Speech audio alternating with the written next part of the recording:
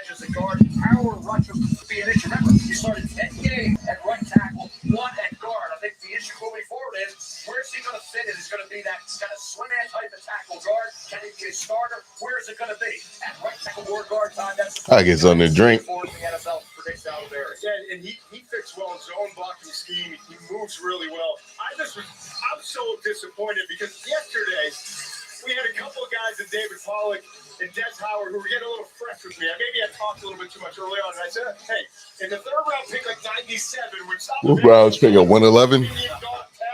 I'm just going to keep quiet and see what you guys say. You too late. You watch all the offensive linemen in this draft. This guy has some of the best hand use of them all. That's why I think the move into guard, because of how fast his hands are and how great he is with placement, he'll be able to handle a lot of the three techniques in this league without a doubt. And you know you can still start and win with him at right tackle. The Las Vegas Raiders about to make the second pick here in the fourth round.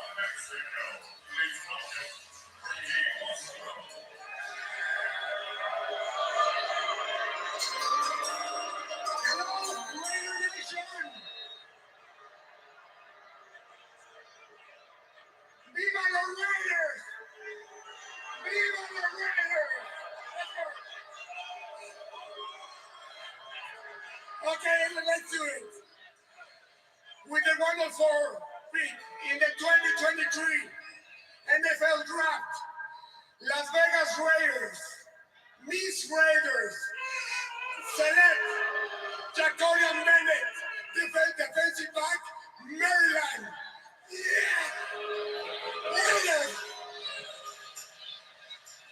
So the Raiders go to Mike Loxley's Terrapins and Flucker cornerback in Jacorian Bennett. I like this pick a lot. He doesn't have great size. He's 5'10 and a half, 188 pounds. Just 32-inch arm length. Which isn't terrible, but it's not ideal. But what he does best is press man coverage. This guy can absolutely fly. Runs in the 4 degrees. He's got excellent short area quickness as well. And watch him versus the run, too.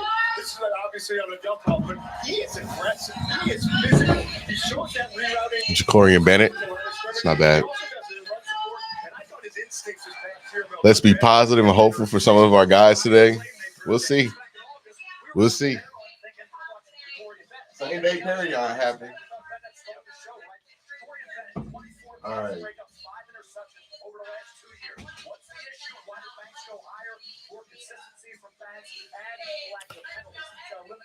Moving forward, he's got an awful lot of talent, Matt. 4.3 speed, though. 4.3 flat speed to get that. I thought he might be a third-round pick, so to have him here. I'm just interested to see who they have. I don't really have anybody that I super want right now in the draft. I learned my lesson from last night. I'm just rolling with what they do and reacting to it.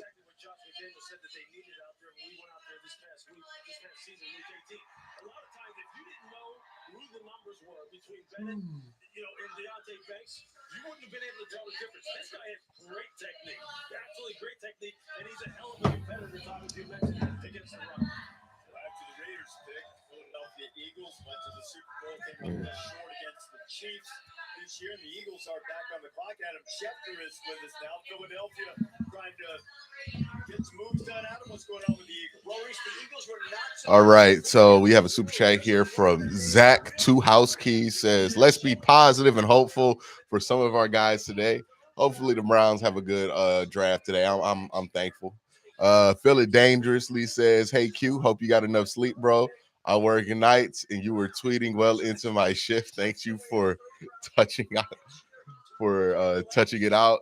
You know."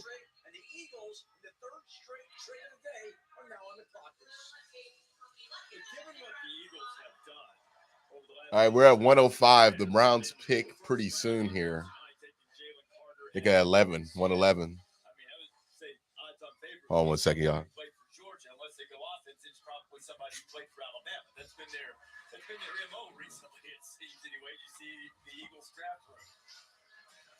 The Eagles have the all SEC squad. You know what I mean? They're running out the all SEC team.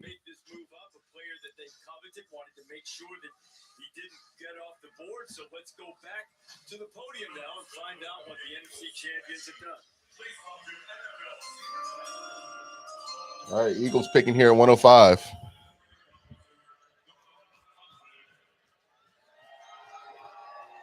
With the the 105th pick in the 2023 NFL Draft, the Philadelphia Eagles select Keely Ringo. Another Georgia guy for Philadelphia. Hilarious.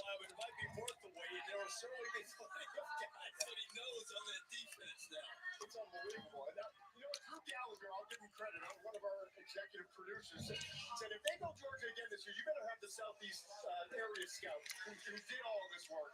And it's Phil Byer from the Southeast area scout for Philadelphia, and Alan Walkie's the cross checker. These guys have been sleeping, having meals there in Georgia. I mean, they basically pitched a tent, and they have now put 3 really talented players from the Georgia defense in addition to the 2 guys a year ago. That's 5 players that could be starters in the very near future. And Keely Ringo has got all the talent in the world. Yeah, Lou, it has all the physical and athletic skills. But I want to ask you, Lou, about what's missing. A little stiffness, like throughout these players. Like, who's the receiver? He still makes a catch. What do you think of Ringo, Lou? Yeah, the Philadelphia Bulldogs. The last third of the down. He can get a lot of work done at the line of scrimmage when he is dialed in and his technique is straight as far. His hands, his offhand jams. He just needs to make sure he finishes on the football down the field. Like you see him right here.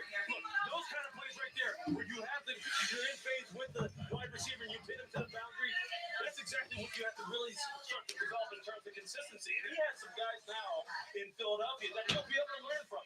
James Bradbury, one of the better technicians. Darius Slay, one of the better all-around corners in the NFL. He'll be able to learn from some good people, just like his teammates. That's a good pick, man. Keely Ringo in the 4th round. I'm not a big fan of him, but in the 4th round, why not, right? Like, the upside's there.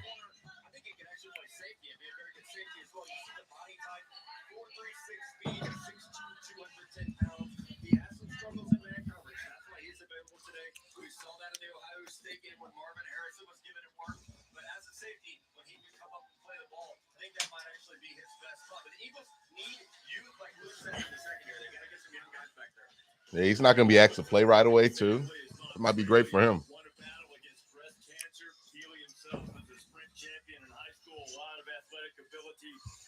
ride with the Eagles. I like to call them the Philly Dogs instead of the Falcons now have competition for the most popular team in the state of Georgia. Let's go back to the podium. 106th pick in the 2023 NFL Draft, the Indianapolis Colts select Blake Freeland. Ooh, I like Blake Freeland. It hurts. Blake Freeland's good.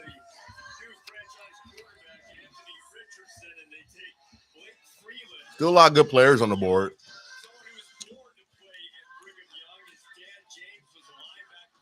Let's see.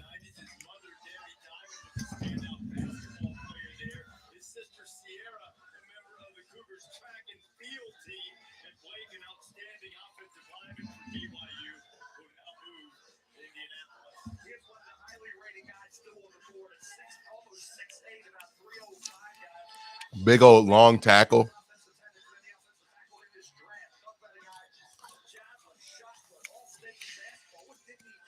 Browns pick at 111.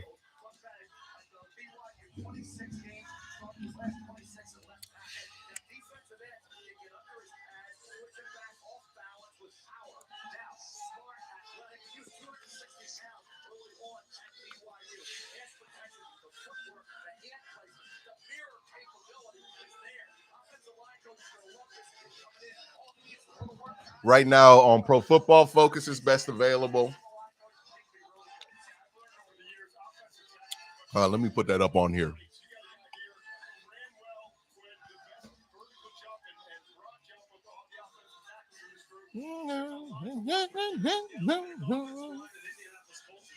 Obviously, a disappointment last year. Last in the NFL in pass block win rate. He had the potential to go in there and win the left tackle job because it's wide open. It's up for grabs.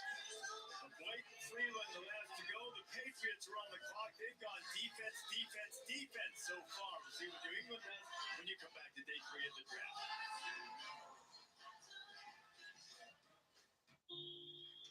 We all have something we love. A passion. Could be our job. Travel. Yep. Sports. We'll do that. It could be anything. But here's the thing. If you follow it, wherever it takes you, you'll always find what you're looking for. That's the best available right now. Dawan Jones, Antonio Johnson, Luka Whippler, Double A still there. Nick Herbig still there. We got some edge options available. Carl Brooks, Jomo.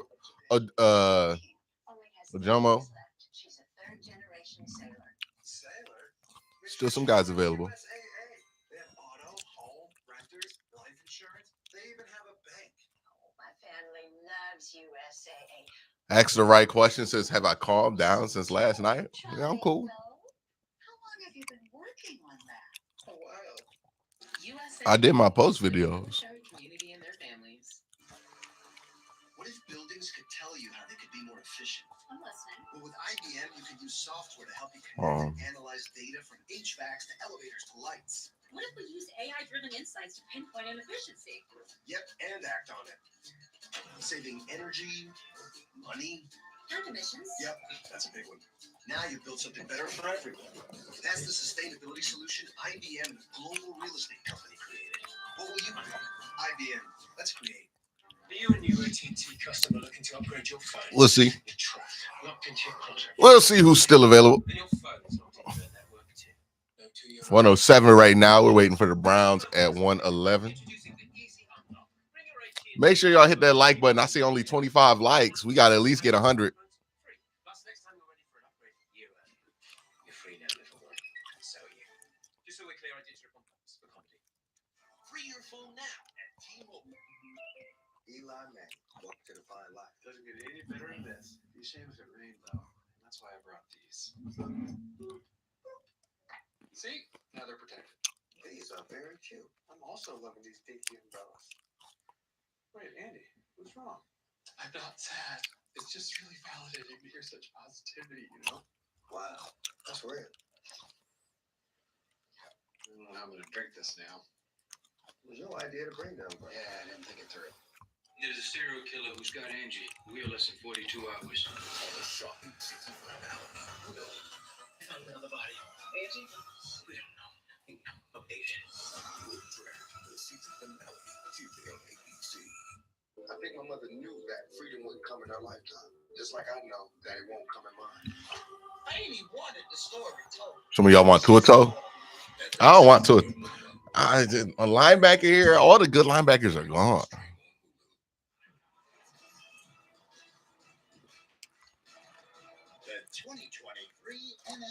Now, nobody's giving up a third next year this year.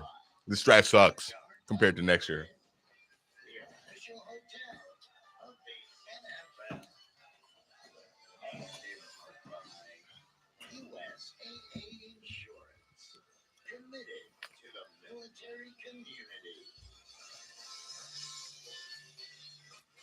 It has been a 3-day or maybe longer with the pre-party festival here in Kansas City, and this entire city's done a tremendous job of rolling out the red carpet, not only getting to celebrate their Super Bowl championship. Feeling dangerous. 113 says, "Come on, I just want a guy who will contribute."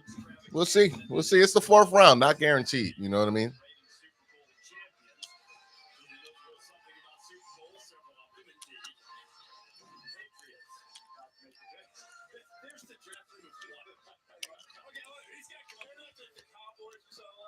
Oh, does Dawan Jones have to go undrafted?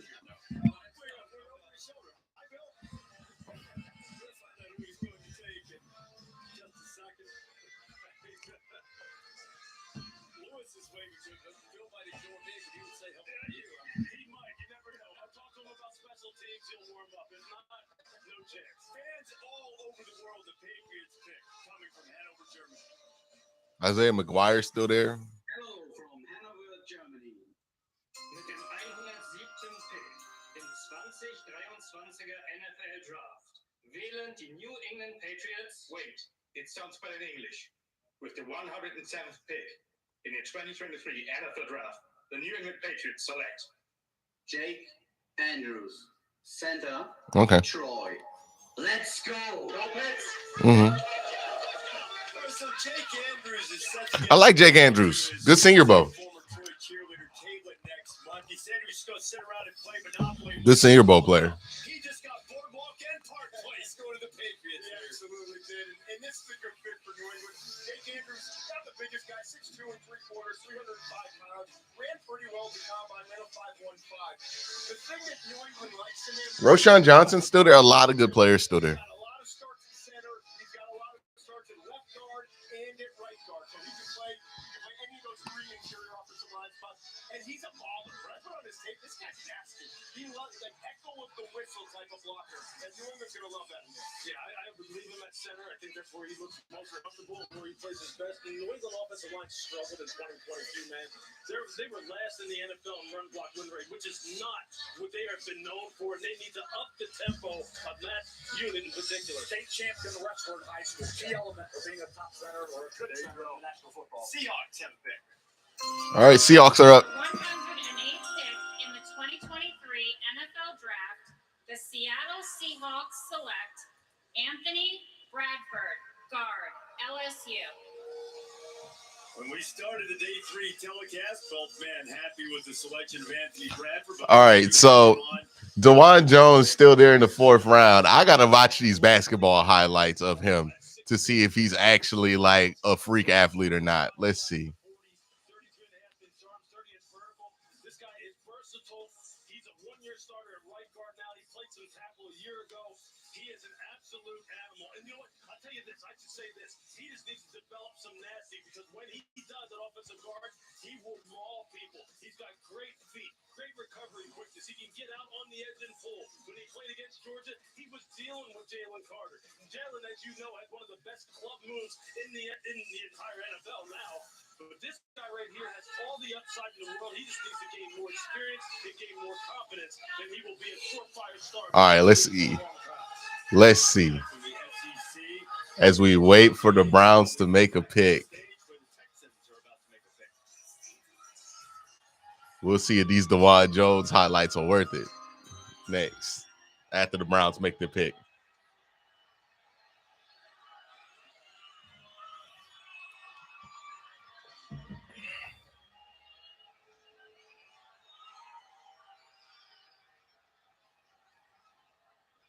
With the 109th pick in the 2023 NFL Draft, the Houston Texans select Dylan Horton, defensive end from Texas Christian University. Go Texans!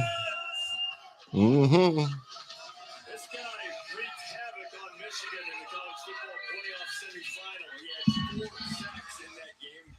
Warcock made it through the national championship game, and he led the Big 12 in sacks his past season with 10.5 now. He did. He led the Big 12, not Tyree Wilson. It was Dylan Horton. As you said, he wrecked Michigan in the college football playoffs.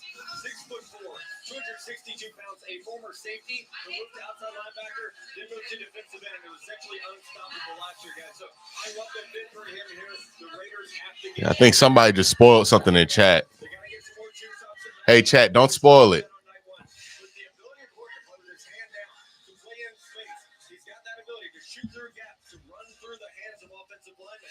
He's just got to continue to learn the position. That's the reason he's here around 4, because he is so inexperienced as an outside linebacker, given the position changes that he's seen. But as far as the impact players on defense in the Big 12 last year, I don't know that you can find a better one. No, Dylan Horton. Feeling dangerous 113 says, you mentioned Carl Brooks. My dad keeps saying that he's the best pick the Browns can make.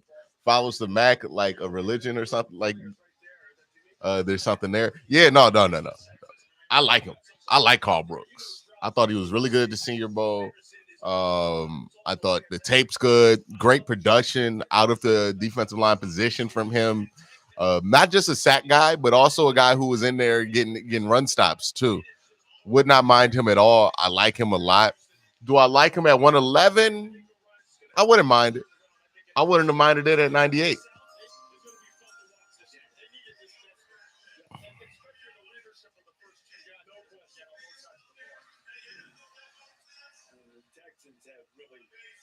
Changed their franchise direction with that aggressive move on the opening night, taking 2nd and 3rd. Let's get those likes up. Let's get to 100 likes, y'all. Yeah, Adatomia, Adaborwe just went. Just don't look at who said that in chat. Just don't look at the chat, Quincy. I'm live. I gotta look at the chat.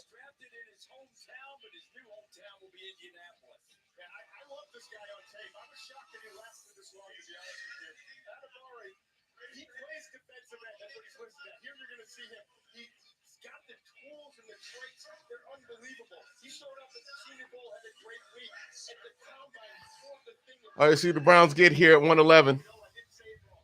A 4.49 and 6'2", 280 pounds. You don't see that kind of speed. But what I loved about him on tape, this game especially, when they kicked him inside to that free technique, from the outside edge of the guard, he was dominant. I think that's going to be his position now at the next level.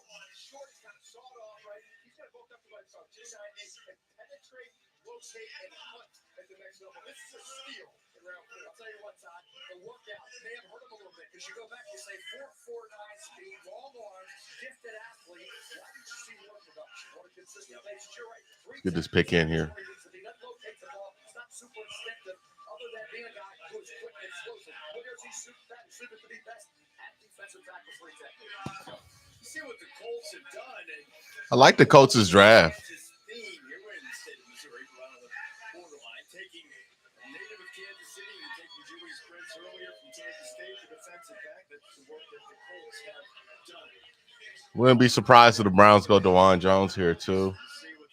They could go Jamie Robinson. They go to commercial break. Are you serious, man? I hate ESPN. I hate ESPN. You thought that other TV provider was good enough. Now what? You'll talk? You call this watching sports, Dan? Well, the Browns just went to break. Well, the draft just went to break. A just went to the Colts. We'll see how his career goes out. I really like him as a player. Browns had like 3 swings at him, though. They didn't like him.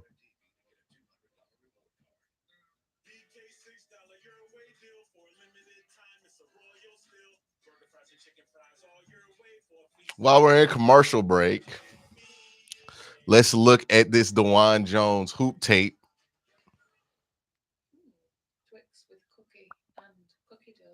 Hold on, full stream film break now.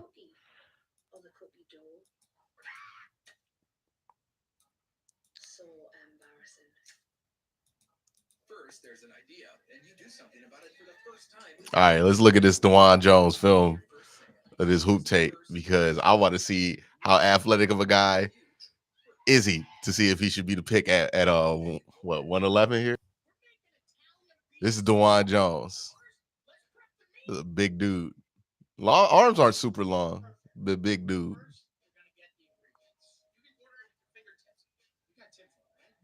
Why they got their basketball team coming out like looking like some nerds, man?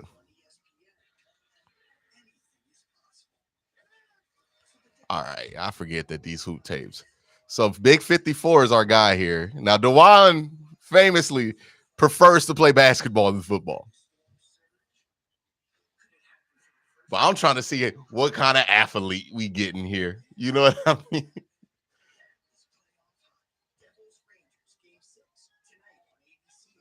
Ooh, we got up there. Got a little, nope, jumper ain't that smooth, but he got back up and got it. You know what I mean? He's 100% offensive lineman build. He's not built like a basketball player at all.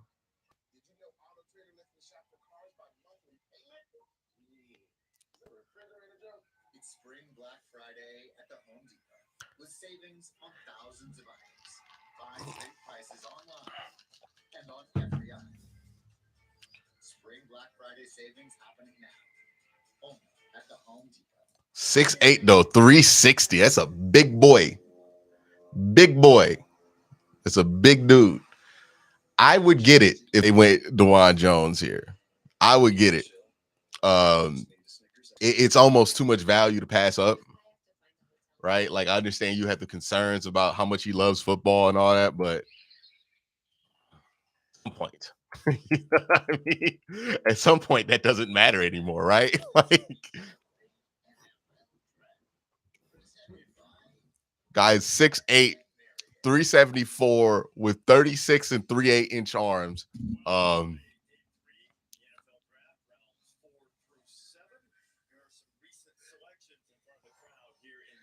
And the Browns went Dawan Jones.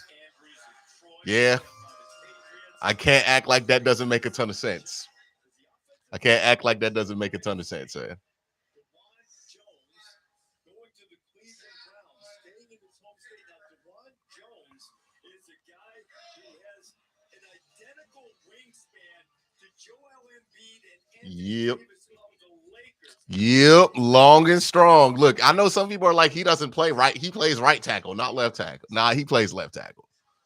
Dude, that long, strong. If he works out, he's a left tackle.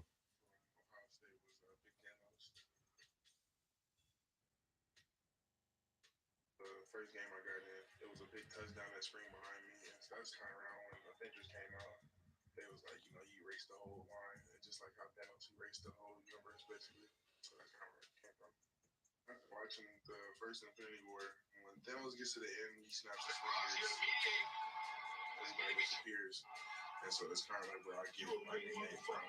You know, you got to I like that pick. I am a big fan of that.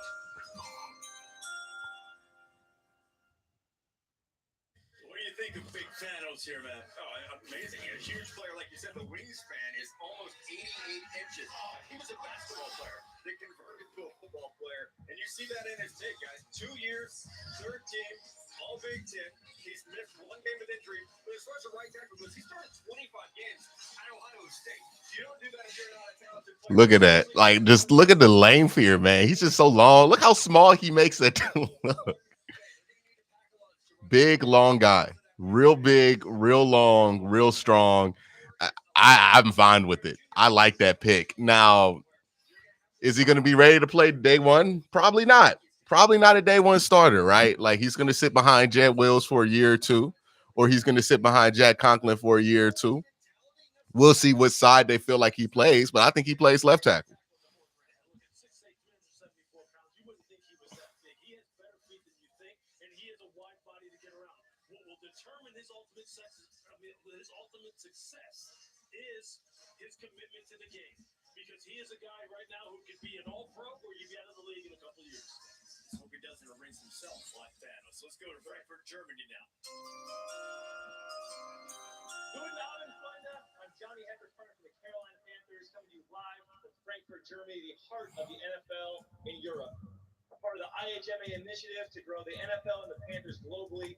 I'm here with my incredible German fans in the beautiful Wummerberg. And with the 114th pick in the 2023 NFL Draft, the Carolina Panthers select. All right, and don't go anywhere. The Browns have what, back-to-back picks here pretty soon, or close to back-to-back picks here? Trying to build this franchise around the number 1 overall pick, Bryce Young, who went on Thursday night. So they go up front and they get Chandler Zavala from the Wolfpack.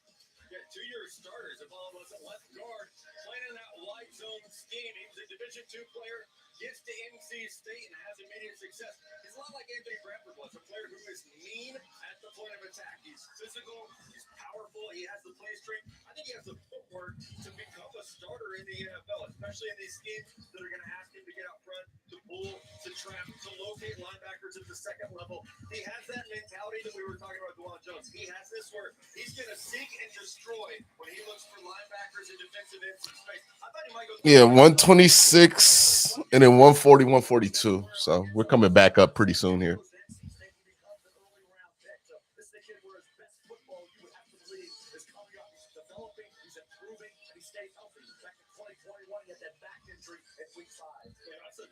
He goes with the Cape Quantum now. There you go. They're right back together. Yeah, this is a non-combine advice. I thought this guy was a monster. But honestly, I'm going, who is this Zavala guy? I've never even heard of him. But I'll tell you what, in the run game, he is putting work on people, man. And I'll tell you, when they're trying to establish a new identity, a new culture down there in Carolina, Thomas Brown, with the way they're going to want to run the football and emphasize play action in Carolina, he's going to love this guy. With the way he plays, the mentality he plays with. He gets fed well too. His dad started. Yeah, it's like the Browns are reacting to the Cavs getting bullied because they were small. You think Jammy's gonna be there? Nah, you don't trade Jed Wills because you drafted Dawan Jones. Dawan Jones got all them. You got to make sure Dawan Jones can be cool on your team for like a year before you start playing him.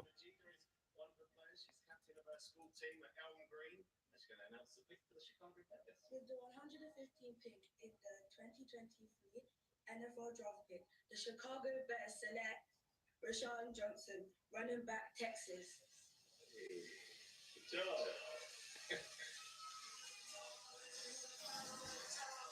So out of Texas, Oh, Roshan just went. Damn. tough, hard-nosed runner for the Longhorns. Yeah, there's a lot to like about this guy. He was an All-American high school football player, 6 foot, 219 pounds. He does not play like a high school quarterback.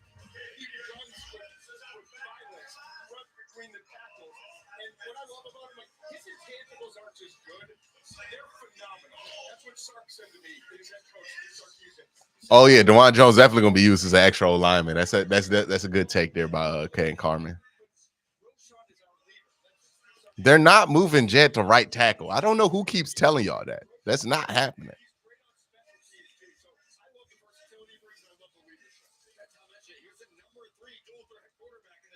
Like that's opposite of how it works. Like, so you can move somebody that you just draft to right or left tackle, but Jed Wills is not going to move to right tackle. Like, that's just not going to be a move that happens. I don't know where that keeps coming from, but it's not happening. Jed's not going to want to do it. And honestly, we don't even know if that's a good position to put Jed in because he's not the greatest left tackle in the world. Having him switch his position when he's already not great at one, that's not going to be good for him.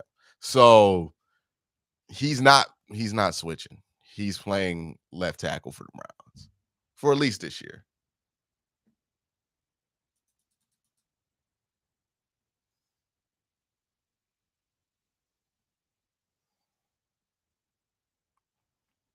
Nick Herbig's still there, though. Ojomo's still there. Carl Brooks still there. Feel good about 126. After 126, I'm going to make me a bacon BLT, bacon, lettuce, tomato.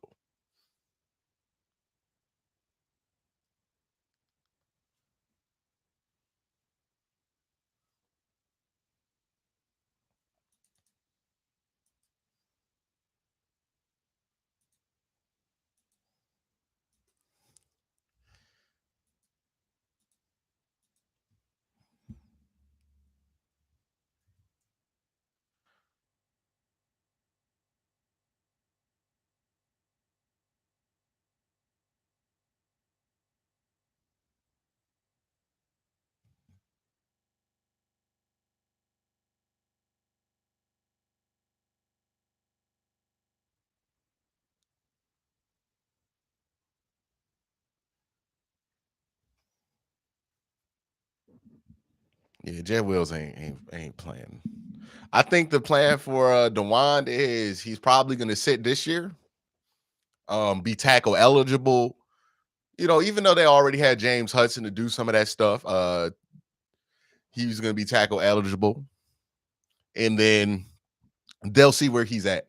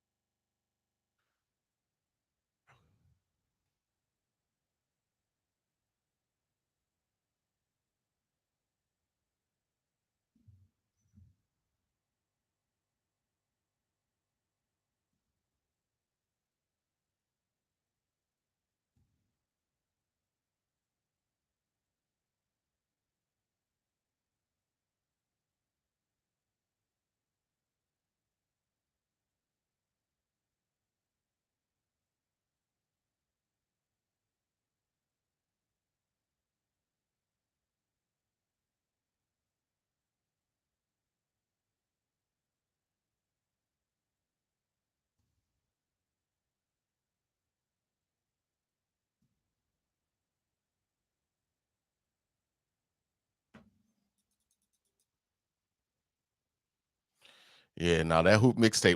Let's continue to look at now new Browns left tackles hoop mixtape.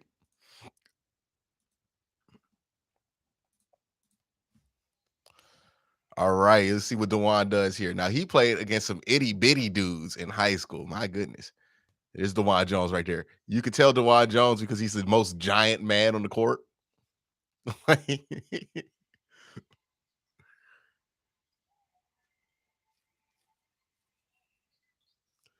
So, like, the only reason he fell in the draft was because he doesn't like football like that. Is Ford certified number 2 now? Are we confident in him? I don't know, man. Like, I would like him to draft the number running back. I'm not sure if Jerome Ford's going to be a number 2, but a lot of people seem certain.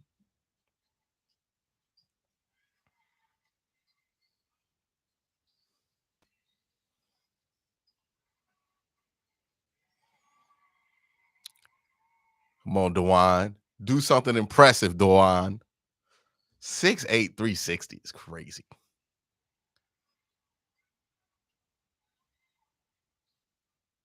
And I think this is a smart pick for a number of reasons. One, hey, the more tackle depth we have, the better. I talked about this. Like, hey, I'm confident about the Browns in offensive line when it comes to. And thank you for super chat, Orange. I'm confident about the Browns offensive line when it comes to the guys that we have in the interior. Where I have a little bit more worry is at the tackle positions.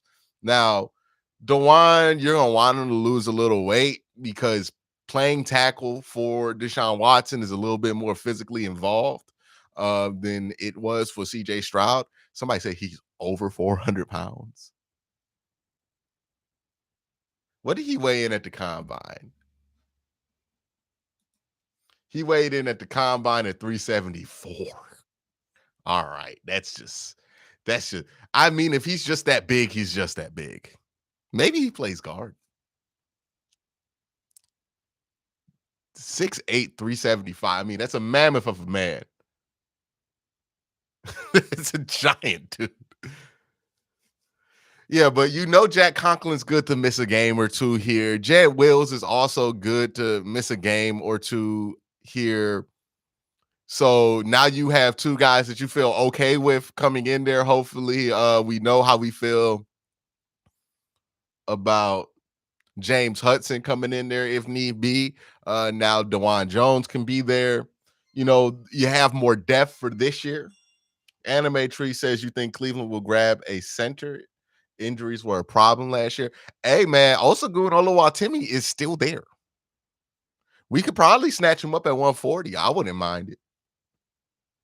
I wouldn't mind it at all. Now, people are talking that they didn't pick up Jed's 5th-year option. Another point to remember is that the Browns don't have to pick up his 5th-year option until July. And that's usually when 5th-year options are picked up, unless it's like a quarterback or like a no-brainer decision, right? Like Myles Garrett got his 5th-year option picked up pretty fast. But usually with guys that are kind of on the borderline, okay, May 1st. So they have until they have until tomorrow to do it. So we'll see. I don't know if that 5th-year option gets picked up.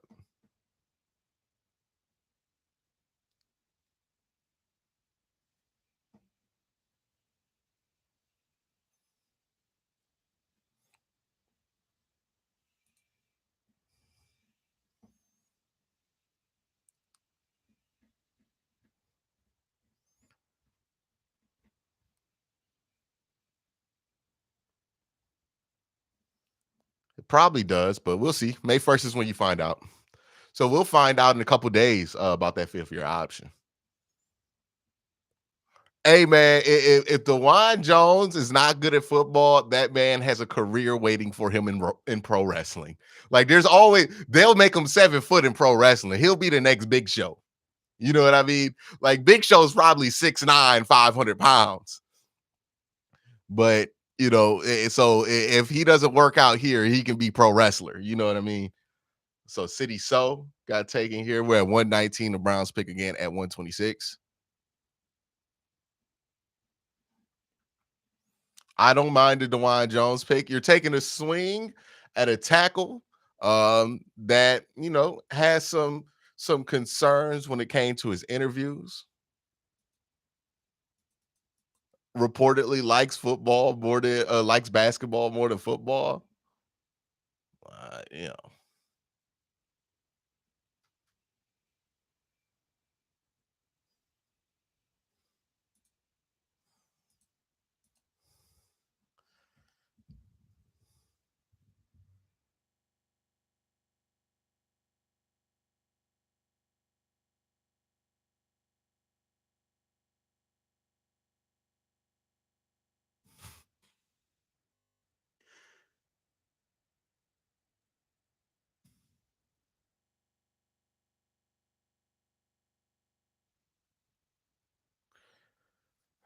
Braden Daniels. Okay, we're about 6 picks out from the Browns. He was good last year. That's the thing, though. Like, as much as people talk about, oh, he doesn't like football and all this, and what's his motor going to be like, he was good last year for Ohio State. I thought he held up pretty well against Georgia.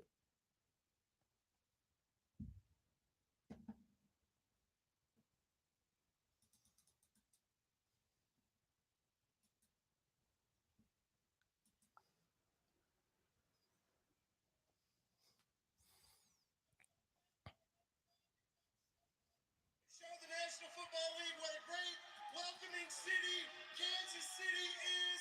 So thank you, Kansas City. We love all NFL fans. We love everyone. We love football.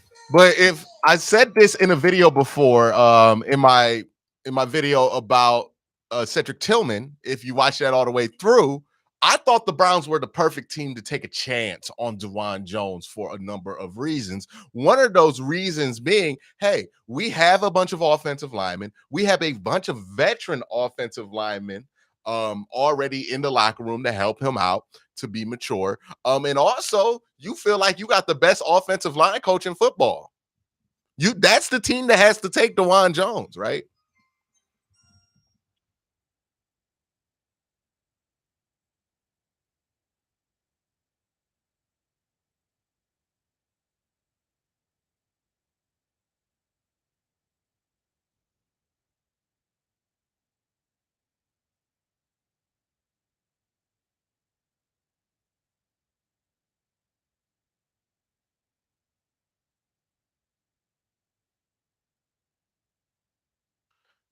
Did you see Josh Gordon wants to come back to Cleveland? Josh Gordon want to come back to the NFL, dog. You know what I mean? Appreciate the super chat anime tree, but I think Josh Gordon just wants to come back to the league.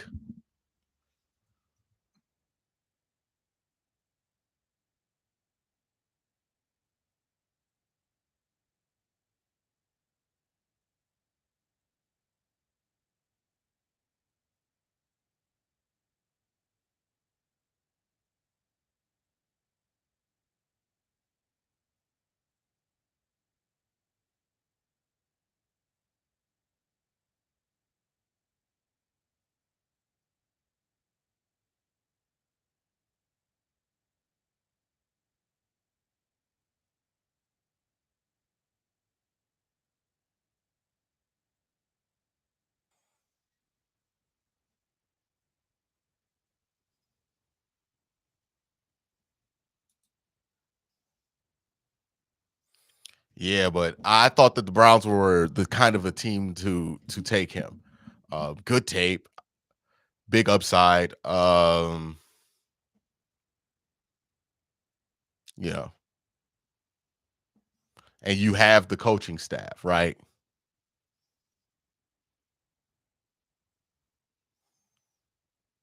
31st player on Pro Football Focus is Big Board. This is somebody who Pro Football Focus thought was one of the better tackles in this draft.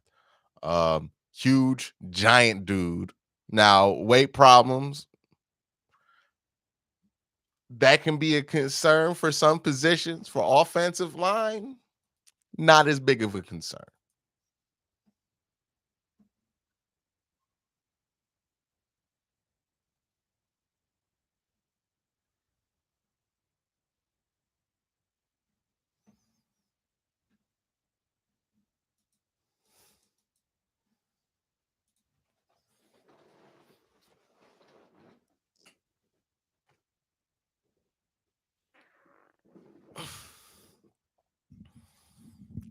Now we're waiting for the Browns. We're 6 picks away from the Browns' next pick. We're at 120. Chime in. Let me know what you think about the Dawan Jones pick at 111. Hey, man, my favorite pick of the draft so far. Most certainly my favorite pick of the night. We'll see.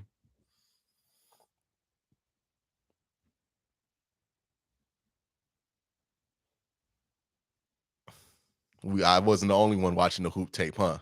They had it on NFL Network.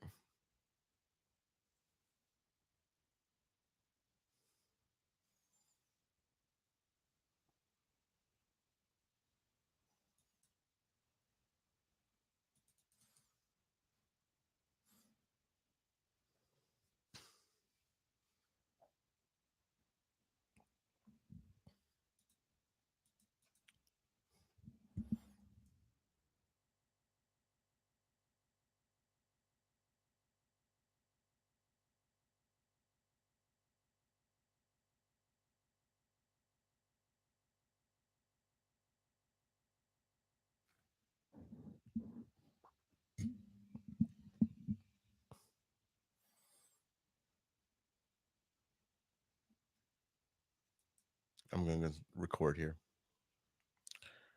So day 3 of draft coverage here with the Cleveland Browns. They took Dawan Jones, the big man. Look, there are big fellas, and then there is big man. And Dawan Jones is most certainly big man. You know what I mean?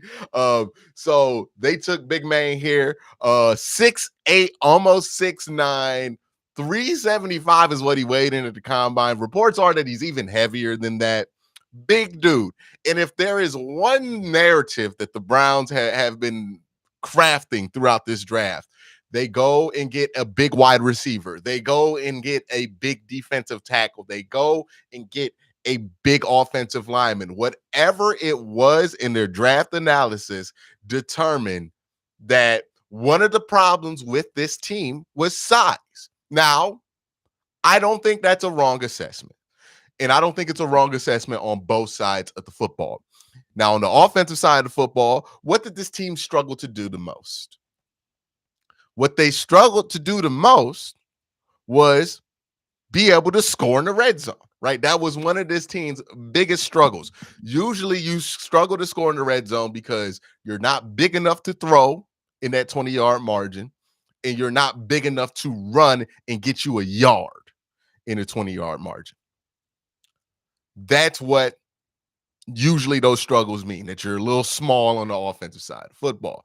And the Browns, for a team that runs the ball as much as they do, were a little bit small on that side. Okay, cool. You flip to the defensive side of it, and you look at the Browns' problems. I mean, run game, right? Like, they were small on the run game. So they decide to get size here in the draft. And it makes a ton of sense. And there is no more size than you can get than Dawan Jones in this draft. Now, he's 21 years old, will be 22 at the start of the season. So super young guy, 6'8", 374, ran a 5'3", of 5.35, which, look, it's not the greatest 40 of all time, but it's not that bad. It's not that bad for a man pushing 400 pounds. I'll be honest with you. So there is that. I think this is a great pick here for the Cleveland Browns. Upside out the gun, played well against Georgia, Michigan, the teams that you want to see him at. Didn't have great games, but had good games there. I believe he was right tackle for the Ohio State Buckeyes this year. The question is, does he flip to left? Does he play right in the NFL? Because Paris Johnson was the left tackle for Ohio State. Obviously not better than Paris Johnson, but still, can he play left tackle in the NFL? I'm not sure. He's probably a right tackle. Maybe they feel like he could play guard. He'd be a big-ass guard, but maybe they feel like, a dude that big could help him on short yardage situations. This is a prospect. And I talked about this at the end of the Cedric Tillman video. I'll reiterate it again for anybody who missed it. And I've said this multiple times throughout the stream. You have to take chances on guys that you can nurture. Last year, we took a chance on Perion Winfrey.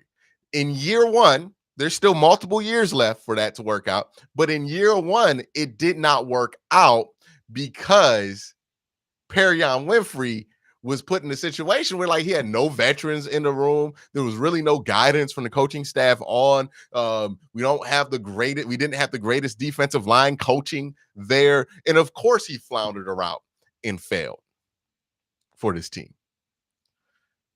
But that's not the situation Dawan Jones is going to, right? Where Perion Winfrey is going to a much better situation in year two, Dawan Jones is getting that situation in year one, right? He's going to an offensive line that he might not play year one, not even expected to play year one, right?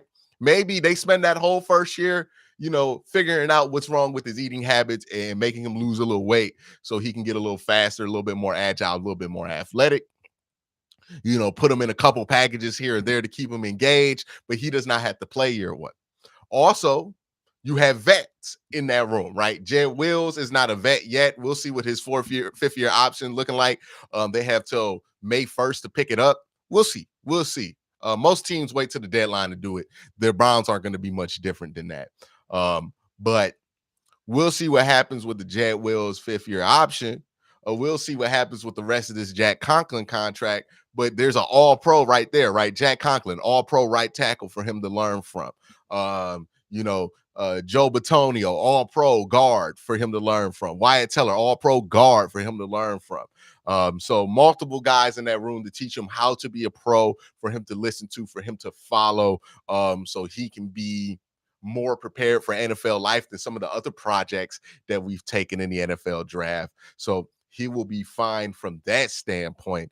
And then you also have the ideal that you have one of the best offensive line coaches in football, right?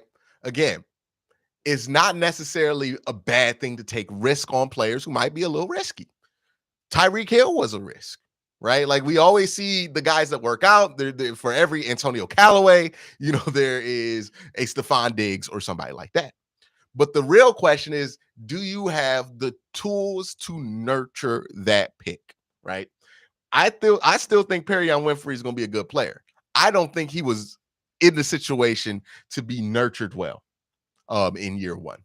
I thought that he was put in a situation where it was pretty obvious that he didn't have the maturity or leadership near him to be able to reach his potential.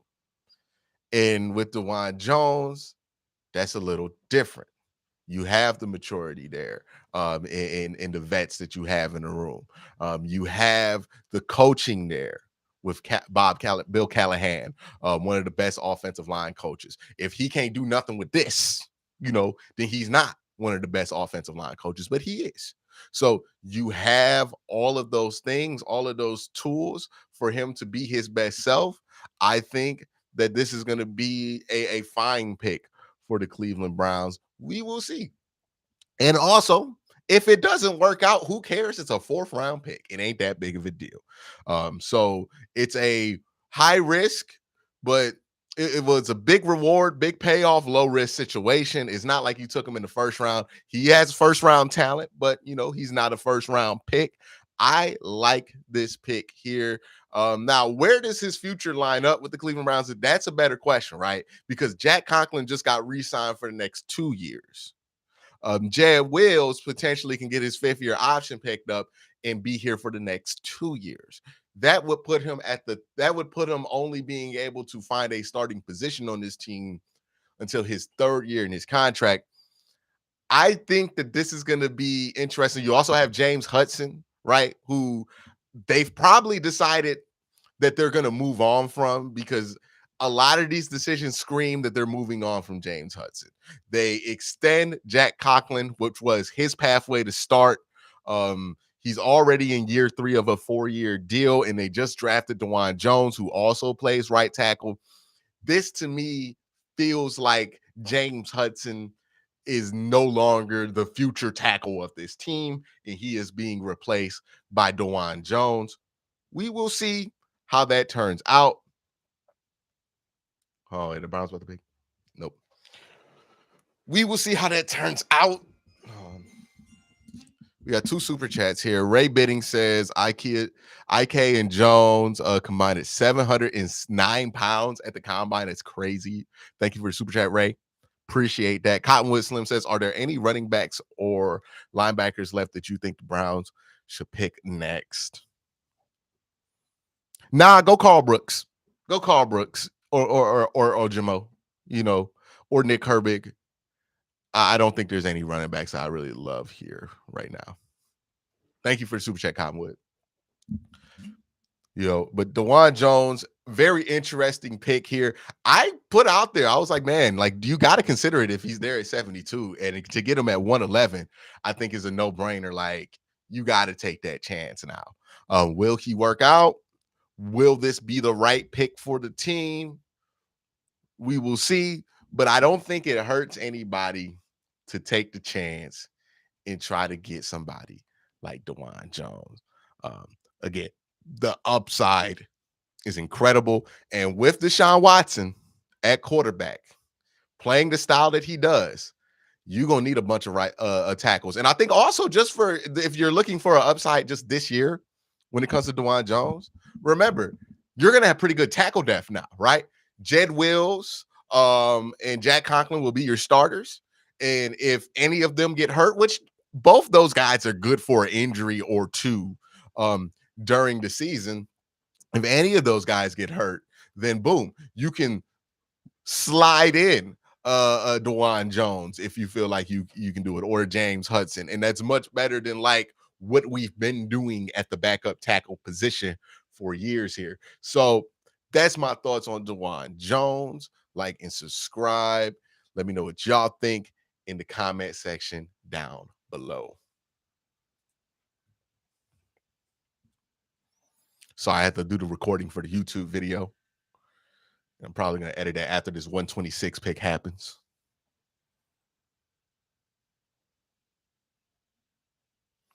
All right, let's look at the board here.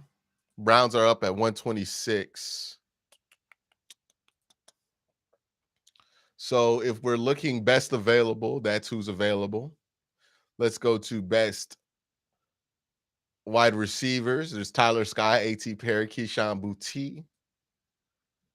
If we want defensive interior, there's Ojimo.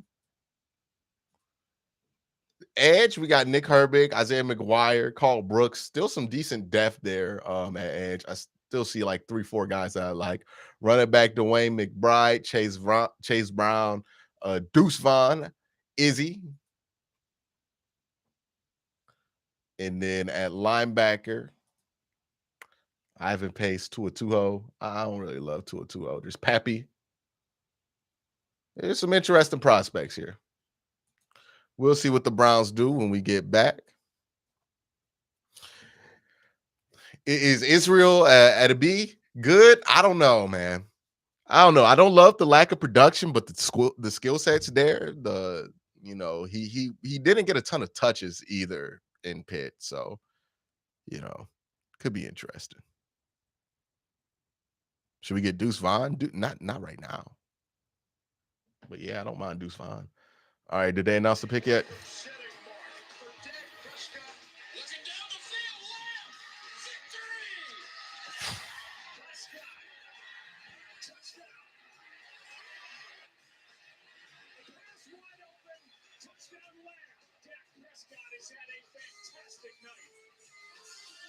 All right, Browns about to pick here, 126. We told you can find gems in the fourth round. About 35% of the starters in the championship game last year were fourth round or later. Look at these legends, all the famed receivers being selected in the fourth round. The great John Stallworth, Steve Largent, and Andre Reed, Charles Haley in the Hall of Fame, Cousins, and Dak Prescott. And Dak Prescott just had a guy from his alma mater. All right, the Browns pick at 126. Isaiah McGuire, defensive end out of Missouri. Picks continue to roll on. There is Cameron Young. Back-to-back Egg Bowl combatants as Tavius Robinson, the backer from Ole Miss, a native of Canada, goes to the Ravens in the fourth round. Well, that's what we expected. David Ojabo coming back from the injury with the Ravens. Of course, Old way there as well. But I think you look at a guy like Tavius Robinson, 6'6", 257 pounds, really good power in his hands. So they're going to work through the picks here. Isaiah McGuire out of Missouri, 6'4", 268. I mean, this is a traits guy, right? If you're looking for traits, he has all the traits. I think he only had 7 sacks last year, but traits, twitchy, 1.72 10-yard split, which isn't that great. You would want him in that 1.6 range.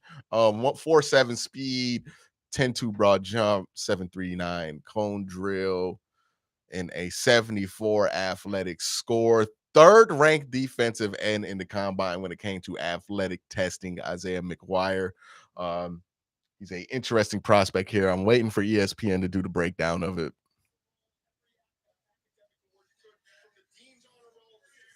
It's a good swing at a guy. Look, he's probably not going to do much year one. It's a good swing.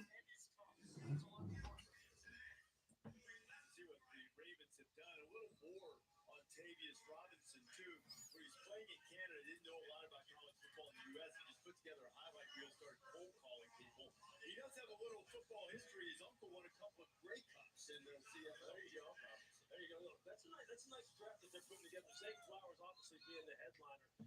You just got to be fired up if you're a Baltimore Ravens fan about the kind of versatility that guy brings to the table. The Chargers, you probably saw it on the graphic a moment ago, with the 125th overall pick. Jamie Robinson's still on the board there too, so they can come up and get him at 140, or maybe they use some of their picks to move up and get him.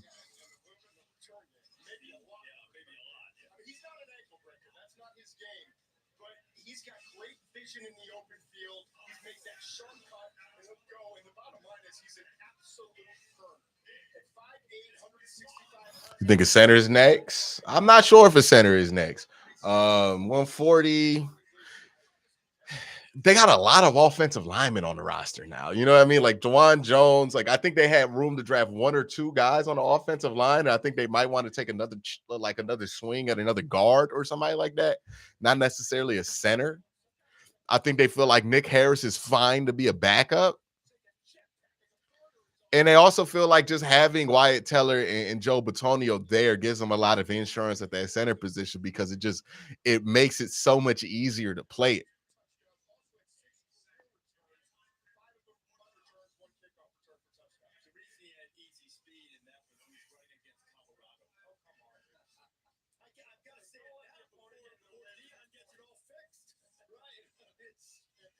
Yeah, I like the pick though. They're picking.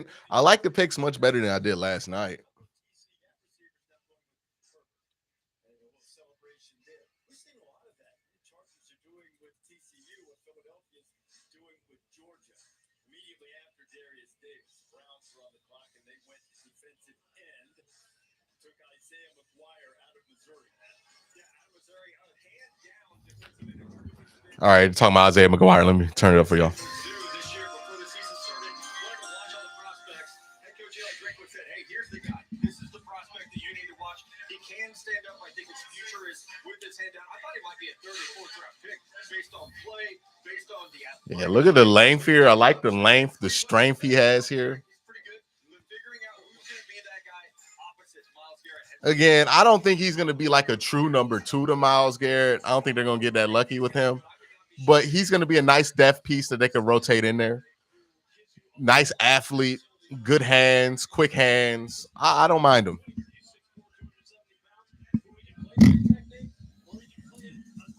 Nah, they're not going to put him at 3 tech. They're going to put him out wide. I didn't not like the Tillman pick. What are y'all talking about?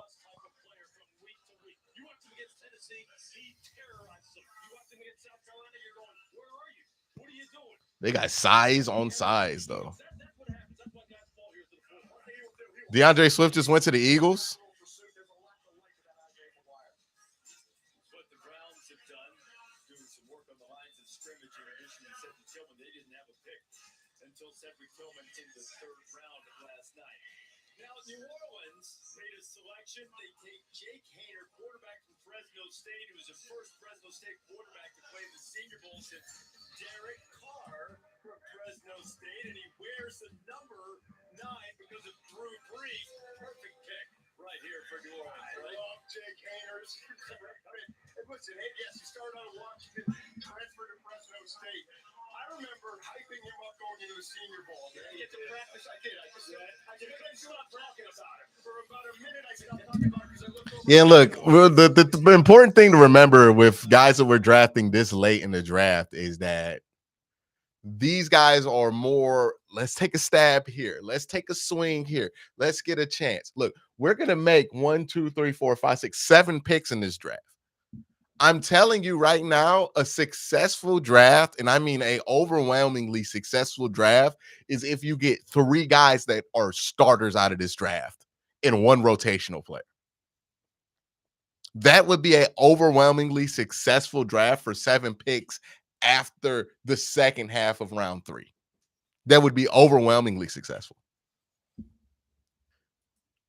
Yeah, I know that DeAndre Swift just went to the Eagles, and the Eagles are going to win a national championship this year.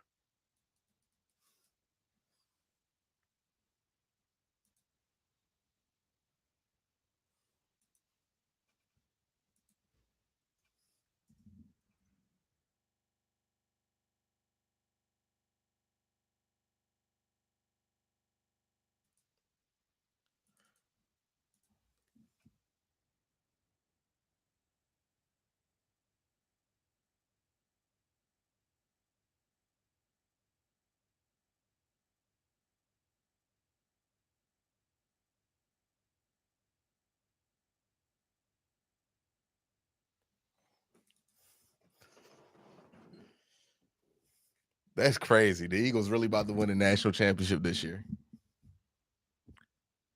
But but where was I at? I was talking about something else. Somebody said you mean Super Bowl? No, I bet national championship. That is the joke. That is the joke. It might have just did that. But yeah, in the fourth round, you're looking for taking chances and swipes at guys who could be good, right? Dawan Jones, if that works out, he's a starter. If it doesn't, he's off the team in a couple years.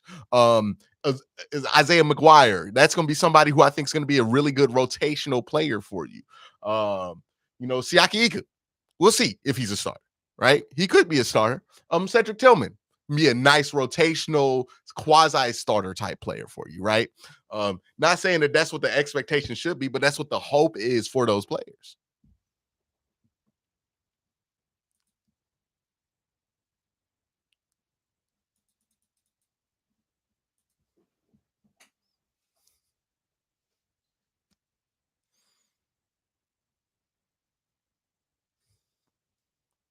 Wait, did somebody draft Stetson Bennett?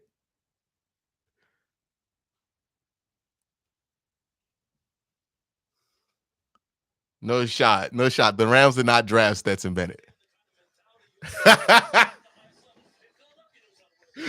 The Rams panicked. They were like, yo, the Eagles are going to take Stetson. They took Stetson Bennett. All right.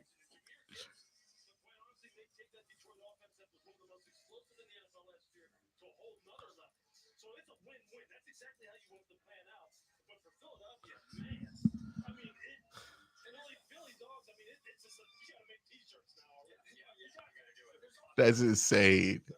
That's insane. Somebody says Stetson Bennett is better than Anthony Richardson. Okay, man. Like, he's not a better prospect than Anthony Richardson. He's just not.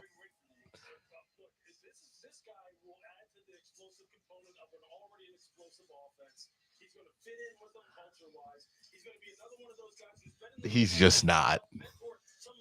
He knows how to win. Dog, have we not seen like 45 of his teammates get drafted? What do you mean? Like, he wasn't carrying Georgia by his bootstraps. He was playing on the best team in the country. Why are we acting like he is like the? Oh my God! Oh, we're doing it. We're doing the thing. We're doing the thing. We're doing the thing where we act like quarterbacks are the only reason the team wins when we know that the team is very, very, very, very, very talented around him. Like, we weren't trying to draft JT Barrett, were we?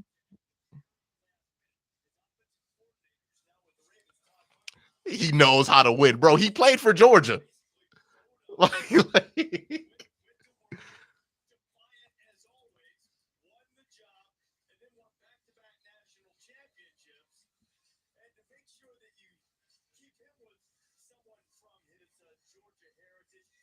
hilarious.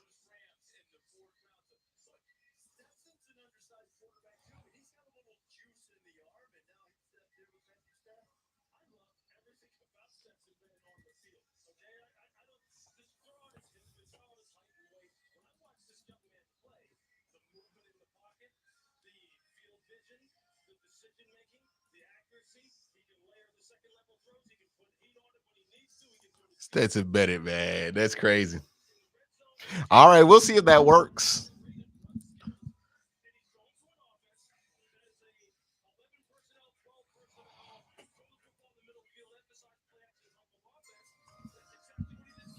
Who the Cowboys picking here? Browns about 10 picks out. Browns about 10 picks out.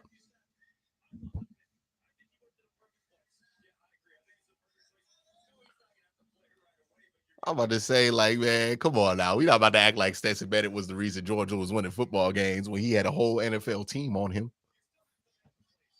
You know what I mean? Like, shout out to Stetson Bennett for winning the actual games. Like, that wasn't easy. Not everybody could have done that. He deserves to be drafted. But we not about to act like we not about to act like he was out here winner guy in it. Like, it's crazy.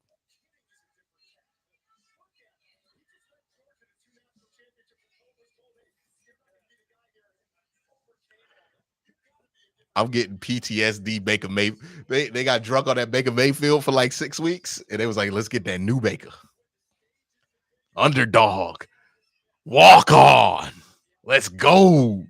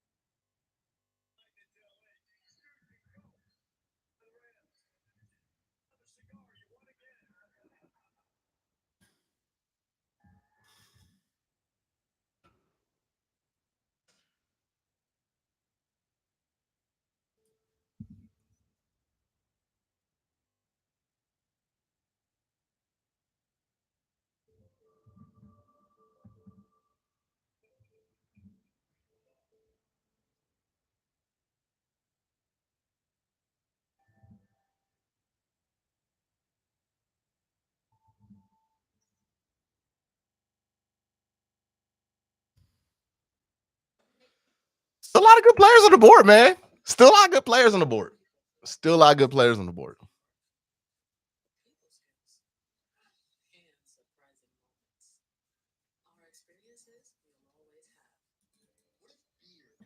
Let's see here. Yeah, so I like the Isaiah McGuire pick. I clearly like the Dawan Jones pick. I talked about that a lot.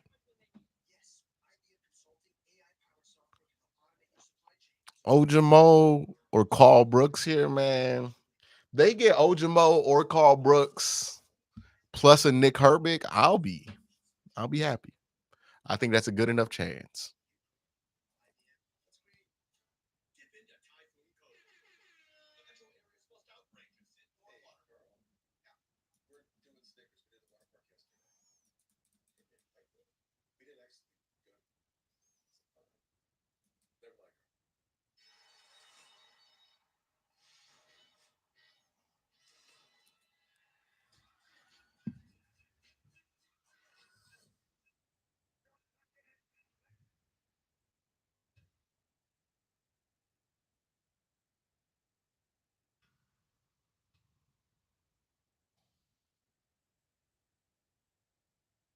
Five homes safe.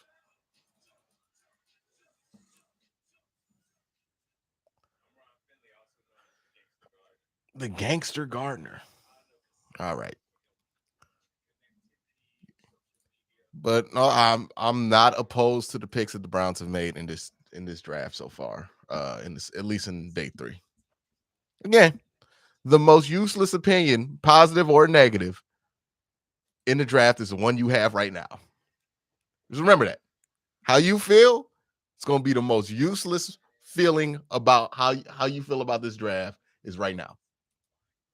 Because time is the ultimate evaluator.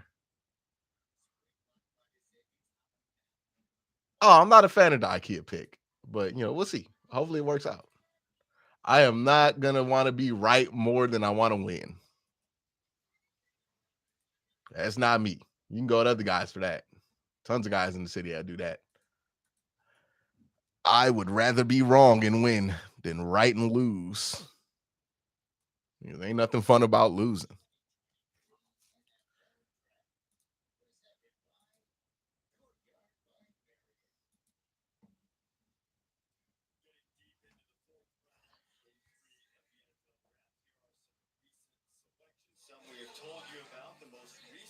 All right, we're at 130. Browns are 10 picks out.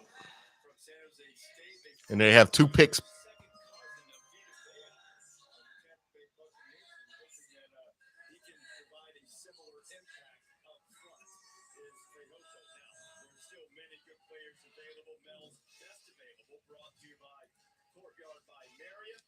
See some of these guys.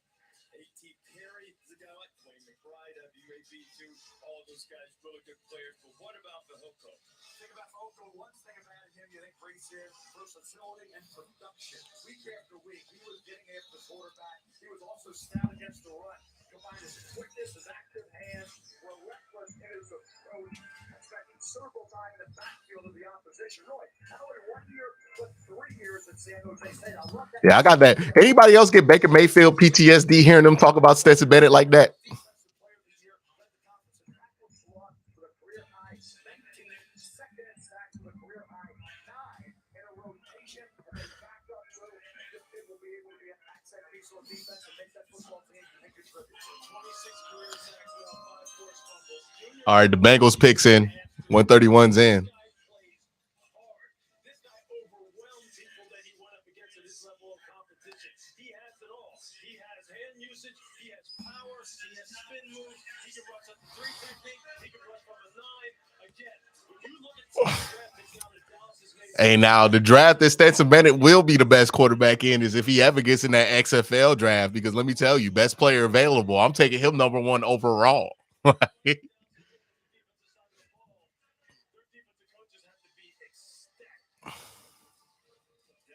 takes Jimmy Fehoko from San Jose State. This bumps all around for getting some help on the defensive front, and that is also the position that the Jacksonville Jaguars went to late in the 4th round as they look to Oklahoma State. They take Tyler Lacey. Tyler Lacey, a 4-year starter, played defensive end, played defensive tackle. They took Tyler Lacey. No, Charlie Jones out of Purdue. He can play all these in the NFL. They took a wide receiver because Cincinnati needs it. You know, terrible wide receivers that they have. He has that power to break free from offensive tackles. He's got quick hands to disengage, to disrupt. I like this fit here, guys, a lot in Jacksonville where they're moving to more of that stand-up role. I think he can sit there. Hey, man. I'm gonna watch the look as much as I'm talking all this trash about Stetson Bennett. I'm about to watch the preseason games, dog, because he's about to give it his all in the 4th quarter of them games.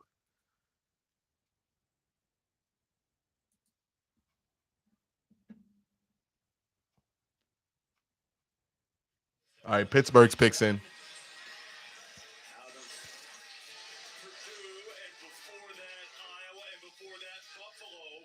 Charlie Jones, who really put up numbers in that Boilermaker offense. We like to wear up the word journey in our culture today, right? This guy had a heck of a journey. Talk about 2 years at Buffalo, 18 catches. 3 years then at Iowa, 21 catches. 1 year at Purdue, 110 catches. What was the difference? He finally was believed in, and he had a quarterback in Aiden O'Connell who could get him the football. He was the go-to guy for O'Connell. Listen, he's not the biggest guy. He's a lot like as many other slot receivers we have in this class. He can play inside and outside at 5'11", 175 pounds. He ran a 4.4 in the 40-yard dash, and I love. Come on, let's get to this pick. Let's get to the Steelers pick here. He's kind of a little sneaky. He's one of those pain in the butt. Yeah, Hooker got drafted. Hendon Hooker got drafted. You think Nick Herbig to Pittsburgh? That would make sense. That would be about right. I'll tell you what, the contested catches for a kid who's slightly under $180, he plays big now. And do not be misled. He is not just a slot guy. He will burn your rear end on the outside because he's sneaky off the line, and he's got legit low 4-4 speed. I saw him whip every defensive back he went against this year. I'm going, who is this 15? He's just whipping everybody. That guy is a fun dude to watch. Charlie Jones goes. The Steelers on the clock, and for that selection, we go to Mexico. Hello, everybody. This is Alex Heisman, number 56 for the Pittsburgh Steelers. And Lamar Woodley, number 56. We got Pittsburgh Bengals. We got Pittsburgh Bengals. OG 56 right here. Yeah, we're in Guadalajara, Mexico. Home of the Steelers in the world's finest. Hey, you got that right. They drafted Nick Herbig, ain't they? 132nd pick in the 2023 NFL Draft. The Pittsburgh Steelers select Nick Herbig. Yeah, goddamn it. Wisconsin. Here we go, Steelers Nation. Viva Mexico!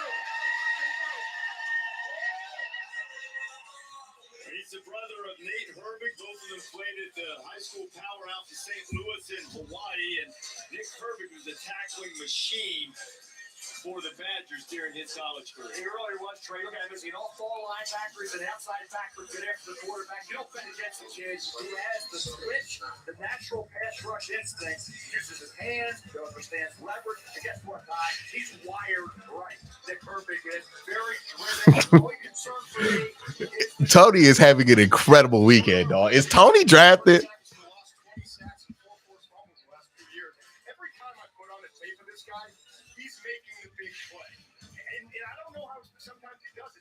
chance. It's the suddenness. It's knowing the tendency of the offensive lineman. I see so many times when a guy oversets, he's going to go outside in. It's when a guy's sitting there waiting for the power of the quick hands. He's going to work it from the inside out. He just understands how to get there. He's instinctive. He's relentless. And he's your constant front seven guy. And they have a lot of way he's going to fail. 10 years from now, we're going to be talking to him about him somehow as an off-the-ball linebacker who plays a third down off the edge, helps on special teams. He's just a football. What's another Wisconsin linebacker there? What's his name? What's his name? I like what you did. Well, I like the last couple years. So the Steelers make that. Can't believe I've been doing a podcast with Omar Khan's burner this whole time. Yeah, it's getting crazy.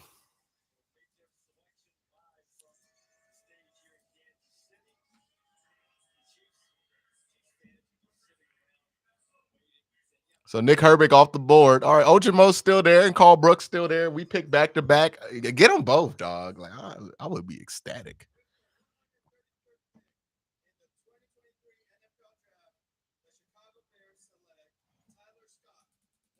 Tyler Scott just went. Well, we're out the wide receiver market anyways. We have like 15 on the roster right now.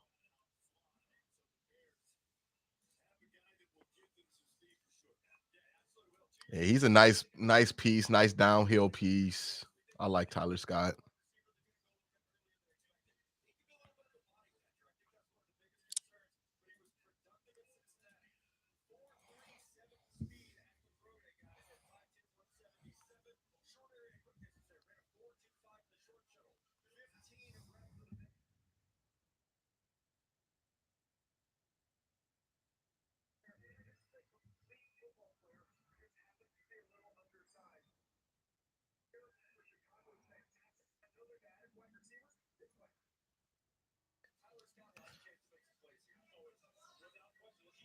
We'll see.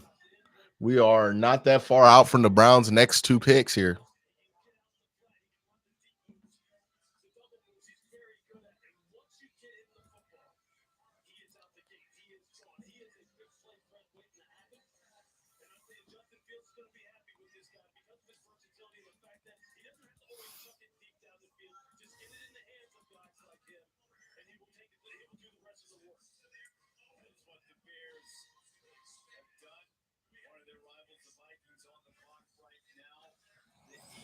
Have also been busy. You see the reaction of the Bears draft room. 134 here. Took Isaiah McGuire. After these two picks, the Browns will have a huge gap until 190 and then 229. So we'll have time to break things down. Right now, hey, look, Carl Brooks or Ojimo, maybe both. I like it. But at this point in the draft, I'm not going to be super specific.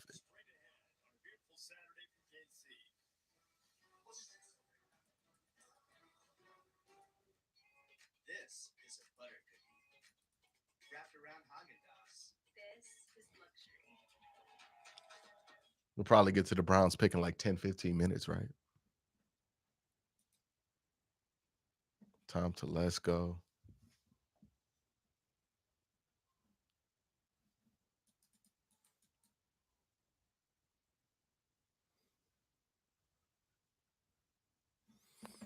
Yeah, a lot of good picks here.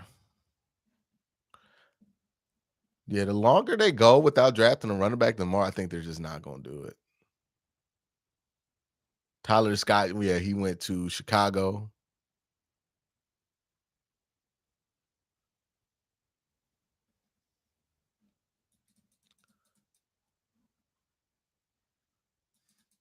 Yeah, Nick Herbig going to Pittsburgh. I like that pick a lot. I like Pittsburgh's draft. Like Pittsburgh done drafted a lot of players I like. Now, hopefully, I'm a terrible evaluator and they just got some bad players, but they probably got some good dudes. Like, you know what I mean? They probably got some good dudes.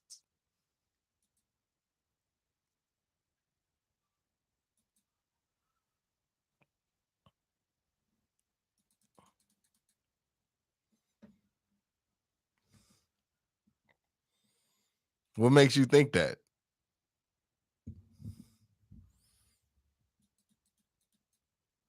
I don't think they draft Dawan Jones unless Bill Callahan wants him.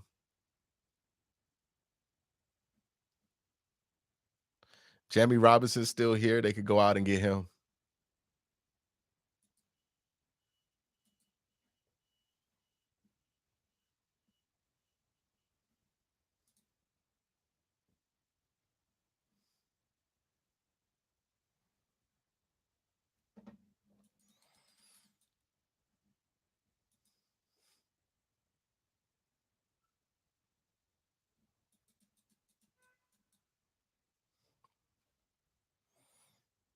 Tillman over Scoot. We'll see. We'll see. Yeah, I don't know where it was coming from. I don't know, man. People just say stuff on Twitter and then it gets retweeted by people, and then people just like think it's real.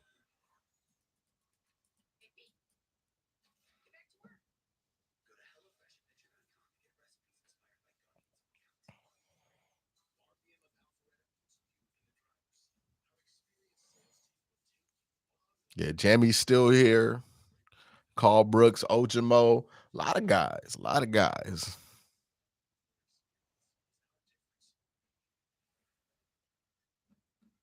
All right, we back 135. We're at pick 135.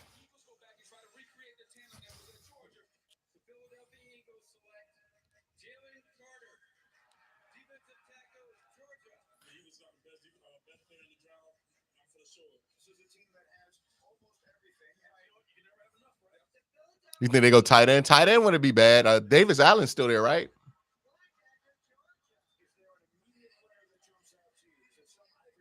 Yeah, Davis Allen's still there. They already went offense once, though. They already went Dawan Jones. So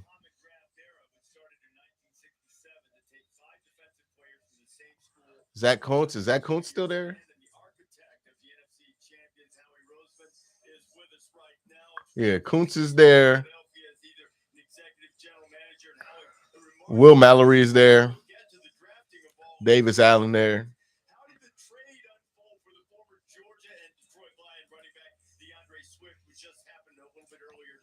I think there's some nice action here at edge.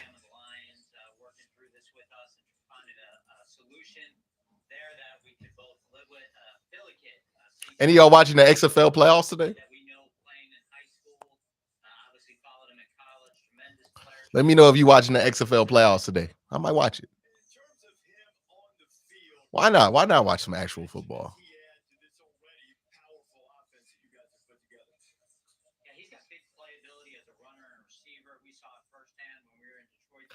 Man, DeAndre Swift is so underrated to me. Like, and maybe it's just like when he pops, man, he is so good. And having him on that Eagles offensive line, that's going to be really, really good. I think the first playoff game starts at 7 today, and I think they have another one. That's going to the one Sunday is going to be the really good one. That's going to be at 3.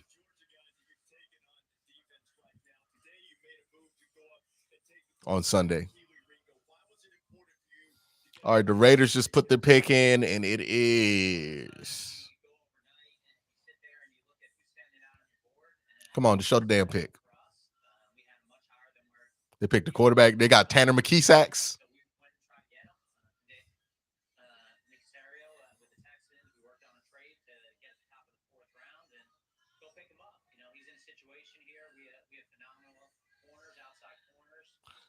Aiden O'Connell. Huh? Okay. Mm-hmm. Interesting. Interesting choice.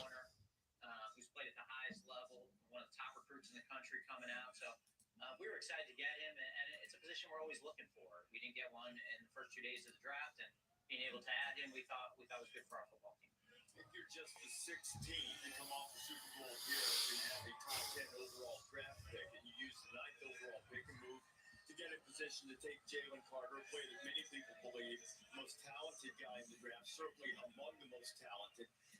There are some questions about what type of structure he needed. We talked to Yeah, but the Eagles got all the structure in the world for him. Like that was a perfect spot for him to drop at. Aside from his talent on the field, was a good fit for you and could be a productive player as an Eagle. Yeah, obviously, he's had a tough spring. Tragic loss of life in Georgia, and our hearts go out to the families of those who lost people in that accident. And for us, it was a full process on Jalen, and we feel very comfortable that he can have success in Philly. We don't put that on our Georgia players. He's our responsibility. We're going to rally around him. We think he's tremendous talent, a good person. Again, young guy. We talk all the time. These guys, we bring them in here. We have to develop them. All right, 136 just happened. Who was the pick there? That's our responsibility. We have And the Browns are at 140 and 142. that part of the job really seriously, and so we'll rally around him and give him the support that he needs to be a great player on the field and the best person he can be off the field. Talented players, high character guys can come from anywhere. So it's not Jacksonville Jaguars just selected at 136. The pick is. with that in mind, what is the benefit to bringing in We're still waiting on the pick to drop. players who know each other? Yasir Abdullah. Wow, early for him. Good for him. It's Yas. Another edge rusher. Shocking.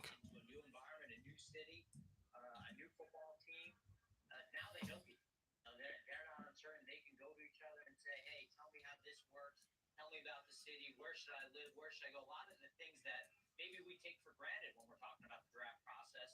And now they have people to rely on. They have people here that they know have their back. And so that enhances the chemistry and the culture of our football team. Maybe even gives you a head start on that process a little bit. Okay, Howard, you've revealed your background as a Florida guy, so I'll give you a peek into mine a little bit. With a new offensive coordinator there, you've got Jalen Hurts at quarterback and Devontae Smith. All right, we're at 137. The secret, if you ever Yeah, dinner at sauce 7:30. ever in doubt of what to do, throw it to 6. That was the thing. That replaced roll tide in Alabama. You greet somebody walking down the street and you say, throw it to 6. Pretty good. He's pretty good. And to be fair, our offensive coordinator came from the University of Florida, so we do still have some Gator connections. There you go. Howard, congratulations. Another marvelous job in putting this roster together. Congratulations on getting the deal done with Jalen Hurts as well, and we appreciate the time you spend with us. Thanks for having me, guys. Let's finish this strong. There's no reason to think that they won't, considering what they've done. Yeah, they had a great draft. I mean, a lot of picks. So close to knocking off the Chiefs in the All right, we're at 137. We're a few picks away from the Browns, going twice here on the board. And they just went to damn commercial break. I hate them. I hate them. I hate them. I hate them. I hate them. All right.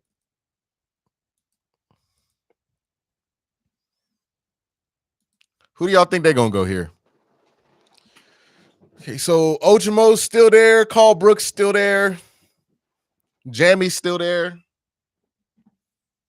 Who said double A? Hey, he been gone, man. Brother, he been gone. DTR, it's way too early for DTR. Why is everybody obsessed with DTR as the backup quarterback for the Browns? And like, can somebody in chat explain the DTR take? Because I'm not familiar with the DTR love here. By the way, can y'all hit that like button too? Can we get to, let's try to get to 400 likes again, man. Let's try to hit the 400 likes again. Because DTR is not terrible, but like, I don't understand why you would draft a backup quarterback. Like maybe in the 7th round, but that's not a backup at that point. You drafted somebody to just, try out. You think DTR is like Tyler Huntley? I don't think he's like Tyler Huntley at all. Yeah, I think he's athletic, but Tyler Huntley was a much more willing runner than DTR was.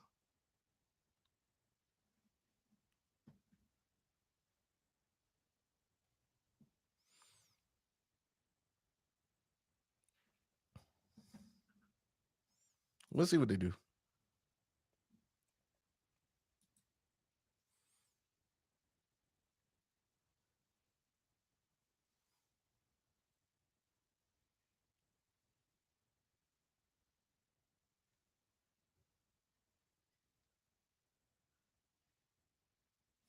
Is this the report that they're going DTR?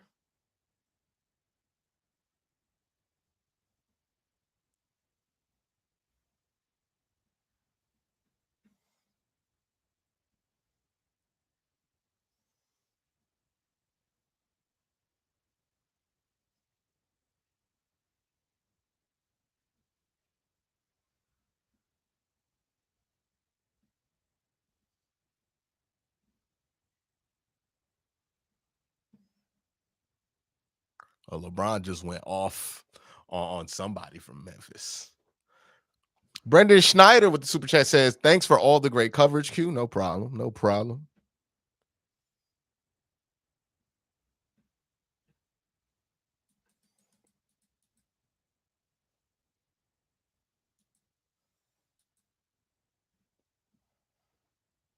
Just doing my job, sir. Yeah, I thought DTR would be more of a UDFA prospect. And again, thank you for the super chat, Brandon. I already read it out. I thought he was a UDFA guy. Even then, I think I just don't think there's a real need there for backup quarterback,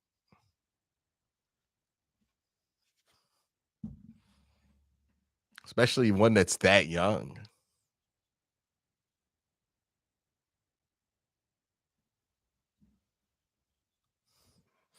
All right, Colts picks in. We're about 2 picks out from the Browns. Darius Rush out of South Carolina, who the Colts just picked.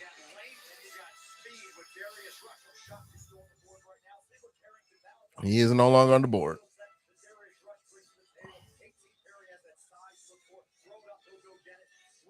No, the Commanders aren't shopping Chase Young. Stop believing what you hear on the internet.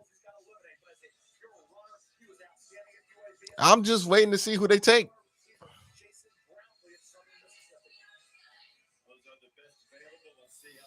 Arizona on the clock here now.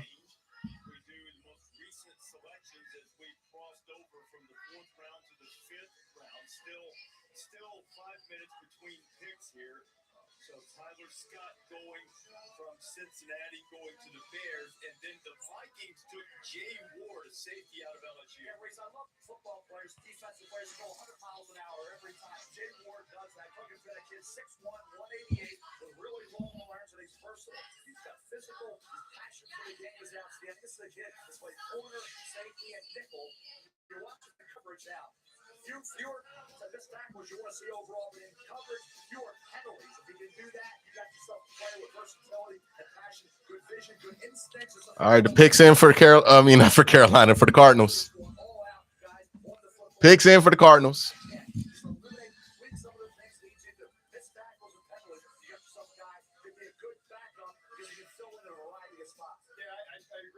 They moved him up into that kind of star role where he's playing a lot just closer to the line of scrimmage, just off the line. Browns are on the clock here.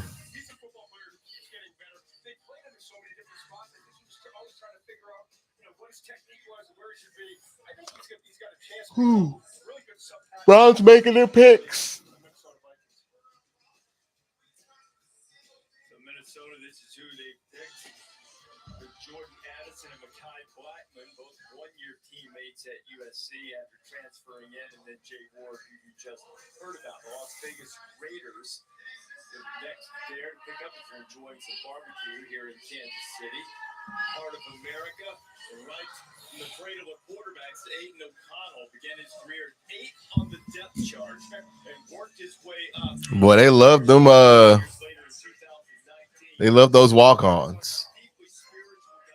All right, Cardinals picks in. Browns officially on the clock on ESPN at least.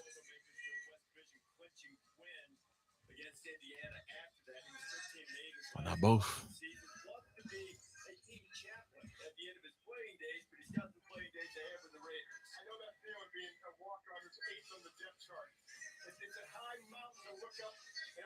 A lot of flights from Columbus, Georgia to Philadelphia today. Clayton Tune. I like Clayton Tune, man. Real fun to watch at Houston. Real fun. Had a crazy game, I think, against UTSA or something like that. It was like a triple overtime game here. He was balling in that overtime, though. Love Clayton Tune. Real fun guy to watch.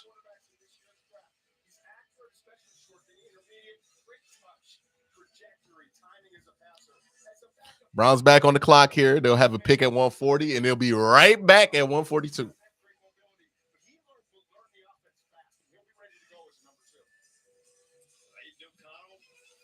So we wait for the Browns to get their pick in here.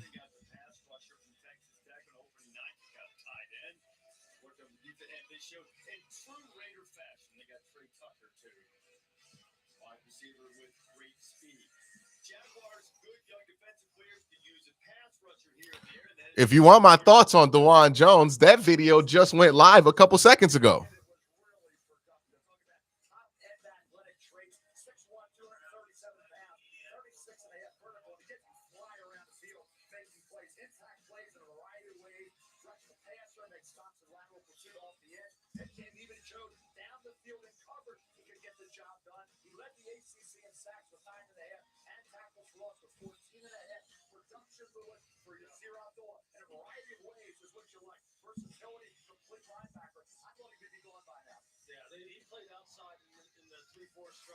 See what the Browns picked here.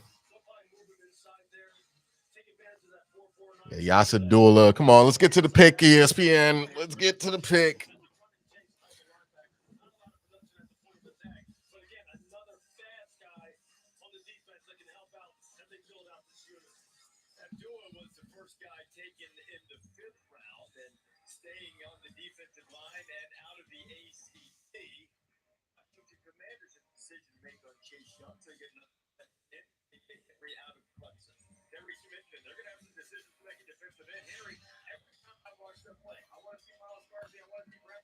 Let's get the pick in.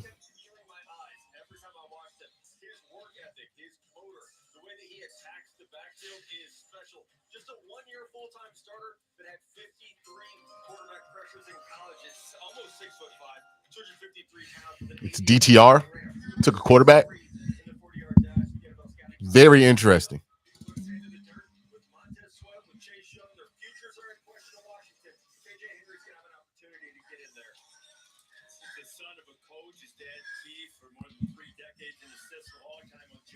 Yeah, the thing with DTR is he's more of a threat to Kellen Mond than Josh Dobbs at this point, right?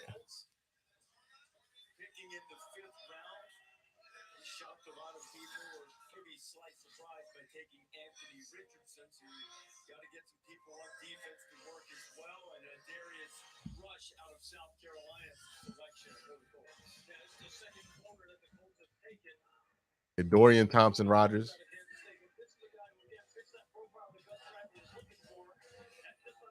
We'll make the preseason.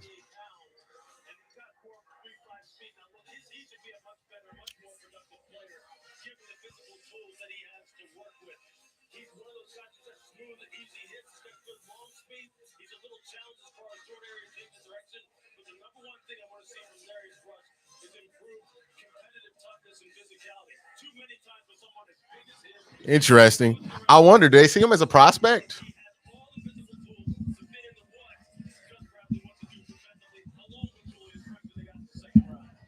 Ooh. Yeah, this is more like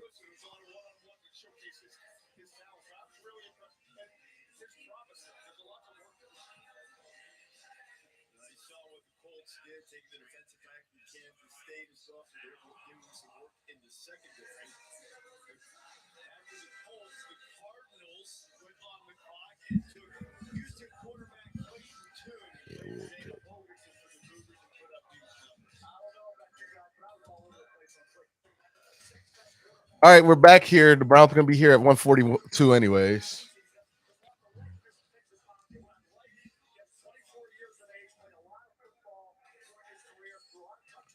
He's probably not even dressing this year, though.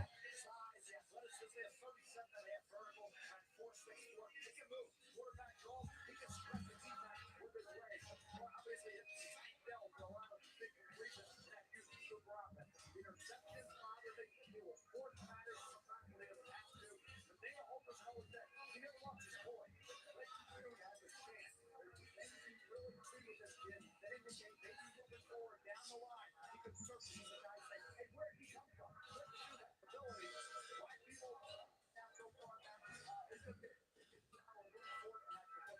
no, when I put the scouts on the NFL about this quarterback class, about the day three players, playing Juice and him up came so many times from scouts who said, that's my guy. That's the one I'm going to jump on the table for the Wolverine will say. We want Clayton too because he's mature, experienced, very productive, and as Mel said, a little more athletic than we maybe saw at Houston.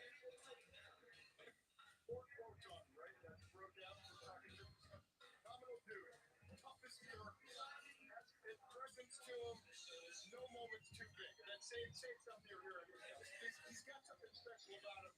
Can he develop into a good backup quarterback? The league will know what you're getting in this guy. I know what he meant, but his dirt, tough, in and of itself, I didn't want to misquote him. No, I have my own questions too. So Clayton Tune goes, and another quarterback to the behind. A bunch of quarterbacks is getting taken off the board. Nah, they're not going to use any DTR packages. All right, so now they're talking about DTR. Let's hear them.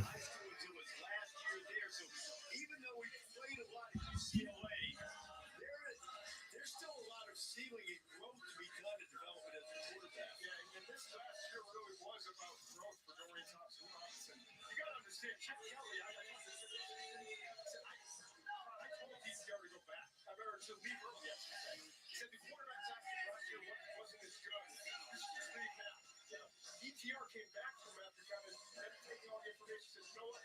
I've got to mature. I've got to move off campus.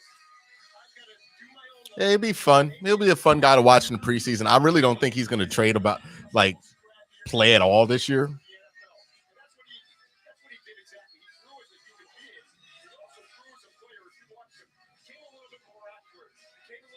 Good runner. Not a great runner, but he's a good runner. Pretty fast.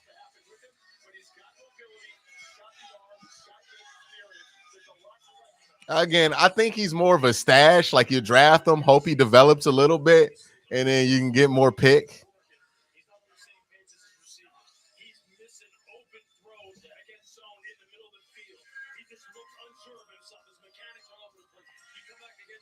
Week 12, and he is on it right from the get-go.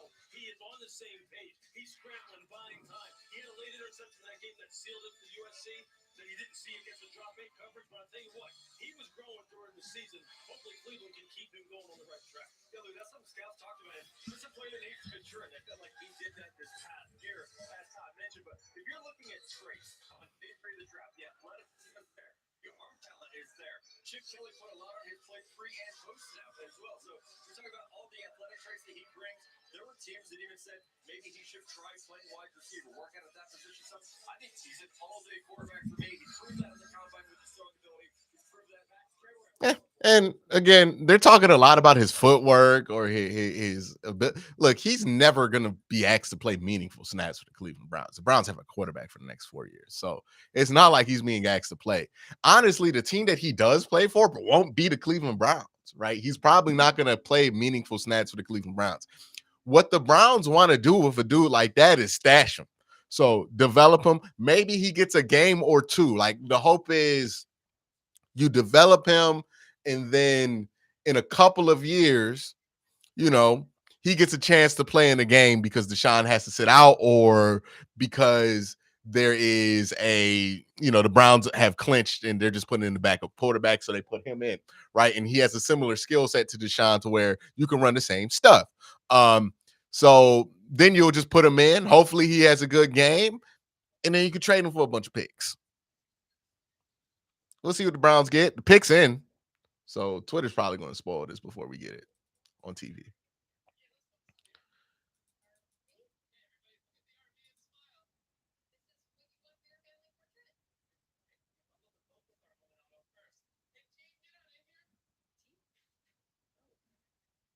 So, I don't think the ideal is that he will ever really play a lot for the Cleveland Browns. He won't. What he will play for is somebody, if he plays and starts for somebody else, though, you won that pick because you probably got a lot from him.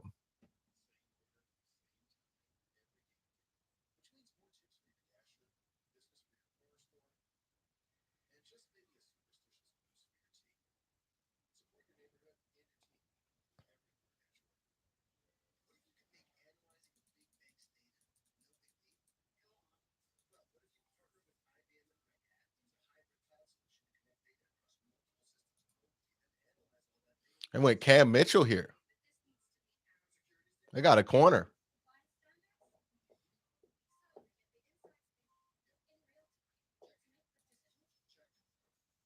And so the Browns at 142 picked Cam Mitchell, whose best friend is Greg Newsome, former Northwestern Wildcat. It's official here. Interesting pick. Interesting pick. We'll see if it works out. Don't think Greg Newsome is going anywhere, y'all. Don't think Greg Newsome is going anywhere.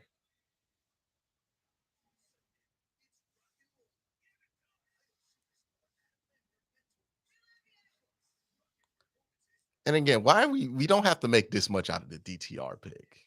We really don't. We really don't. We don't got to do this, y'all. We don't got to do this.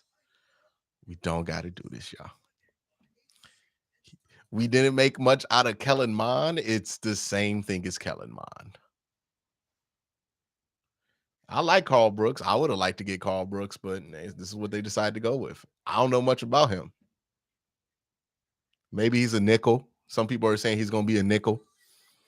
Still some interesting prospects on the board. We'll see if the Browns trade up because now they have 2 picks left, 190, 229. I wouldn't be surprised if they cashed in those 2 picks and a pick next year to just draft one more player.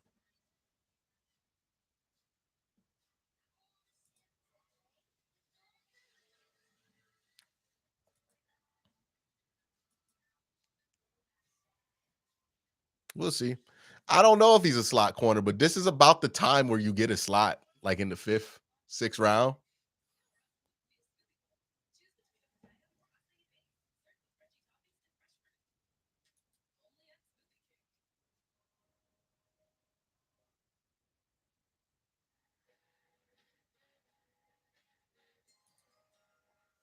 Jets just picked.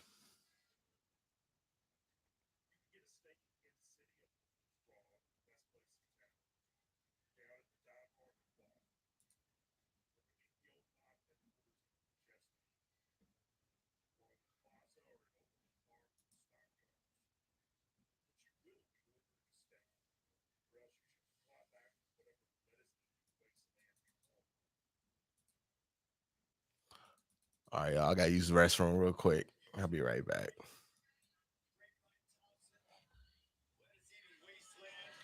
Lettuce is food my foodies. People believe that in Kansas City. Yeah, they just went best player available. Apparently, DTR was high on their board. Oh, Izzy Adamanka just went.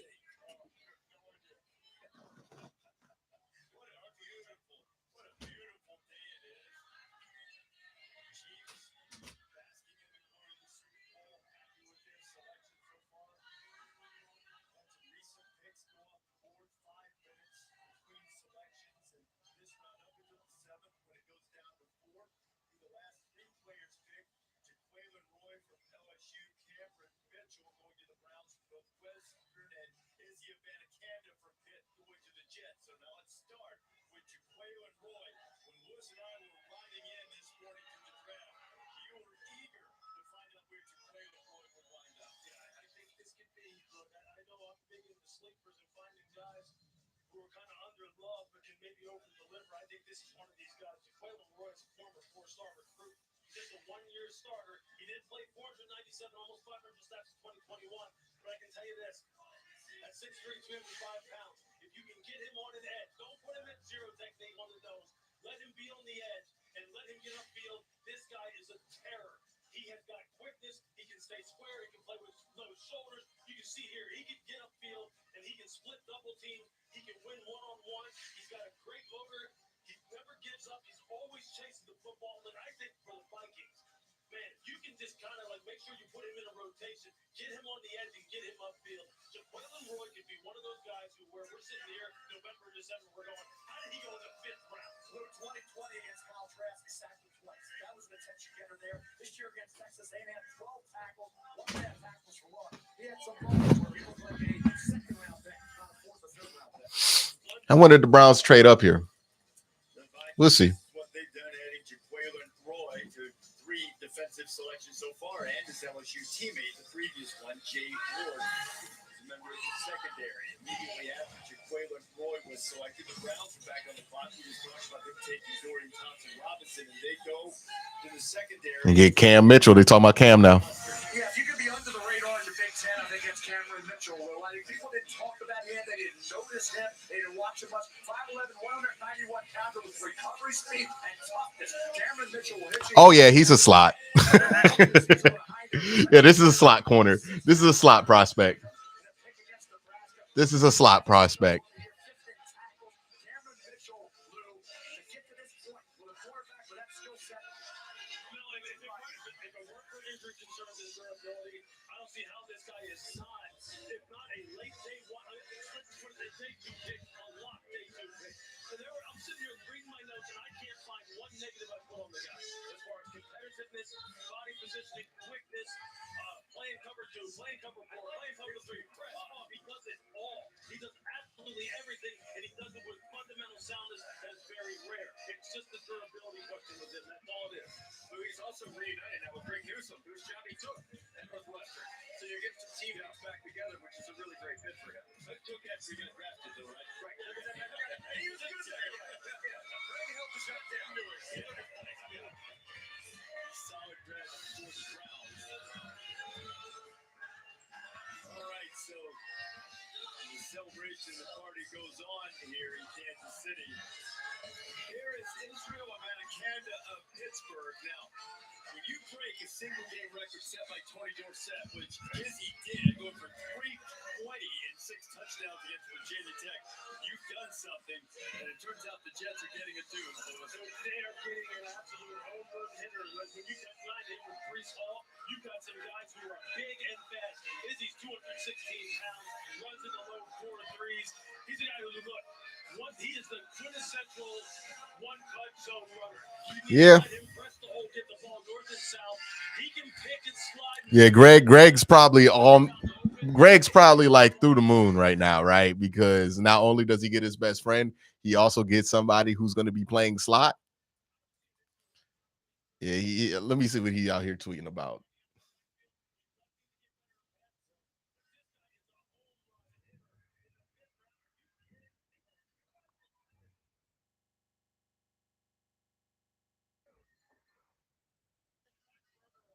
Oh yeah, Greg Newsome is ecstatic. Yeah,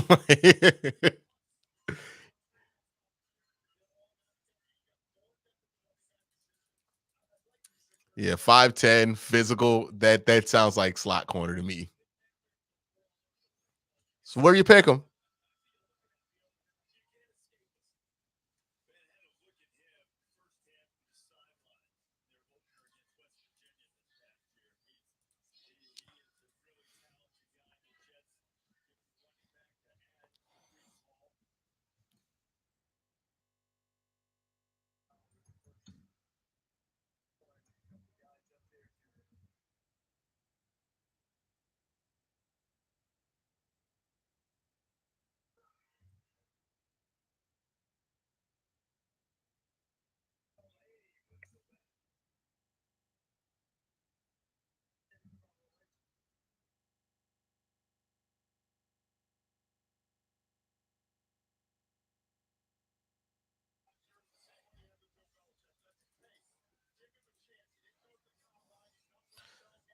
Oh, Jamie Robinson just went at 145.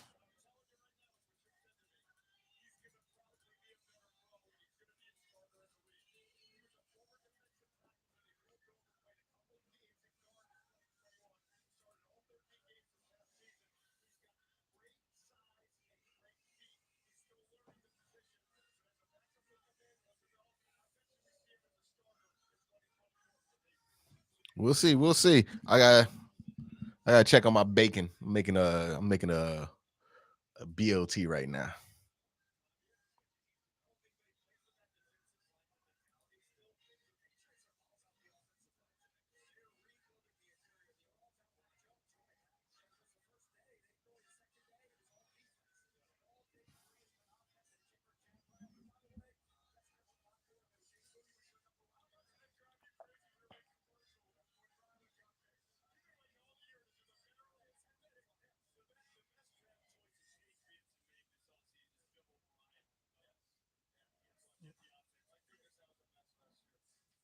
Let's get to 2K. All right. Be right back. Be right back, y'all. I'll turn it up. Oop, that's not what I meant to do.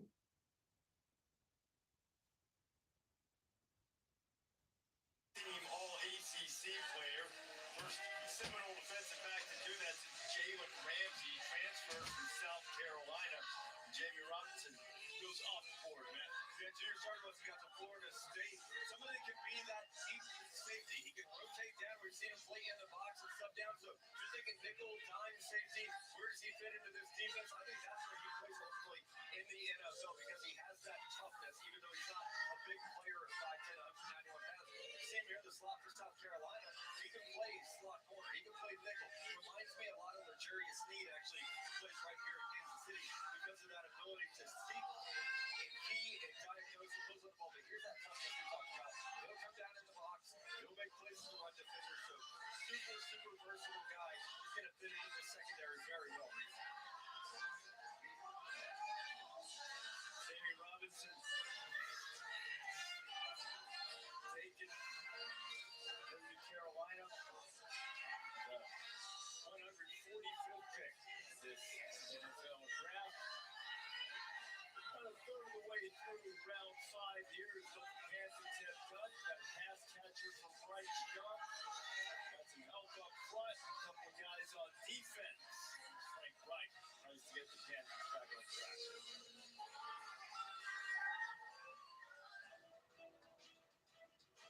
Are you a new AT&T customer looking to upgrade your phone? You're trapped, locked into your contract for 3 years. And your phone's locked into their network too. No 2-year upgrade for you, Jonathan. But T-Mobile has a way out. Introducing the Easy Unlock. Bring your AT&T locked phone and T-Mobile will pay it off and give you one of the latest 5G smartphones free. Plus, next time we're ready for an upgrade a year earlier. You're free now, little one. So are you. Just so we're clear, I did trip on purpose for comedy. Free your phone now at T-Mobile. How does Little Caesars know when to bring back pretzel crust? I'm sure they've got it down to a science. He's dancing! Pretzel crust is back! The crust the world craves is back at Little Caesars. Pizza.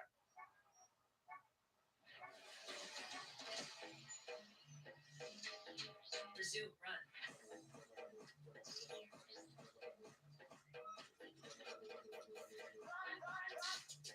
Hydration.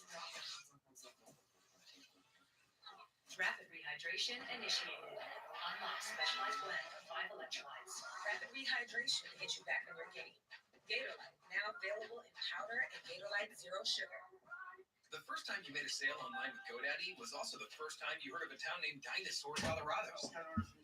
Sorry about that. I had to make my my BLT, my lunch for the day. Start for free at GoDaddy.com. Subway keeps upping their game with the Subway Series, an all-star menu of delicious subs like number 4. I'm not taking a blunt break. Y'all shut up. There we go. NFL Plus brings you the draft like never before with exclusive content. That's what I dreamed about. It's finally time. Plus expert analysis. He can do it all. And behind the scenes access all off-season. What do y'all think of DTR and Cam Mitchell? I like the Cam Mitchell pick. DTR is an interesting one. We'll see. But let me know what y'all think. What do y'all think, man? You don't have a chef? I'm not rich. Why would I have a chef? BLT, baby. In a pita wrap. You got to put it in a pita wrap. That's what you got to do.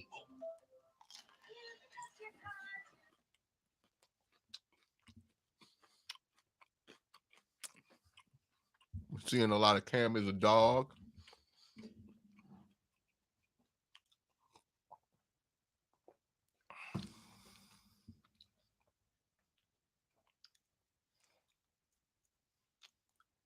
Let's go NFL Network. NFL Network has less commercials.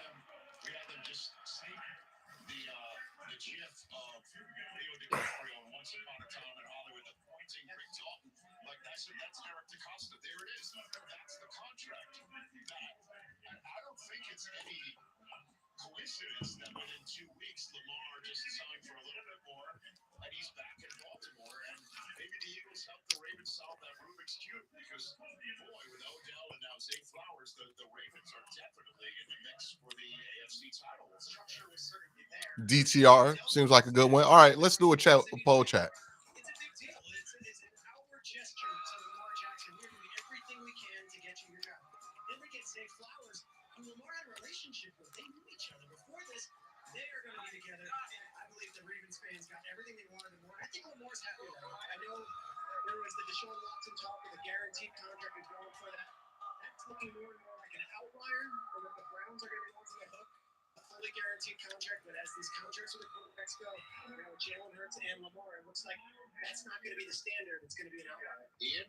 Hey, Rich, this is an interesting one, and not just because it ended a saga. All right, y'all, vote in the poll. A year, and I think all of us are probably going to be happy not to be talking about this. Cam Mitchell, love it, hate it, meh.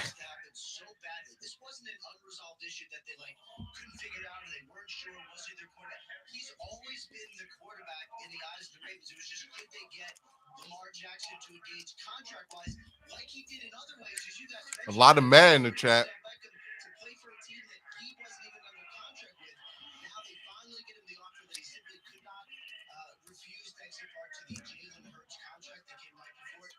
And now it is done in a place the Ravens have been dying to get to. And it's perfect timing that we're having this conversation as the Bears are finishing up the final piece of draft capital they got in trading Roquan Smith to Baltimore. And you've got to factor that in to this entire conversation. Where do you think, DJ, and I understand this is something we're asking in the latter parts of April, in the middle of an actual draft. I like Cam Mitchell. I'm surprised so many people are mad on it. An elite A-list quarterback to have a seat at the table. Obviously, you could put something together around a quarterback that isn't widely considered that and have a run. But what do you think of the Ravens' chances in this stacked conference? Well, even when they haven't had him on the field, if they haven't won games, they've been very competitive. They keep the score down. Think about how tough they play Cincinnati. I think they're in every football. Y'all want to see the presser? Because they can run the football. They've always played solid defense. I could probably play it. Playmakers, though, around not only getting Lamar out Hey, there, we got 190. Let's see if it's up. Is it up on YouTube? Kansas City and Cincinnati and Buffalo, and you've got the Jags and the Chargers coming as well. They didn't have enough weaponry offensively, and I think they've really tried to address that with these two moves. So they're right there. I mean, I don't think there's a hierarchy at this point in time. Health is going to be a big factor of it. But if you're asking, let's see if it's up. Baltimore Ravens good enough to emerge out of this pile and win the AFC? Yes, they're good enough. You look at the 10 quarterbacks, talk about how 10 quarterbacks have just been drafted. Yeah, that's up. Hold on.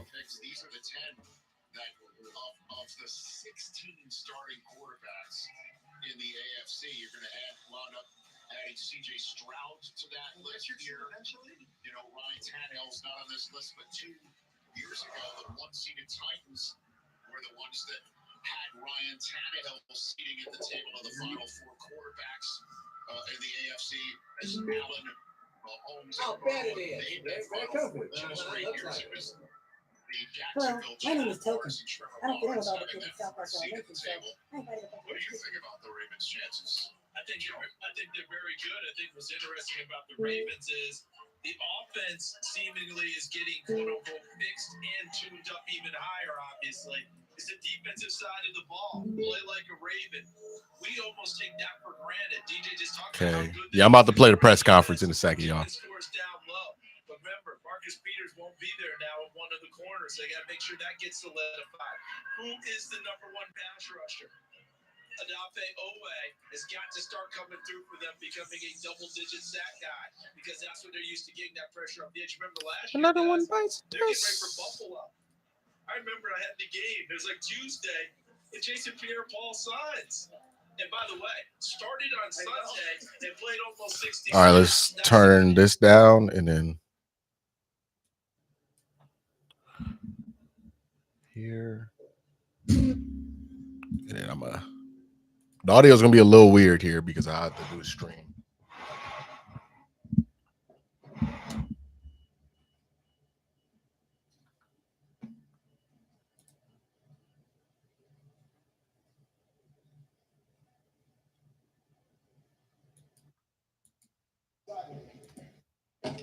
Doing well. How are are you? Good. All right. Well, very excited to talk about the two new additions to the Cleveland Browns. We certainly got a lot bigger this afternoon, adding Dawan Jones from Ohio State and Isaiah McGuire, defensive lineman from the University of Missouri. So really like with Dawan, we've seen him for a couple of years. Obviously, he's had a very good career at Ohio State. Massive human being. I think you guys will really enjoy him when you get to stand next to him and talk with him and see what he's all about. So he's a player that we're very excited about. It's a premium position, offensive tackle for us, and we're excited to get him in the building. And then really both guys, you can never have enough pass rushers or tackles. So we're very excited to get both where we're able to scoop them up in the draft. So with that, I'll open it up to questions. Jamal kind of bounced around a little bit at Ohio State. He was I think, initially. Do you see him as kind of the swing guy? Yeah, I would say it always helps when guys have played both positions in college. And, the added versatility is a bonus. Really, like I said, it's a premium position for us. So giving him to Bill and Scott, I think. This is Scott. He brought the two best O-line guys in the league, in my opinion. Very excited about how he can grow as a player and continue to develop him. Any versatility added is a huge bonus for us as we go through the year. In the draft process, you guys take an effort to see whether he loves football enough to make it his profession. There seemed to be some question over basketball and football. Yeah, so we spent some time with him through the spring process. Very comfortable with taking him where we took him. I mean, realistically, we've spent a good amount of time with him.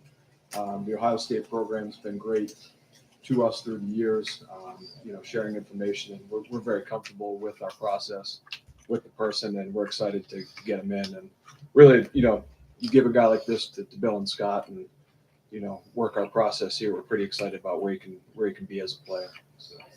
Size seems to be a theme in this draft.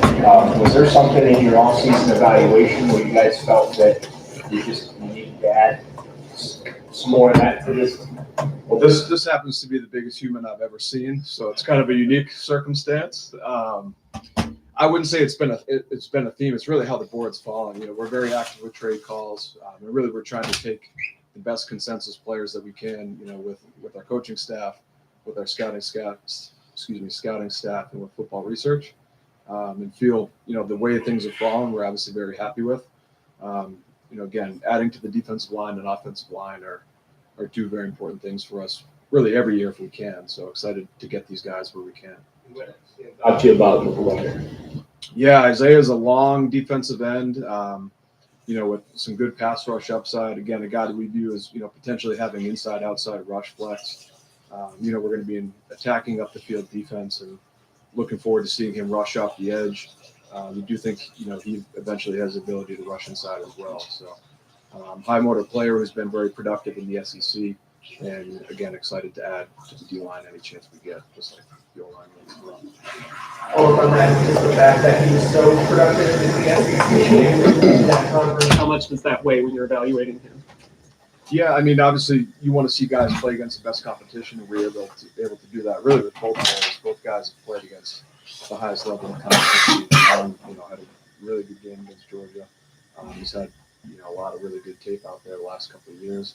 Isaiah, really, in my opinion, and our group's opinion, came into his own this year, particularly in the pass rush side of things. And so any chance we get to add a defensive lineman, we're excited about. Who's produced against the best, it only adds to it. So we're excited.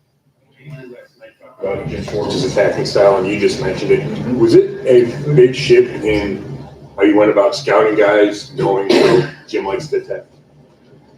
No, you guys will hear Coach Schwartz talk a lot about what he coaches the defensive line to do. And it's really go mess what up. So Isaiah is a guy that we think can do that. Again, he's proven it against the best players in the country. And really the skill set overall just fits what we do really well. So, to get him in the fourth round, we're really excited. We're at Ohio State's Pro Day. How big is this? You guys will see in person. So to give you a funny story on Dawan, so I was happened to be scouting him 2 years ago at the Oregon game, which is, I believe, the first game of the season for the Buckeyes that year. And I had an unknown or an unnamed family member watching the game. And they were like, "Who is the right tackle? That's the biggest human being I've ever seen." And that was my first exposure to Dawan up close, and I would second that. So to see a guy that big that moves that well, again, really excited to get him in the mix. So. On the left side as well, can he flip flop and play? Yeah, he's moved around. I think it's again the added versatility of anything with offensive linemen is a bonus for us. And the zone blocking type thing, Yeah, I would say he absolutely does. The good thing about Dawan, for a guy his size, he's so nimble and agile. I think if you guys watch his high school basketball highlights, you'll probably see how he moves. There's a lot of good highlights of him out there pulling, doing things that we ask our guys to do. And really, again, for a guy that size, the athleticism and the quickness really stands out on tape. So we think he can do a lot of things well that we do in our system. And again, really looking forward to seeing him develop as a player. You mentioned Isaiah as a pass rusher, but what about against the run? How have you seen him stack up? Yeah, very good run player in our opinion. A guy again that has length, that has power in his body. Gonna close this poll after 200 votes, and then we'll get to the next poll with Dawan Jones. Guy that's going to continue to develop and add more strength and quickness and power. Really the baseline for him, we think is really good in the run game, and then he really turned it on this year as a pass rusher. So view him as a versatile, wave player who's going to come in and compete to contribute pretty early. So. Been supplanted as the best basketball player on the roster. That would be a great one-on-one game. You guys can go ahead and set that up this spring. It would be fun to watch. So both guys got some pretty good highlight tapes out there. So good. Thank you. All right. Thanks, everybody.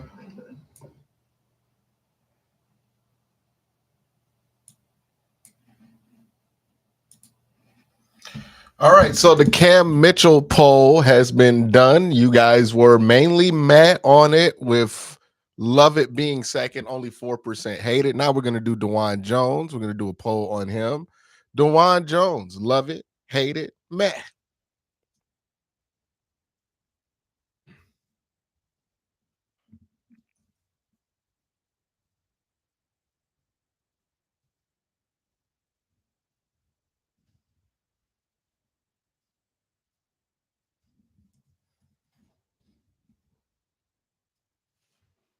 All right, that poll is up.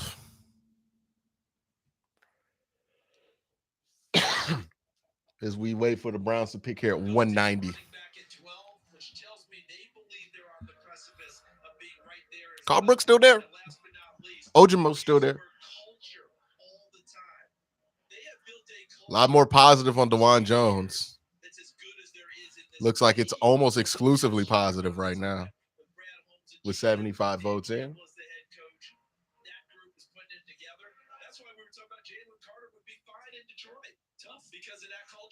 2-2-0 is still available. Do you think the Browns trade up? The truck has had video of every last one of them. I think they're proving right now that later on today, when we play Stump the Truck, where we ask you out there to tweet us the name and a player of the school that you think our truck does not have video of. Good luck. I think they are already showing. They have shown up here. They have shown up here in the home of the Super Bowl champs. They have shown up in championship form. You talk about mini flex, right? Little mini flex. They're not flexing. They're just doing their jobs. Very Patriot way. Just show they're doing their jobs. Let me tell you something. The video. I'm listening, thinking we will stomp you. Yes. Look at you, Growler's truck. Yeah, the Browns have not traded back.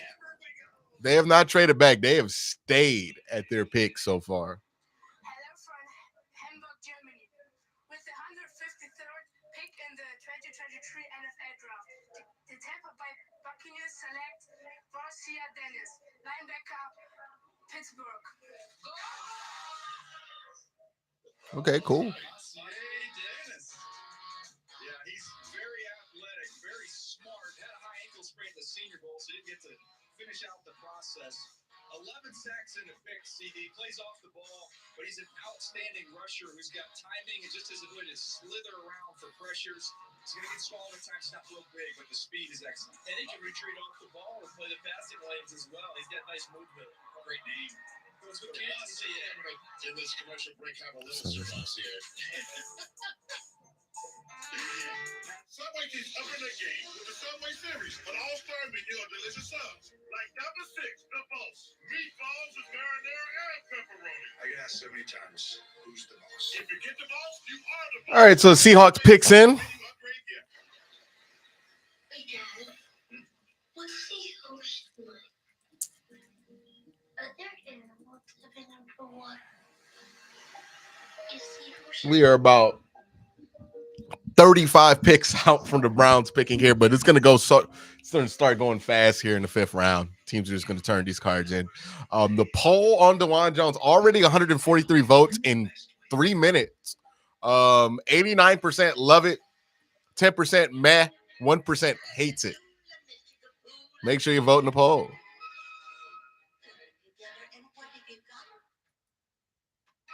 Experience the magic of wireless charging with the Hyundai Tucson.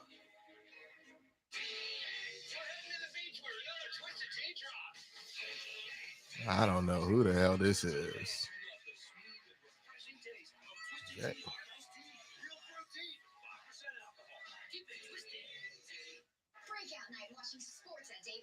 Oluwatimi. Oh, Oluwatimi. Love Oluwatimi, man.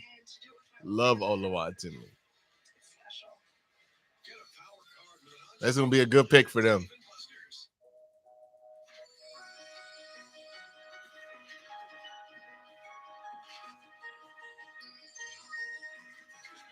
Affordable design, endless possibilities. IKEA. Is a new title really necessary? Sir, after bestowing the gift of wrenching ease to millions, a bump is in order. Okay, listen. Oh, hey, what's this? Lord of the Lease. I'm not the hat person. Yeah, no. Emperor of Renters. That's funny, no. Rentar the Trusted. Yeah, you see how we're just flying through picks now in the commercial breaks? Of the rental sphere. Could Dawan replace Conklin? I'm not sure.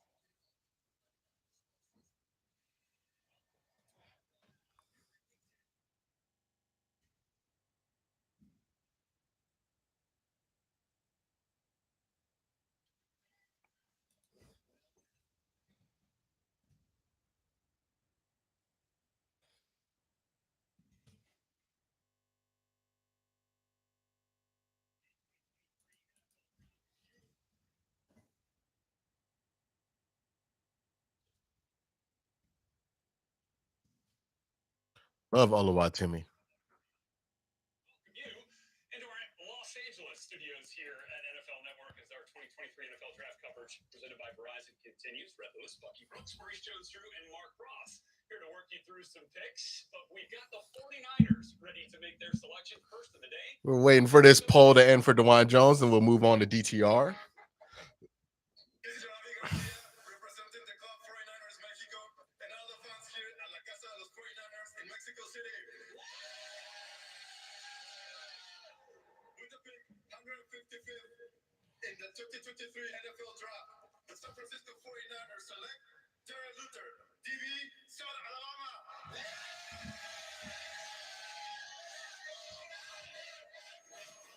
Darrell Luter, defensive back from South Alabama, is the first pick of the San Francisco 49ers here on day 3 of the draft, joining Jair Brown, Jake Moody, and Cameron Latu, the tight end from Alabama, as the Niners picks from day 2. All right, back here inside our Los Angeles studios. Great to be back here with you guys. A fun, a hopeful, and optimistic day again here on day 3 of the draft. And that is the tone we are taking here, Maurice Jones-Drew, as we try to assess which team has improved the most throughout this draft thus far. Brett, this is very simple. It's not rocket science here. We don't need a whole draft board or anything for that. All right, so we're in the 5th round so far. I don't think the Browns pick until the 6th round, late in the 6th round. Trying to get some guests on board here to talk about the draft with Tanner McKee. They finally took Tanner McKee.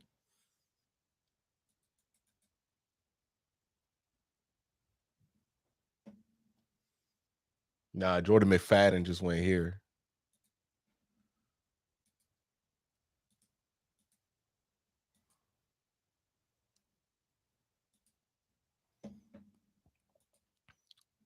We're going to start the Discord voice chat too. If you want to join the Discord chat, if you are a Patreon member, join the Discord so we could talk about the draft so far while we wait for pick 190. So if you're a patreon.com member, patreon.com/worst take member, and you already are on the Discord, check it out. We are going to have some of y'all come on and talk draft with me.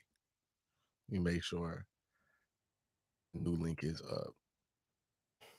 Yeah, the link that's up already on the top link, that's going to be the link you want to use for the Discord. So if you want to come in, chat on the show, this is your opportunity to.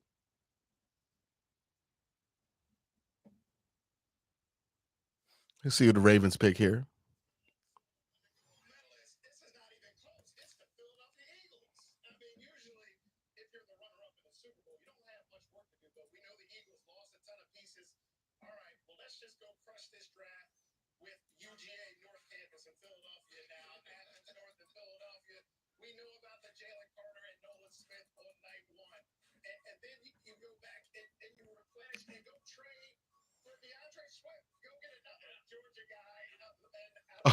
Did they get another Georgia guy?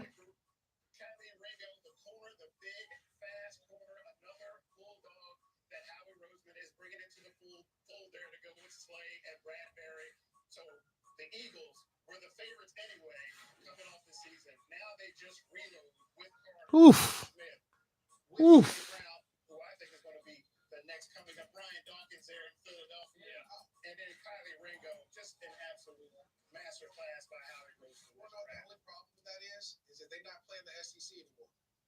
So all them Georgia guys will have to show up every Sunday. Okay.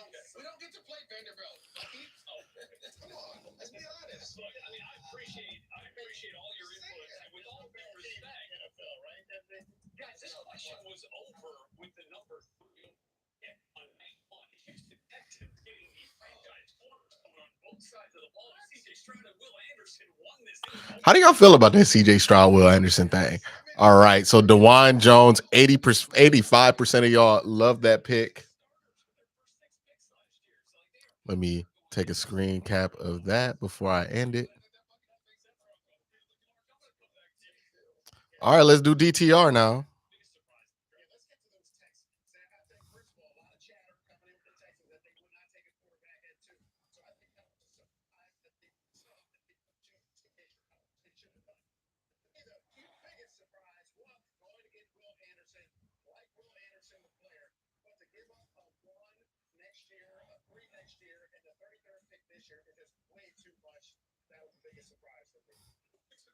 All right, DTR. What are your thoughts on DTR?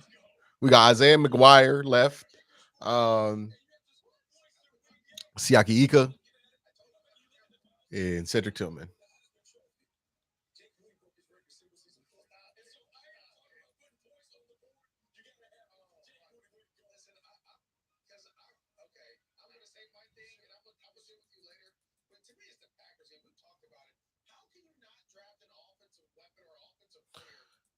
A lot of y'all are meh on DTR. More people love it than I thought.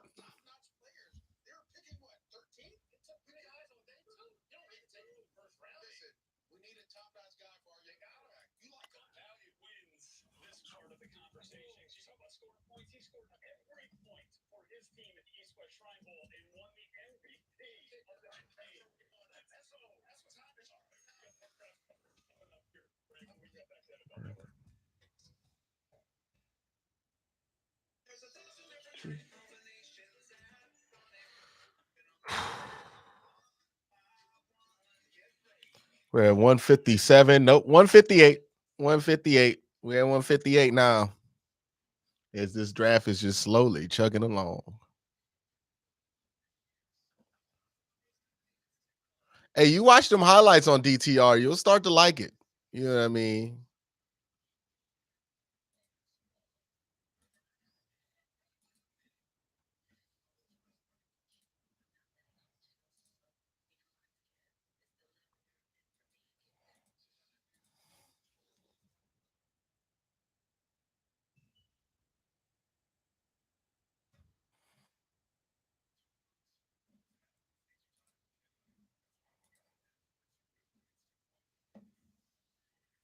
You hate that pick?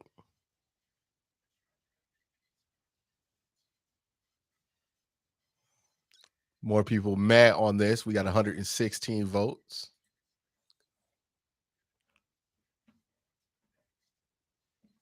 No, he's not taking over for Watson. That's not happening.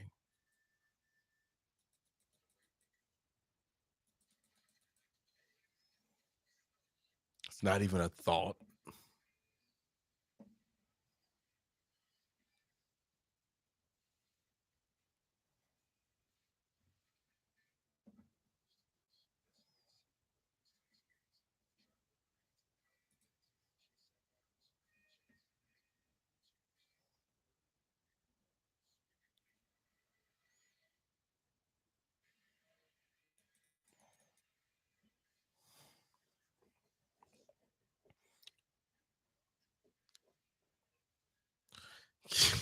Yeah.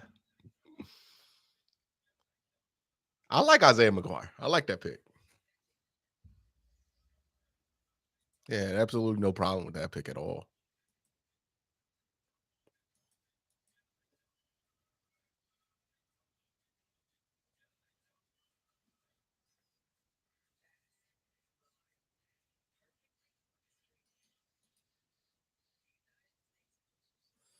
See the press conference for Cedric Tillman. Might have shared this, but you never know how it falls. So, we worked through a few scenarios where he would be there, and we're always trying to add as many talented players on our team. So, really looking forward to adding his size, his ability to catch the football, his toughness. He plays the brand of football that we're trying to play. We obviously feel really good about this addition. So the people are like, "Hey, Dobson didn't look great starting games last year." Of course, he's a backup. Cedric, great person, good player. It'll be another tool in our toolbox for Deshaun. So very excited with the addition. It was to keep supplying Deshaun, with more weapons as he heads into his first full season. Yeah, I mean, it's a blend of a few things. I think we understand how important it is to have a really strong passing attack, just to balance out. Obviously, Nick is one of the best backs in the league, so that was in consideration. Also, it's just as the board falls, you want to make sure you're considering the best talent available, and Tillman was definitely in that conversation. So we're really excited to first kind of just add the talent, and then the added bonus of someone who can enhance our passing attack. No, you're good. Go ahead. Eyes over speed at that position. No, I wouldn't say that that's a distinction that we made. I would say that's definitely his strength. He's a big dude, 6'3", 215. But I wouldn't say he doesn't have the ability to contribute on all three levels, to get behind DBs and make plays down the field with Tony. So I wouldn't say we made a trade-off in terms of size versus speed, but that definitely is his strength. A ton of end zone targets at Tennessee, despite missing a bunch of games with the ankle last year. Do you feel like he can help you guys in the red zone, especially? Absolutely, he can help us. As Glenn mentioned, I think he's going to be able to help us there, but also on all three levels. He's run a ton of comebacks route in his career. He can create separation on the intermediate level as well. So we just feel that he's going to be able to help in many ways.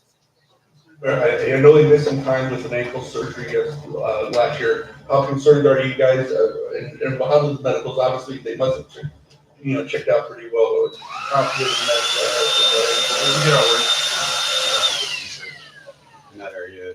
Give him a lot of credit, which speaks to just his makeup. The kid battled to get back. He probably could have just kind of held himself out, but I think he wanted to, contribute to a really successful team in Tennessee. And maybe not have as much on-field statistical production, but still be a part of their prior success. So obviously we consider all those things when we're making decisions, and we felt pretty good about it.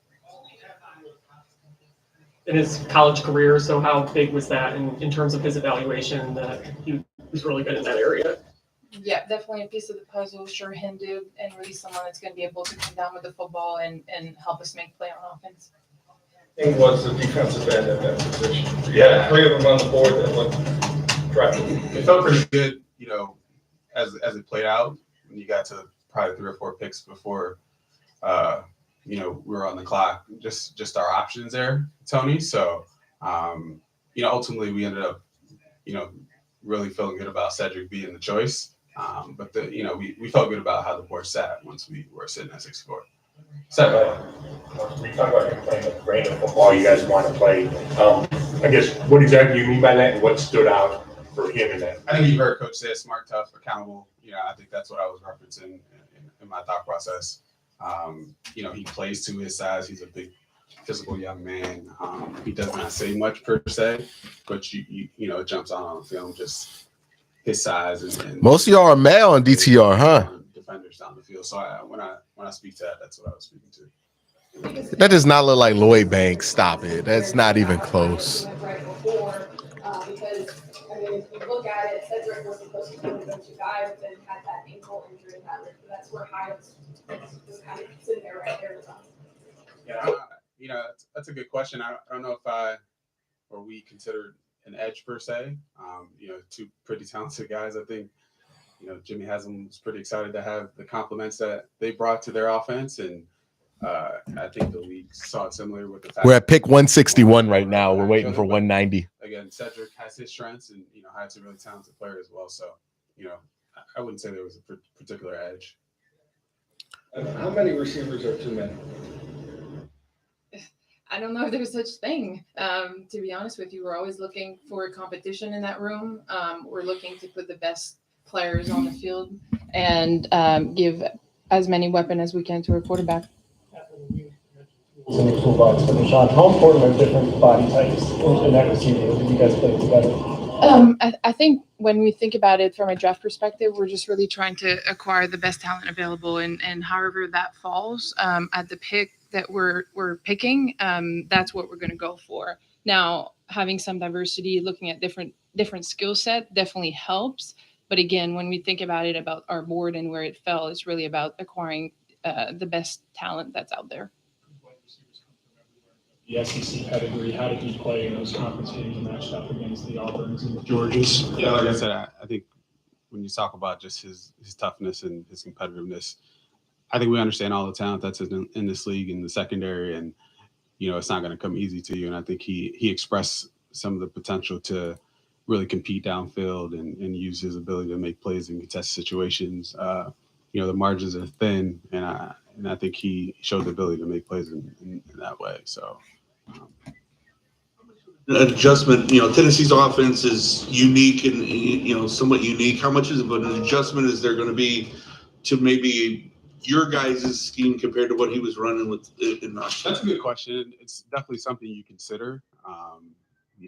They do a really good job there of putting their guys in position to make plays and utilize all their tools. And, I think we have faith that Kevin can do the same thing. So I think all college players have, especially at the receiver position, some of these skill positions, there's a learning curve, and, it takes them a little bit of time to transition at times. But, we feel good about his makeup. We feel good about what he can do. That, it may not be seamless, we'll see, but we're not concerned about the transition. What was it like sitting up there waiting for 73 guys to go off the board before we finally had a chance to make it there?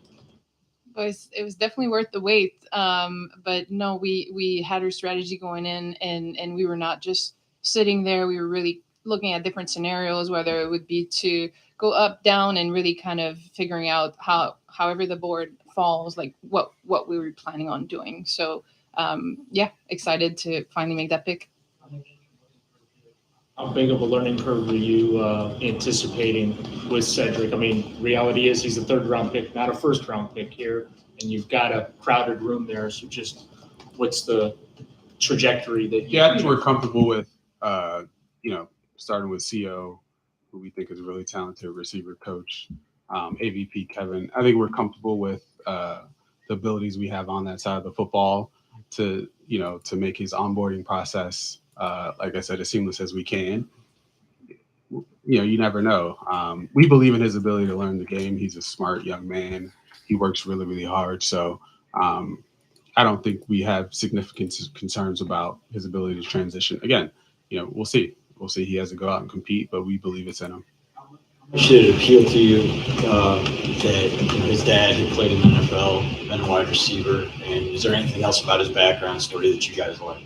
Yeah, I think, and Kat, you can add.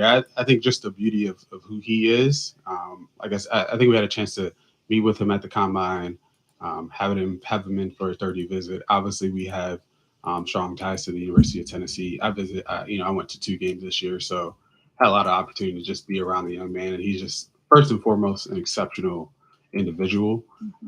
He's a work first, speak second type of person, and so all those things really. Those are more appealing than what he can do on the field, first and foremost, just what he's going to bring. So I think we're really excited about that. Anybody in the scouting process consider his ceiling to be a number 1 receiver in the NFL? It's in him. We'll see. I don't have a crystal ball on that, Tony. We believe in what he can do, and coach is going to utilize him to the best of his ability, and we'll make sure we maximize what he can do. You lined up primarily on the right side in Tennessee's offense. How does that factor into your evaluation process? Is that something you guys really pay attention to, where they have these guys lining up?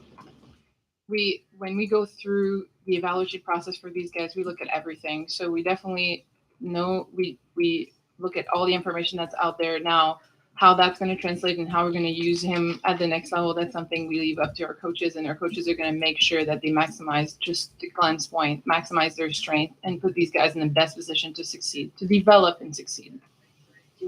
How would you describe his route running ability? It seems like with the Browns receiver room, it's the quality that you see is pretty high up there for guys like Amari and Elijah, and from the reports, it looks like his route running is up there as well. Well, as we mentioned, that's a guy that we think can make play down the field. That's a guy that did come down with the ball in contested situation on the 3rd level. It's a guy who can help us in the red zone. As I mentioned earlier, that's also a guy that runs a ton of curls and that can get open at the top of routes and on the intermediate level. So really that's someone that we feel good about the overall skill set, ability to run the routes that our coaches are going to want to put in the game plan and be successful. Oh yeah, the vacuum was. So you can kind of pair him with Amari, not so much on the field, but just in the meeting room, in the locker room. Just have him sort of learn from him. The art of being a professional receiver. Yeah, I think we're fortunate to have someone like Amari, and honestly, even like Elijah, different types of competitors. But I think when you have 2 guys like that in the room, and some of the other players we have in the group. It's about competition. I think those guys they'll raise the game of each other, but it's definitely awesome to have a guy like Amari setting the example for how to approach the game of football as a receiver. Say it again. Can he play inside? Yeah, I think Kevin will find a way to use him. Tony, we'll see. I think we're still working through, how we want to deploy, everyone on offense. But I think Kevin will, like I said before, put him in the best positions for him to make plays and help us. All right, so that's their thoughts on Cedric Tillman, right? Was that Cedric Tillman? That's the Cedric Tillman pick press conference. The next press conference is Andrew Berry and Kevin Stefanski talking about day one. Y'all can hear the audio, right? Give me a thumbs up if y'all can hear the audio when the press conference plays. Do y'all hear the audio? Before I continue to play this. Because I'm okay. Thumbs up. All right, let's play it. Really excited to add Cedric in. Pooh to our roster. These are two guys that we liked a lot throughout the draft process. I know, Glenn and Kat talked a little bit about Cedric earlier this evening. Big size receiver, ton of strength, really consistent hands. Very productive when he was on the field for Tennessee, and we're excited to add him to the mix. Workman-like attitude, real quiet. I think he'll fit in really nicely with our group. And then Siaki, he's another player that we really identified early in the scouting process. I think the first thing that stands out is his size, but he actually moves pretty well, especially for like a bigger defensive tackle. We saw him as more scheme versatile, even though he played in an odd front at Baylor. And we really enjoyed our time that we spent with him this spring when he visited us, earlier this month. So 2 players that we're excited to add, and we're ready to get going with them. So with that, we'll open up for questions. Tempting was it to take a defensive end at 74? There were a number of players that we liked at 74, across a number of different positions. I'll be honest, Tony, we felt like the board fell favorably. There were a number of prospects that were in play for that pick that we would have been very excited to have. We just felt like Cedric was the right pick for us. Very clean profile, adds an element to that receiver room, that we don't currently have with just his excellent size. And so we were really, really excited when he was there at 74. I'm sorry? We ever listed him at 358 in the combine 335. So what is it and where do you want him to be? Yeah. So, and this is probably, I'll call it a Schwartzism. He wants guys to be as big as they possibly can without sacrificing their movement ability. So for some guys at defensive tackle, that may be 305. At others, it may be 355. Siaki, he's really, he's been everywhere from, 335 to 355, depending on what the scheme required. For us, we'll work with him when he gets on site for what we're going to ask him to do, but he's played effectively, throughout that weight range. Bunch in the last 3 drafts, and then there's a bunch of trades tonight. So were you close to making one, or you just feel comfortable sitting? Yeah, well, actually, we were. We had a couple opportunities around both picks. I mentioned earlier we were pretty pleased with the pool of players available at 74, so we felt comfortable sitting. We're really excited when Apu was there at 98. But that being said, there was an offer that we strongly considered a few picks beforehand. Just the team that we were dealing with, their player came off the board, so that that made it a pretty easy decision for us to just sit and pick. As Andrew said, Cedric checks all the boxes. When you added the speed with Moore and Goodwin, that kind of eliminated that need. Was size a priority then in terms of adding to that room? Going into tonight or going into the draft, that size specifically was a priority. I think for us, we're always looking for traits. I think Cedric does possess those dominant traits: size, ability to go get the football. So like Andrew mentioned, we did a lot of work on these guys, a lot of really good football players. So we're excited as coaches. You sit there and you know that you're adding good players to the roster. And I think Cedric fits the bill. There's obviously a transition from college to pros no matter what, but the offense they run at Tennessee, how unique is that, and how much of a transition will that be for Cedric to move into, what you guys? Yeah, I know what you're saying, but I don't think it'll be a transition. I think you see his skill set, you see him come off the ball. Yes, he's winning outside quite a bit, working outside, but he's very intelligent. It won't be an issue moving him around at all. Does taking a defensive tackle with your second pick have any effect on what you're going to do with Ariane Winfrey? No. Situation there? No, I mentioned it earlier. I'm not going to comment any further on pending legal matter. Is it conceivable to see Siaki and Tomlinson on the field together? Absolutely. 2 downs or? Yes. A change of philosophy or approach in any way that the two really caught some very, very big guys in the middle of the line? Honestly, it's not. I know it appears that way from the outside. That just happened to be available to us. I think we viewed Siaki as a little bit unique because you don't usually see those bigger guys that you feel comfortable can play in and over front. We did. We thought that he actually has the mobility to do so. And so that's really what attracted us to him. The receiving core or the pass catching core for you guys, I mean, this really, it represents a major overhaul in the core. I mean, what's your philosophy or thought behind, just kind of adding a lot of bodies to, to the room and seeing how it all shakes out? I'd say in general, you can never have enough playmakers, guys that can do something with the ball in their hands. And I also have mentioned, in the past here that, part of our job in building the roster is to think about both the present and the future. I think specifically like with the pass catching group, I think we like the variety that we have in that position room, where guys can produce or win in different ways. And we're optimistic that it will grant Kevin and the offensive staff more flexibility as they game plan. And so, Kevin, so including Akins, you have 4 new guys. Did you, as the season was going last year, did you say, yeah, we really have to upgrade this group? No. I think every season you go in knowing that you lose players to free agency, to whatever it may be. You trade players, you add players. So that's just the normal life of the NFL season where you're adding more to it. But for us, we're looking to add good players wherever they come. And in this case, talking about some pass catchers, we're able to add guys that we feel really strongly about. But still a bunch of picks left. Still, I promise you, Andrew and crew are working nonstop throughout the calendar year to add good players. I was reading about Cedric, and he only had 5 drops in his college career. And I remember last year you guys picked up David. You mentioned that the sure hands was a big factor in selecting him. So I guess with Cedric, where did that rank in terms of desirability? No, it certainly was something that's important with his profile. He's really his size, his strength. He's a very good athlete, despite his dimensions, and he has really strong hands. And that being said, while he's not necessarily your vertical stretch player, his speed's just fine. So we thought it was just like a nice holistic package more than anything. But certainly the hands were a big part of it.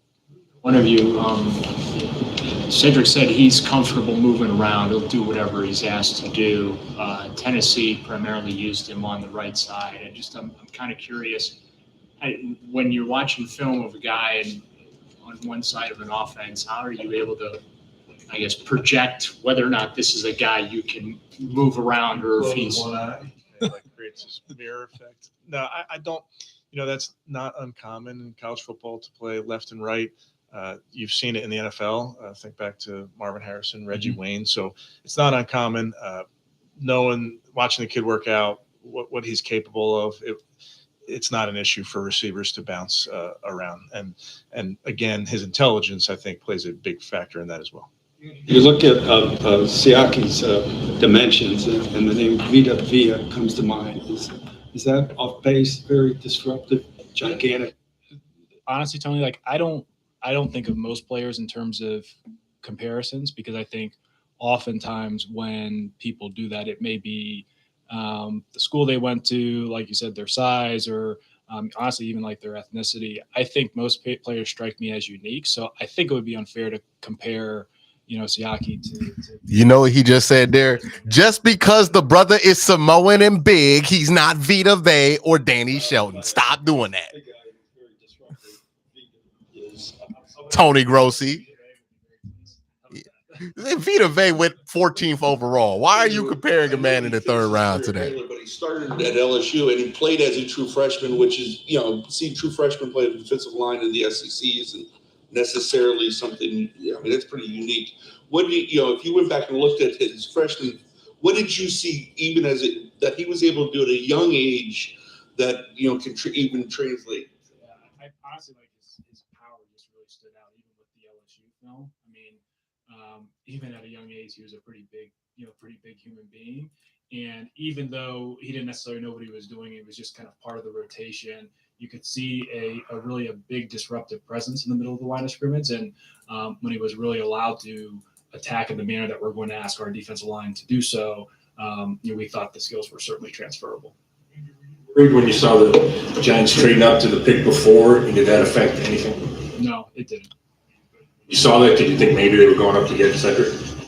At that point in the draft, I rarely guessed. Like I mentioned, hold on.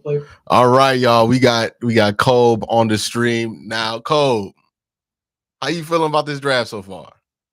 Man, I'm gonna be real with you.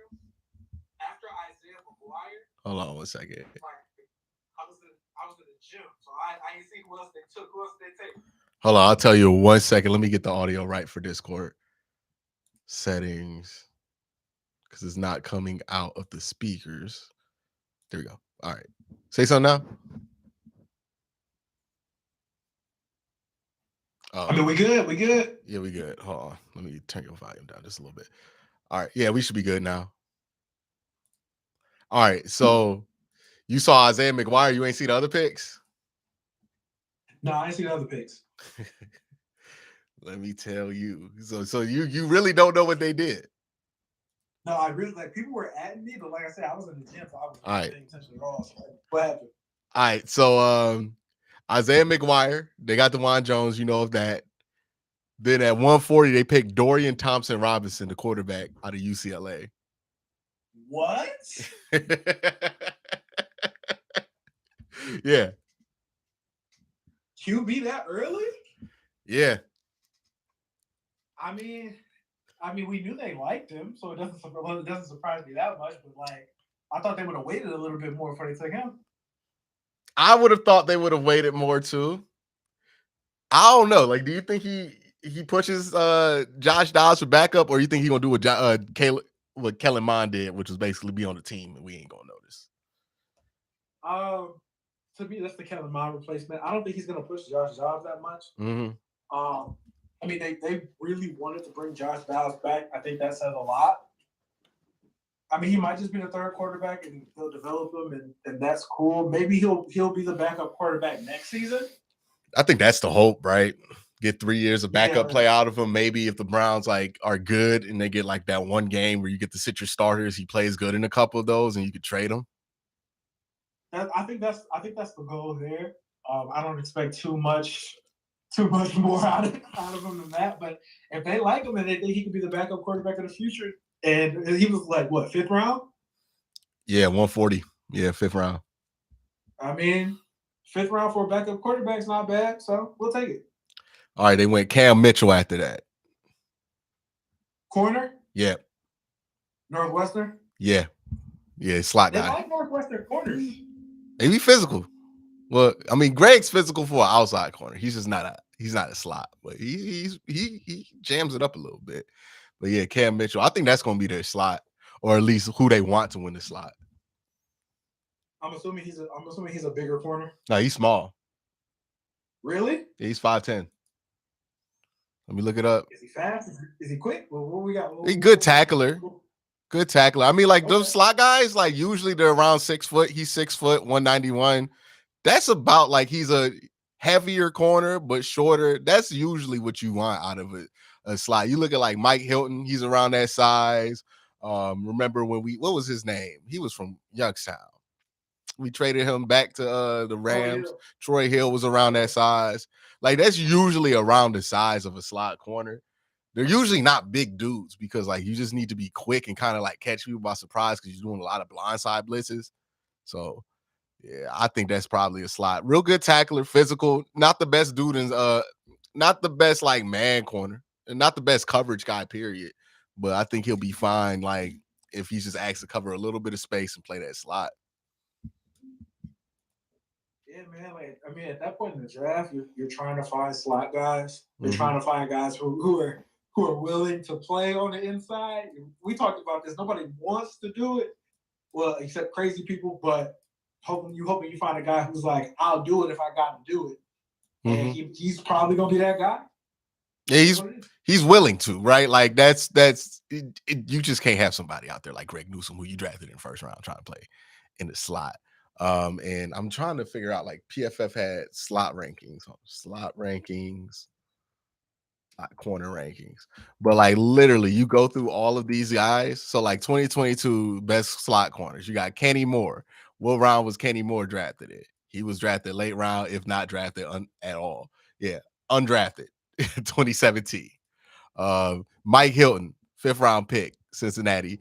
Jonathan Jones, I think he was a 5th round pick, right? No, he was undrafted. My bad. It was even worse than that. Taron Johnson, Chauncey Gardner-Johnson. Like these aren't early picks. So this is about the time that you usually go for a slot. They're usually like undersized, really physical corners. It makes a bunch of sense. We got a super chat here from Q, who is my favorite pick so far, Dawan Jones. What you think about that Dawan Jones pick? Man, I'm not gonna say it came out of left field, but I really thought they were gonna take McGuire there. But he went right before. When he fell, I was like, are they gonna take the tackle here? And by all accounts, everything I've seen, everybody was like, no, that's a great pick. Like that is a great pick. So I wasn't mad. Yeah, the thing with him, right, is the questions really aren't like on the tape with him. It's like, how much does he love football? And I don't know. I feel like that's something that during the draft, people get a lot of hysteria about. But I promise you, a lot of them dudes drafted before Dawan Jones don't love football like that too. Like, it's okay. It's a job. He does his job well at Ohio State. He did his job well. He's giant, like what, 6'8", almost 6'9", 375. He was 400 pounds, dog. I think he is 400 pounds. Like that's also why he dropped, was that he showed up out of shape. But like, how out of shape can the brother at 375 be? You think he plays left or right? Man, he played right at Ohio State, right? Yeah, he played right, but Paris Johnson was there. That's true. Now I don't know, but I clearly they're gonna figure out which position he's best at, and I think he's gonna replace somebody that's starting this year. You think so? He's a starter. It might be Conklin. It might be Conklin. It might be Jed. But clearly they see something in him. We're like, yeah, we need that guy. It's interesting because Jed's not a great run blocker, right? Like with Jed, he's a good pass blocker. We know what the clips are with him. Like, he's not a finisher, but he's not the greatest run blocker in the world. And it's partly because he's not the biggest tackle in the world and not the most powerful tackle in the world. But Dawan, man, let me tell you something that dude's gonna be good at in day one. You put his big ass back there and just run by. Like, Dawan is about, like, Dawan Jones is who you want to run behind, right? Like, short yardage situations, that man's gonna be tackle eligible. What I think is interesting is we're focusing on the two starters because that's who comes to mind first. But my real question is, like, is this really like a James Hudson's not gonna be the backup tackle with the future pick right here? Because James Hudson, he was supposed to be the guy that took over for Jack Conklin. They gave him an extension that's 2 years. That's going to be all the way up until the end of Hudson's deal. And Hudson only has a year left on that rookie deal, or 2 years left on that rookie deal. They just drafted Dawan Jones, who plays right tackle. Hudson was projected to play right tackle. I'm wondering, is this a James Hudson might not have panned out the way they wanted to, so now they're going with a different prospect pick?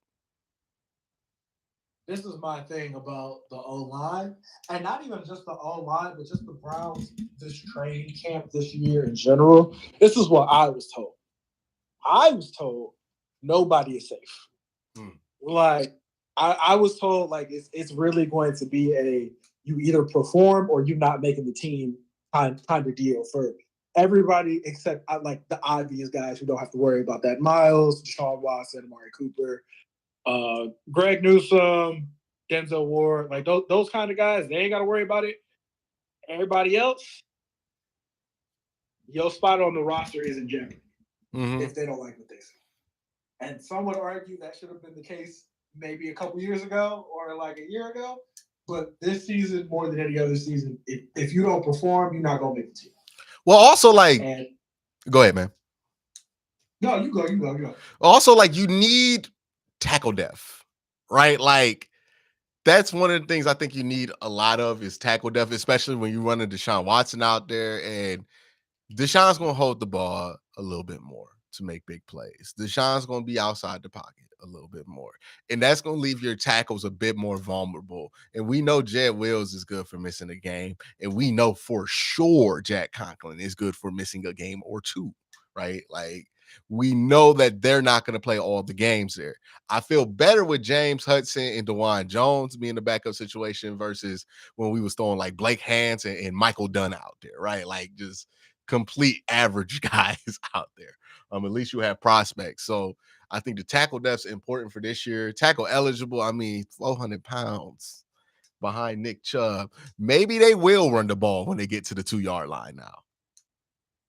Look, man, you got somebody who's 6'9" and 400 pounds. And you know, the crazy thing about Dawan, he's not just big, he's like he's long. He's long, dog. Like, he's not just big vertically, he's big like horizontally.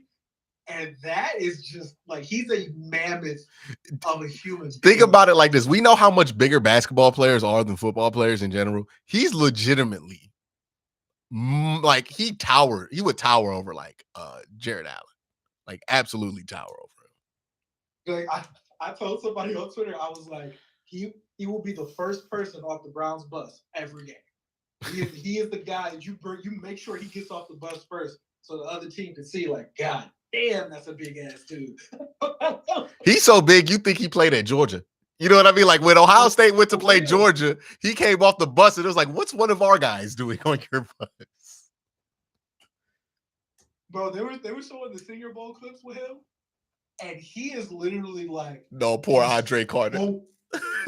He destroyed some of them dudes. They were trying to get past the 1-on-1. He's literally like, he recovers well because he's so long.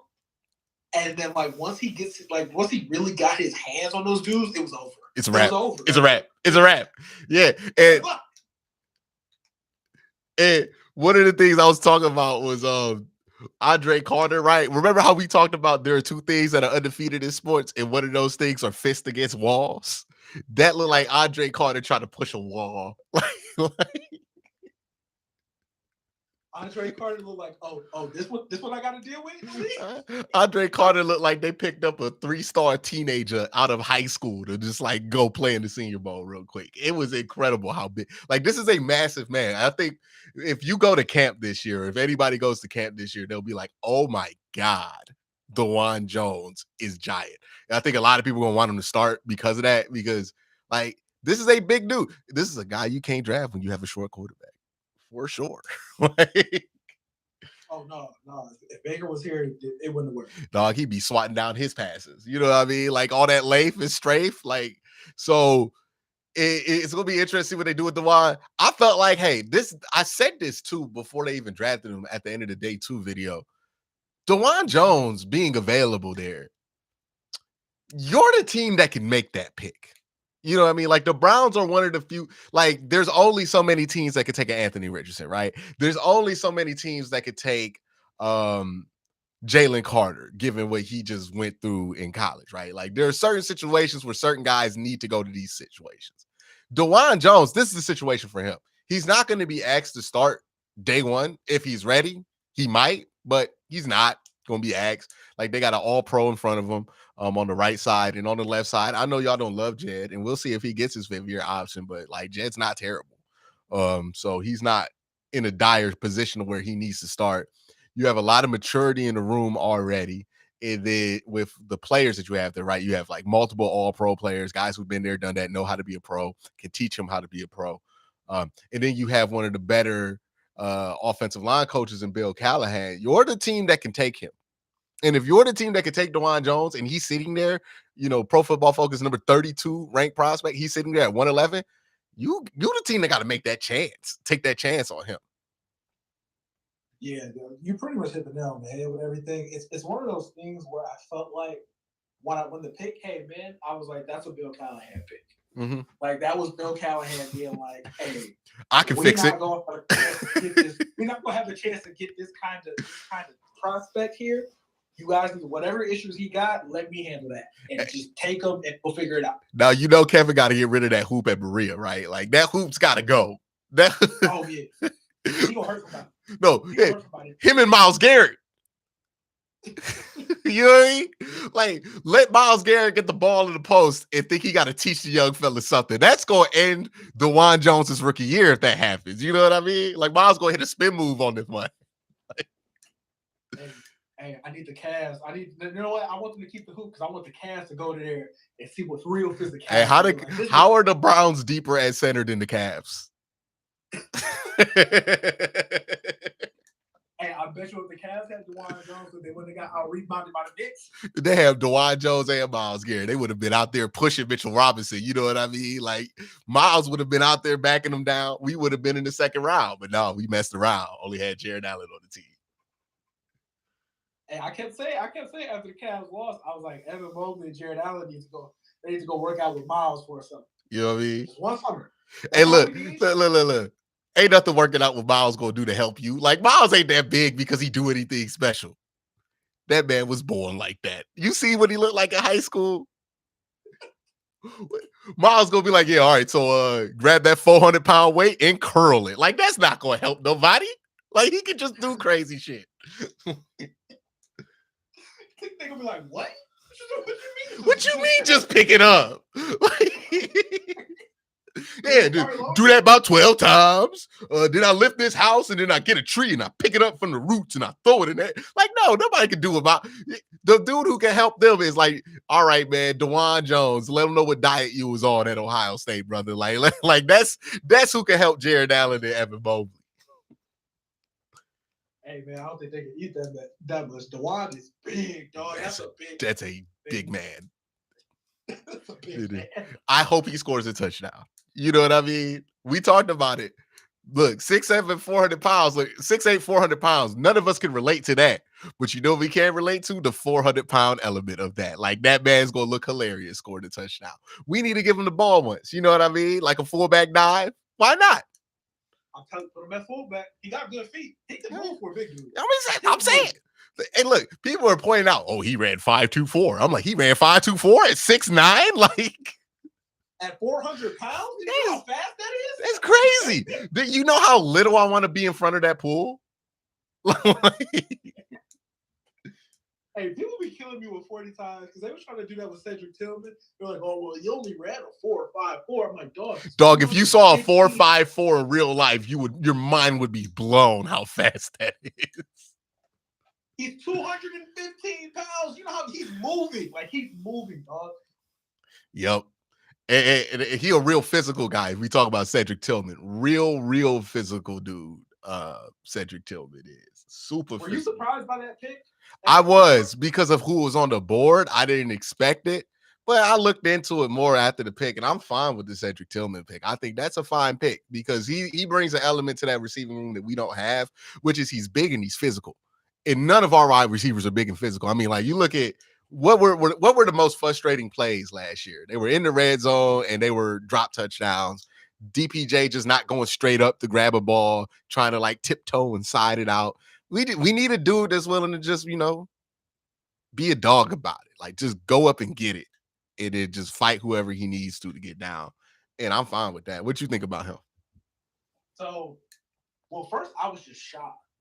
I think I was shocked because I had got in my head like certain guys that I was seeing like Corey and like they were saying like this and I was some of these guys they took. I was like, first of all, what? And I had to go look up some stuff. Apparently, of the two Tennessee wide receivers, pretty much everyone said he's the better one. I thought so. Jalen went right before him, but everybody was like, no, like Cedric is the guy that you want. Like he's the one that's gonna be. Well, he had 12 touchdowns the year before. Yeah, and the people were saying like the only reason that like Jalen kind of took off was because Cedric got a high ankle sprain, and that kind of ruined his season last year. But they were like, if you look at the 2021 tape, they were like, nah, this guy got it. And he played his best games against like Georgia, Alabama. You know what I'm saying? So they're like, that's the guy that you're gonna want. So I'm fine with it, to be completely honest. Yeah. I think I've been the dude bitching and moaning about we need to get a bigger wide receiver in the room for like 2 years. I cannot complain about Cedric Tillman. That is a clear attempt to do that. I'm not a big fan of the Siaki Ika trade, the pick, because I don't like him as a prospect. I think people are going to look at him, and because he's Samoan and he got long hair, they're gonna be like, oh, Vita Vea or Danny Shelton. He not as athletic as those two. Those two were like first round picks. Danny Shelton has some really good like short area burst ability. Vita Vea, I mean, he's not even like, that's disrespectful to Vita Vea to compare him as an athlete to him. He's not that. Really has like these real tight strides that I'm not comfortable with. I worry that he's not athletic enough to be a run stuffer in the NFL despite being big, and he's not necessarily long enough. And if he struggles there and he's not really providing you run defense, then he's not really doing anything for you on the team. Even as like a space taker, he's not really doing much for you. So that's why I'm worried about that pick. I understand the thinking of that pick. I would have much preferred we would have went like at a Borway or somewhere along those lines, but this is what they decided to do. What you think of that pick? Because I wanted Attaboy, however you say it, double A, however you say it. Yeah. I wanted them to take him there. I was like, it just makes too much sense. Super athlete. He's probably more of a 3 tech than 1, but they got Dalvin Tomlinson. You could have him play shade. And then, like, it just made sense because the kind of athlete he was. But when they took him, my first thought was, okay, that is a Jim Schwartz pick. 100%. That is a Jim Schwartz made the call. This the guy I want at this pick. If he's that's what that was to me. So he's not the guy I wanted, but Jim Schwartz knows a lot more about football than I do. So I'm just going to say I'm gonna trust him on that one, and we gonna see what happens. Yeah, I hope it work out. I mean, like, he can't be worse than Tommy Togiai. Oh, Davis Allen just went off the board. And I think that's another thing. Like, they've taken so many defensive tackles who are like good athletes, high RAS scores, good pass rushing. Yeah, see, I'm never even like that for defensive line though. Like, I'm not big RAS score guy. Like, I just think his tape is not great. Like, that's. I was like the complete opposite direction of what they normally draft. So I was like, well, the process they had before, all these guys are terrible. So, like, maybe he's gonna be the one that's good. I don't know. Yeah, the limited upside there with him, but I don't know. I'm not a huge fan of that pick. I've made my thoughts known about it. But, you know, hey, if I'm wrong, I'm wrong. I would rather win games than be right about the 98th pick in the goddamn draft. Yeah. I hope nobody's ever run on us again because Ika's over there just like eating up space. Oh yeah, I would love it. I think it's unlikely, but I would love it. And then Isaiah McGuire, I like that pick at 126. Yeah, it's good. He was a guy people thought they were going to take it like 74 or 98. Yeah, I didn't like him at 74, but like at the 98, I'm fine with it. And at 126, oh yeah, that's a great swing for an edge guy. I liked him more than Zach Harrison, who a bunch of people wanted. It depended on what you wanted to do with Zach Harrison, because if your idea was you're going to stick Zach Harrison out there on a wide 9 at edge, he's going to get demolished. I saw that man at Ohio State. Like, he just doesn't have the hips, I think, to play that wide. I thought Zach could be decent maybe if in this range, if you could kick him inside, but I think he went right after Cedric Tillman. Or like he did go right. Atlanta, I think. Yeah, and I'm not picking him that early. I didn't think that he would be I thought he was more of a kick him inside if he does want to do it. But if he doesn't, then I'm good on it. But yeah, he was an interesting pick there. You know, the Browns have had an interesting draft. You know what else has been interesting? They have just kind of stuck to making their picks. Usually they trade a bunch, right? But it seems like they're just sticking to their picks. I was worried about that. I was like, everybody was saying they're not going to take 8 players. They're not going to take 8 players. I was like, man, I think they're going to take 8. There's like, I think they know they have depth issues. And I think they didn't want to have to depend on certain guys they've drafted before. Mm-hmm. You know what I'm saying? Like, when they took it, like, people were like, why would they take an edge? I was like, because nobody wants to depend on Isaiah Thomas and Alex Wright as your depth. They might end up being good. Like, Alex Wright might end up developing. And we're already taking a chance with Ogamonia. You know what I mean? Like being basically the de facto starter on the opposite side. Yeah, and I'm just like that. Like it wouldn't be smart to just bank on them. Yeah. Being able to, you know what I'm saying? 100%. I still think they're a veteran edge. There's a bunch of guys who haven't got signed yet that they can absolutely get. Mhm. So I'm perfectly fine with what they're doing. I'm interested to see who they take. They didn't pick in the 6th round yet, right? Nah, that's coming up. What pick is it? 190. Oh, 190. Okay, we'll see. I have no idea where they're gonna go. It's probably gonna be some dude we never heard of. Probably. Probably. Is Carl Brooks still on the board? No way, right?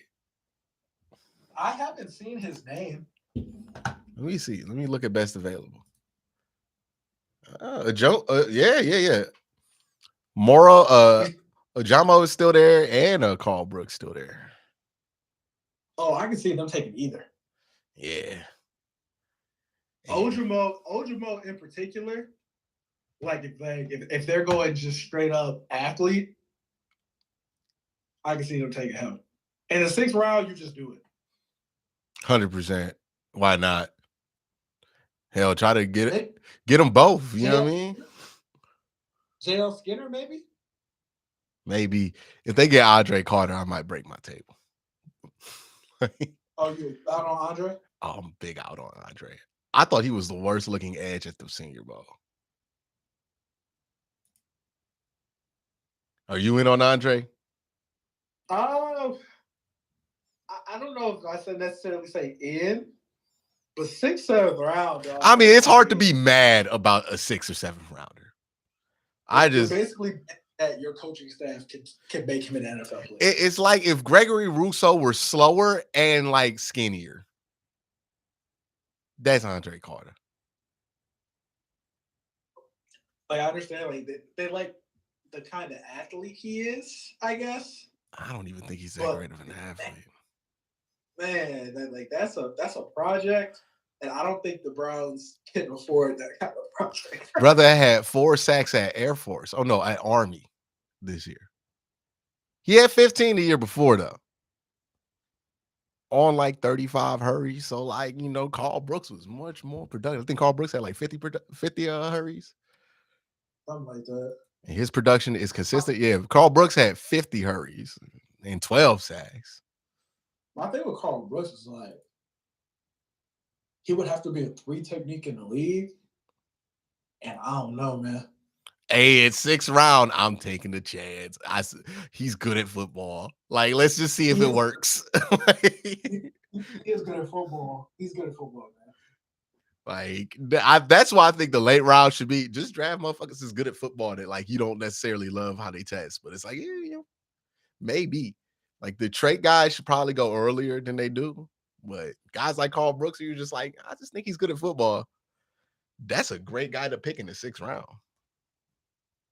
Like I said, I wouldn't be mad if they took Ojimo. Ojimo would be a good prospect too.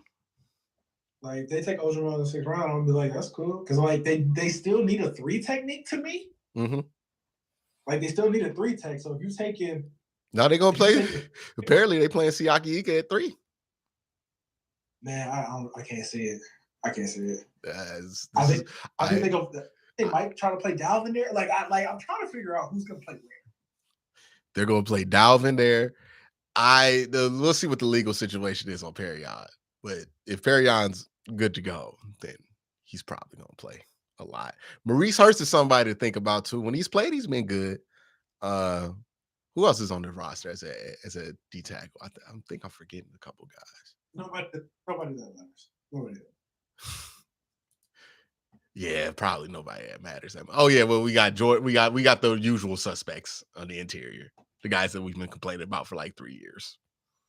Jordan Elliott's not going to be here. Tom Tolia's not going to be here. Ben Style, baby. He was decent. Ben Style for both. Yeah, Ben Style probably makes the team. Yeah, that's why I think they go take a defensive, interior defensive line. Yo, Pro Football Focus got Siaki Ika listed as an edge defender right now. Why?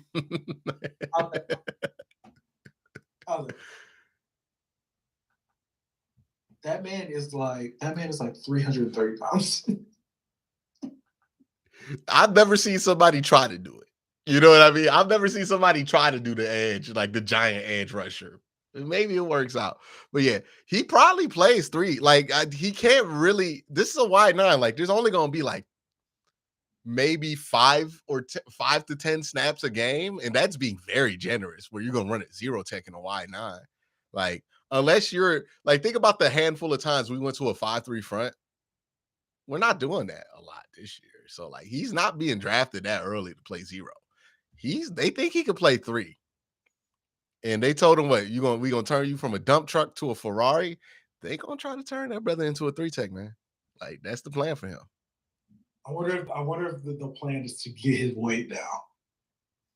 Because I don't think he could be a 3 tech. I think that they think he's athletic enough at that size to get away with it, and I don't think. Again, Vita Vea is who people think he is, and no, Vita Vea a different monster, man. Vita Vea is a different, like Haloti Ngata done ruined it for everybody. Like every single one that we see, we think is Haloti Ngata or Vita Vea, and it's not that. Like remember we tried to run Danny Shelton out there at 3 tech? Man, it did not work. And Danny Shelton was a 1st-round pick. Man, shout out Haloti Ngata, man. Yo, Haloti Ngata was Dawan Jones size and like so much more athletic. And I think Dawan Jones is pretty athletic. You know who Dawan Jones is similar size to that we don't ever think about? Jonathan Ogden. He is the same size as Jonathan Ogden. He might be bigger than Jonathan Ogden, weight-wise. I just wonder what he's going to play like. It's a good thing he gets to play against Myles Garrett all the time. That might be good or bad because Myles Garrett will really make you want to play basketball if you ain't ready for that. You're gonna find out. You're gonna find out if he can play very quickly. Oh yeah, he ain't ready for Myles, dog. They're gonna keep him away from Myles for a very long time. Like he might be able to get Myles a year too. First practice, I'm like, that's what you going up against all day. Good luck, God bless. No, and like, what if he might be the type to talk shit to Myles Garrett too? It'd be like, oh yeah, I can out hoop you all this, and man, I understand. I like talking shit. Carl Brooks just went to Green Bay at 179. Damn. Good pick. Good pick for them. I like it, Packers. I like it. Ojimo. Oh, we on the Ojimo squad now? Listen, what else we got left? We about to be like Isaiah Land, man. Let's get Isaiah Land. They haven't taken a running back yet, right? Oh, they're not. I don't think they are anymore. I think they figured they can get whoever they want. Maybe undrafted. Did Keith Mitchell get drafted? Nope, he's still there. Did the Pitt running back get drafted? He did go. Izzy went. Who took him?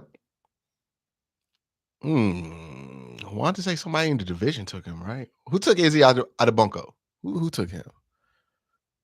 Who took him? Let me see. Draft. Was it the Bengals? I'm assuming he went to Pitt, so I was thinking it was going to be the Steelers if it's in the division. Let me see.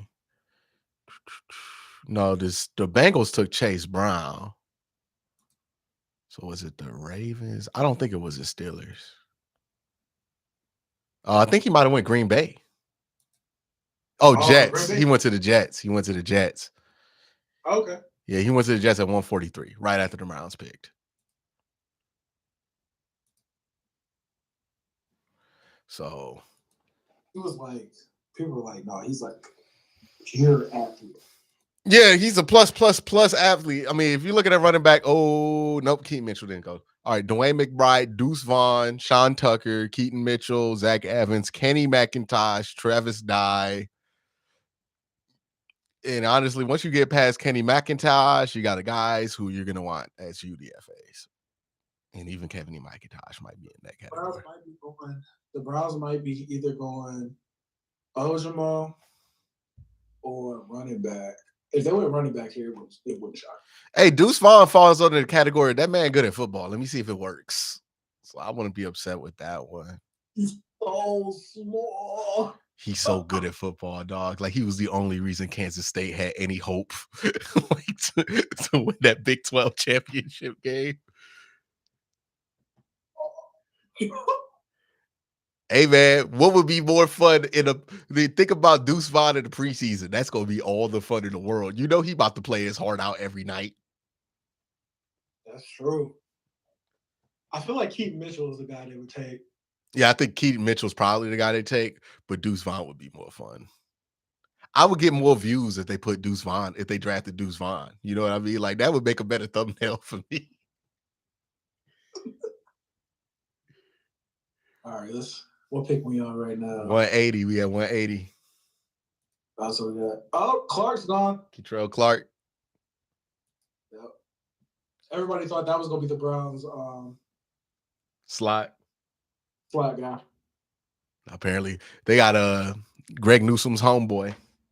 And somebody. Can we talk about how everybody in Browns Twitter thought they knew exactly what Andrew Berry was going to do, and he just took a bunch of guys, and nobody thought he was going to take Isaiah McGuire. One of the things I thought with Andrew Berry was like how much of what he drafted on defense had to do with Joe Woods, right?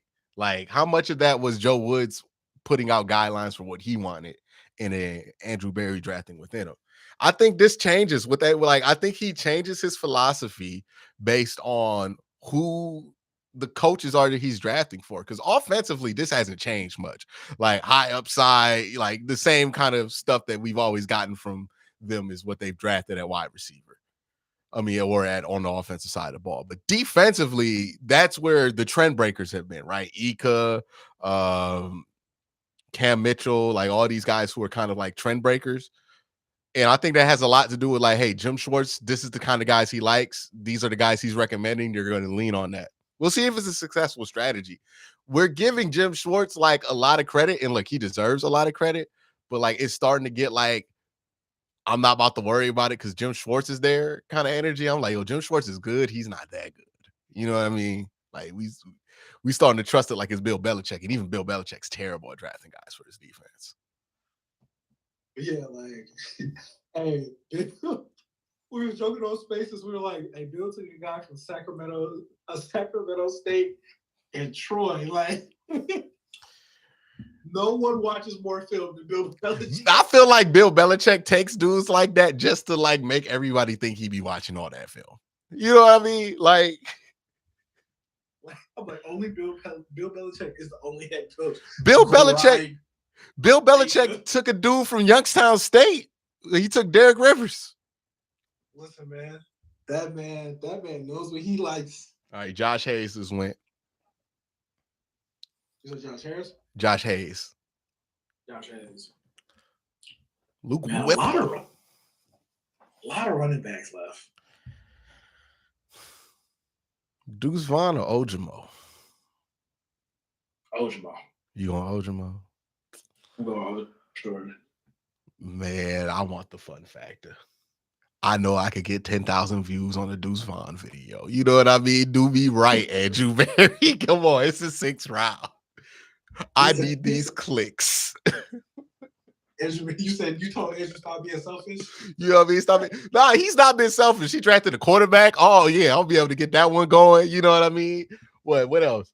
He drafted an Ohio State guy. I had to get that video out immediately, Cove. I was streaming putting that video out. Who else he get? DTR, Isaiah McGuire, Cam Mitchell. Oh, yeah, he's made my life easy. Hey, Luke Whippler's still here. Center from Ohio State. Yeah, it's weird. You know, why is he still there? I don't know. He must have hurt. He must have got hurt or something. How was his Georgia tape terrible? He didn't have great tape against Michigan or Georgia, but the whole Ohio State team didn't have good tape versus Michigan or Georgia. Hey, man. Except for Marvin Harrison and CJ Stroud. That's what you're going to see in the league. That's all I'm saying. What you think about that 2-piece that the Texans did? Oh, getting CJ and Will Anderson? Yeah. I mean, I thought CJ was going second no matter what the entire time. So, like, that didn't surprise me. Trading what they traded for Will Anderson, like, I like Will Anderson, but considering what they gave up, he gonna have to be like Myles Garrett. Well, does it change your mind if they would have went Will Anderson 2 and then CJ Stroud 3 with the trade? I probably would have felt better about it because they're like, okay, you guys did that to get your quarterback. So like if you think he's going to be a franchise quarterback, I think it would have went over. I think it would have went over better if they would have done that. But just like considering what they gave up, like they gave up their pick. They didn't give up the Browns pick. They gave up their pick next year. Mm-hmm. So there's a chance that could be like a top 3 pick. Oh yeah, it's a gamble for sure. But it's like it's the age-old question. If you feel like Will Anderson is a dude,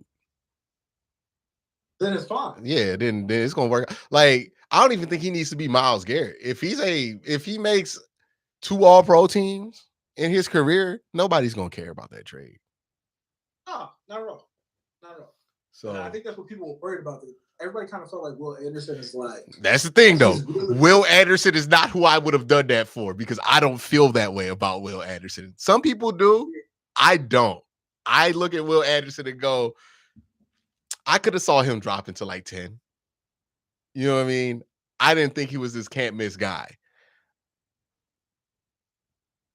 Jalen. Like, my thing, he got to be really good to justify everything they gave up. He got to. Well, if they do this, if they did it and drafted like Jalen Carter, I would have understood.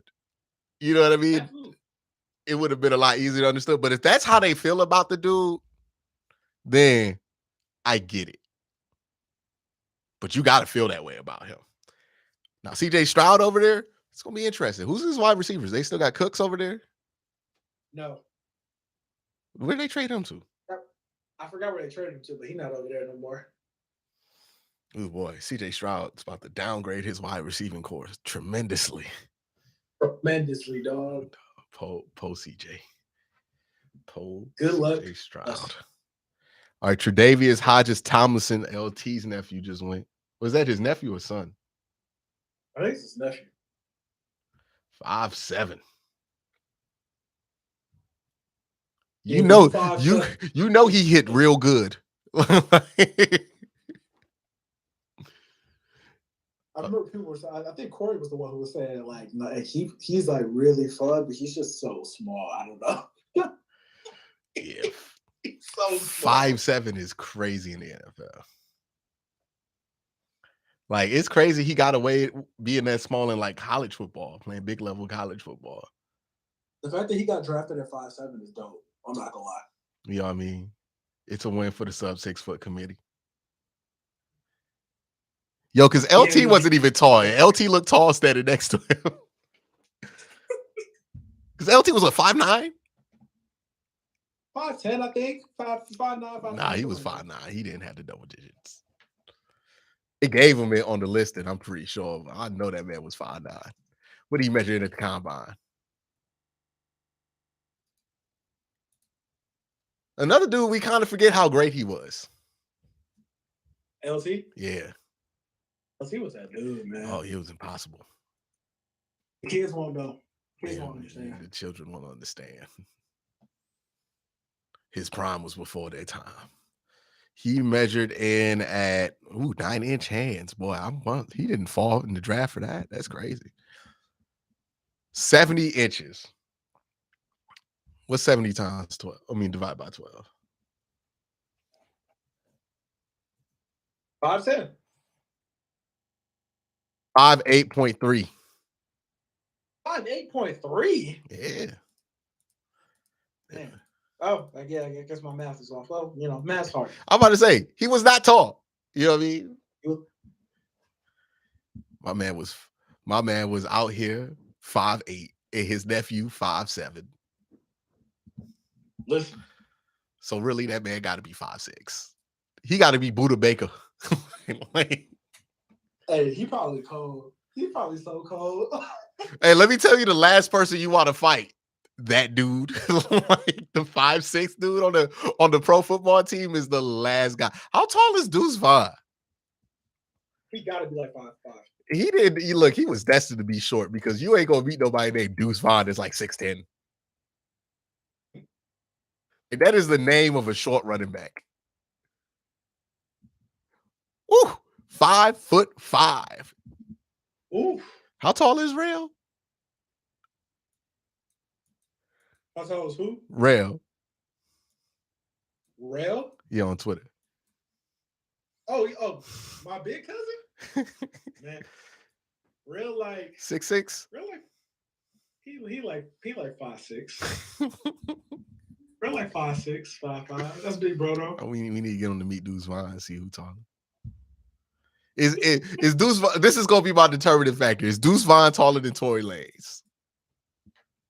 Yeah, he taller than Tory Lanez. They had nobody on team shorter than Tory Lanez. That's my I cutoff. think he has small. He taller than Tory Lanez. Let's see.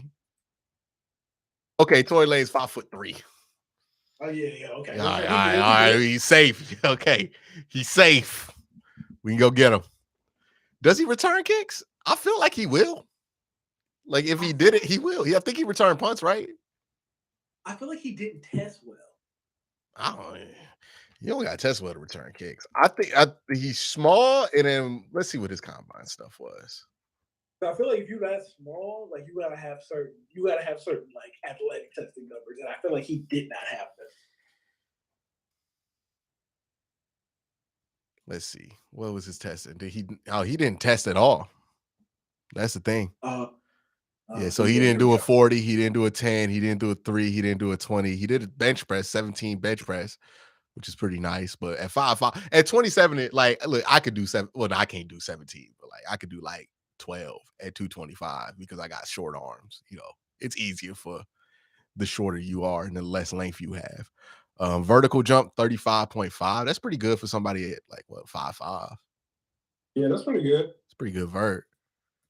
What's his why do you if he didn't run to 40, that's a little concerning. Yeah, because if you 5'5", like you gonna have to hit a certain number. Well, they said they observed him under 4.5, but that's super sketchy. Man, if you 5'5", I don't even think 4.5 is enough. Oh, you all know how sketchy this 4.5 is? He reportedly owns a self-recorded 40-yard dash of 4.444. Trust me, guys. I ran 4.4. Hey, just trust me. You know what I mean? Would you don't trust me? I ain't with it. I ain't with it at all. Sorry. The thing is with him, though, I've seen him play enough like high-level football good enough that I think he's fast enough. Hey, can we talk about PFS mock draft simulator? Yeah, what? It just be worst of all time. Oh, yeah, it's bad. Honestly, every mock draft simulator is kind of terrible, but like it's not good. Like they had guys who went in the second round going like 5th, 6th, 7th round. Yep, that's PFF for you. That's PFF for you. It's like I'm looking like, man, Carl Brooks. Every time I was trying to get Carl Brooks on the Browns, he would be gone. He would be gone in the top 100. That's why I did like 8 different mock drafts from like 8 different simulators because I was like, I don't really know. Hey, the only guy from the mock draft we did that we got was Isaiah McGuire, I think. You said, well, from the mock draft? Yeah, what we did with Jack. Did we draft Isaiah McGuire? I'm pretty sure in one of them we took him. I'm pretty sure we took him in one of them. Yeah, we definitely didn't get Ika. No, we didn't even. I don't even think he was there. Yo boy went like the one we got in like the 5th round, that linebacker from was it Tulane? Dorian Williams. He went right in the 60s. Yeah. Who's available at line? People keep wanting them to draft the linebacker. I'm like, at this point, you might as well not. No, at this point, whoever's undrafted, that's what you bring in. Yeah, bring in Jackson State's Aubrey Miller. You know what I mean? Undrafted. Bumper Pool. He sound like he could be good. Bumper Pool. You know what I mean? Let's get some cool names up in here. Do the Browns double up at wide receiver here? I mean, they already have like almost 20 wide receivers on the roster right now. That's not even like hyperbole. Who do you actually like though? Like 5. They can take one more. Iacevas. I like Iacevas. Yeah. Iacevas. Iacevas is there. Parker Washington. Parker Washington, Bryce Ford Wheaton. Parker Washington had a visit with the Browns, right? Mm-hmm. Keyshawn Boutte. A.T. Perry's still there. They must hate him. I would not take Boosie at all. Not a big Absolutely. fan. Not a big fan of Boutte. I'm not taking a wide receiver with the last name Booty. Yeah, I feel like the universe trying to tell you something. Yeah. Like, he might be good somewhere else, but in Cleveland, that man gonna drop passes. You know what I mean? Like, that's not gonna work out here. Fans will not be kind. Yeah. A.T. Perry. Was he small or something? What's wrong with A.T. Perry? I feel like we've been asking that about a lot of guys. What's wrong with him? He's 6'3". Browns took their big wide receiver. Sorry. Yep. Tight end. There's Zach Kuntz is still on the board. That might be the tight end pick. He old, but he real athletic. Hey, man, it's 6th round. Tanner McKee is Pro Football Focus's 6th ranked quarterback still on the board out of Stanford. We should bring in Malik Cunningham too in UDFA. Hey, don't listen to PFF. So that's all I'm getting out of it. Don't you listen to PFF? And somebody was like, Quincy, you're wrong about Perrion, but PFF seems to like this pick, so I'm gonna roll with that. I'm like, all right, dog, PFF be wrong too. Like, what you mean? PFF be wrong a lot. I'm shocked nobody has taken Max Duggan, man. Like, all them intangibles we drafted Stetson Bennett for, we can't take Max Duggan. Stetson Bennett went in the 4th round. That's crazy. That's crazy. Oh God. Here's the Tom Brady montage. I forgot he retired. Like, I've never been so glad for somebody to retire to the point to where I just forgot about their existence. Like Tom Brady. Parker Washington gone. Parker Washington gone. All right, we're about 4 picks out. Yeah, after this Browns pick, I'm gonna go get my life together. Oh, me too. I don't know if I'm sticking to 229, man. Like, I've given them 4 hours. Listen, we was on Spaces and we were like, I was like, look, I got 1 pick for y'all. After 111, I gotta go to the gym. After this Browns pick, I'm done. We're gonna figure out who they take it with. How many picks we got? Okay, we got 3 more. 3 more. Jalen Duncan. Food and a margarita. Yeah, that sounds about right. Can we talk about how the Philadelphia Eagles going to win the national championship this year? Hey, you know they're going back to the Super Bowl, right? They're going back to they're going to win the national championship and the Super Bowl the same year.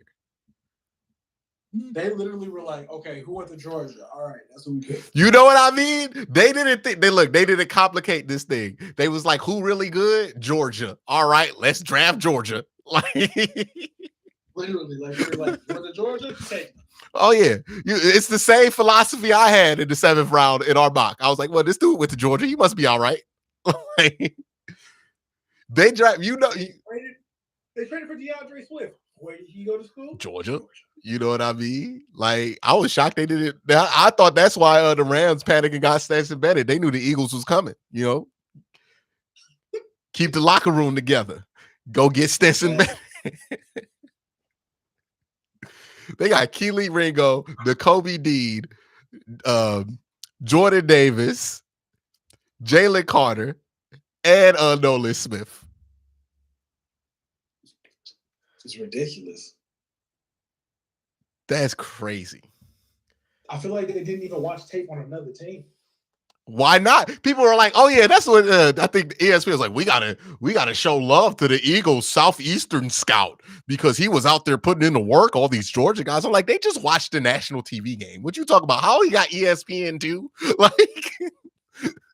Like you needed to go to Georgia to watch Georgia play. They was all over our screen.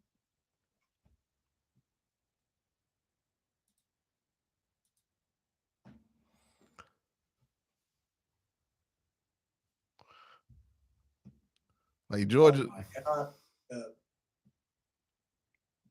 What? I just want them to hurry up. Yeah, they take forever.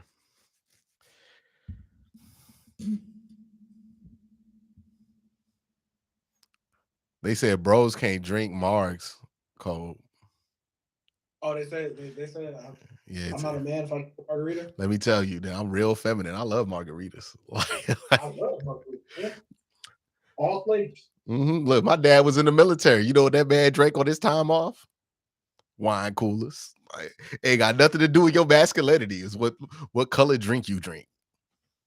Hey man, after you hit a certain age, drinking like a man sucks. I know I'm not trying to drink Coke and whiskey. It make my stomach hurt. You know what I mean? Bro, time, man. A good marg though. Relax and get a little umbrella in it. Might get a whole picture just because they said something. Let me tell you, I'm going to New Orleans that week before, like in between the end of the preseason and the start of the regular season. Woo! I'm gonna have so many daiquiris, so many margaritas. Had to delete Twitter off all my devices. You know what I mean? Like it's gonna be that kind of weekend. Cannot wait. Yeah, I don't like sour drinks, man. Like I had enough Fireball in college. Like I'm good. I'm good. I'm off on that. Yeah, I went to Youngstown State. You went to OU. I know you had a lot of Fireball. You got to drink Fireball at OU before you walk across the stage. Like it's a requirement. If you ain't drink tequila straight out of the bottle before. Funny story. So my junior year, me and my friends went to Athens for Halloween, right? Right. We had this thing at 1800. And we was like, all right, you know what we about to do? We about to drink this 1800 straight from the bottle. I ain't never done it before.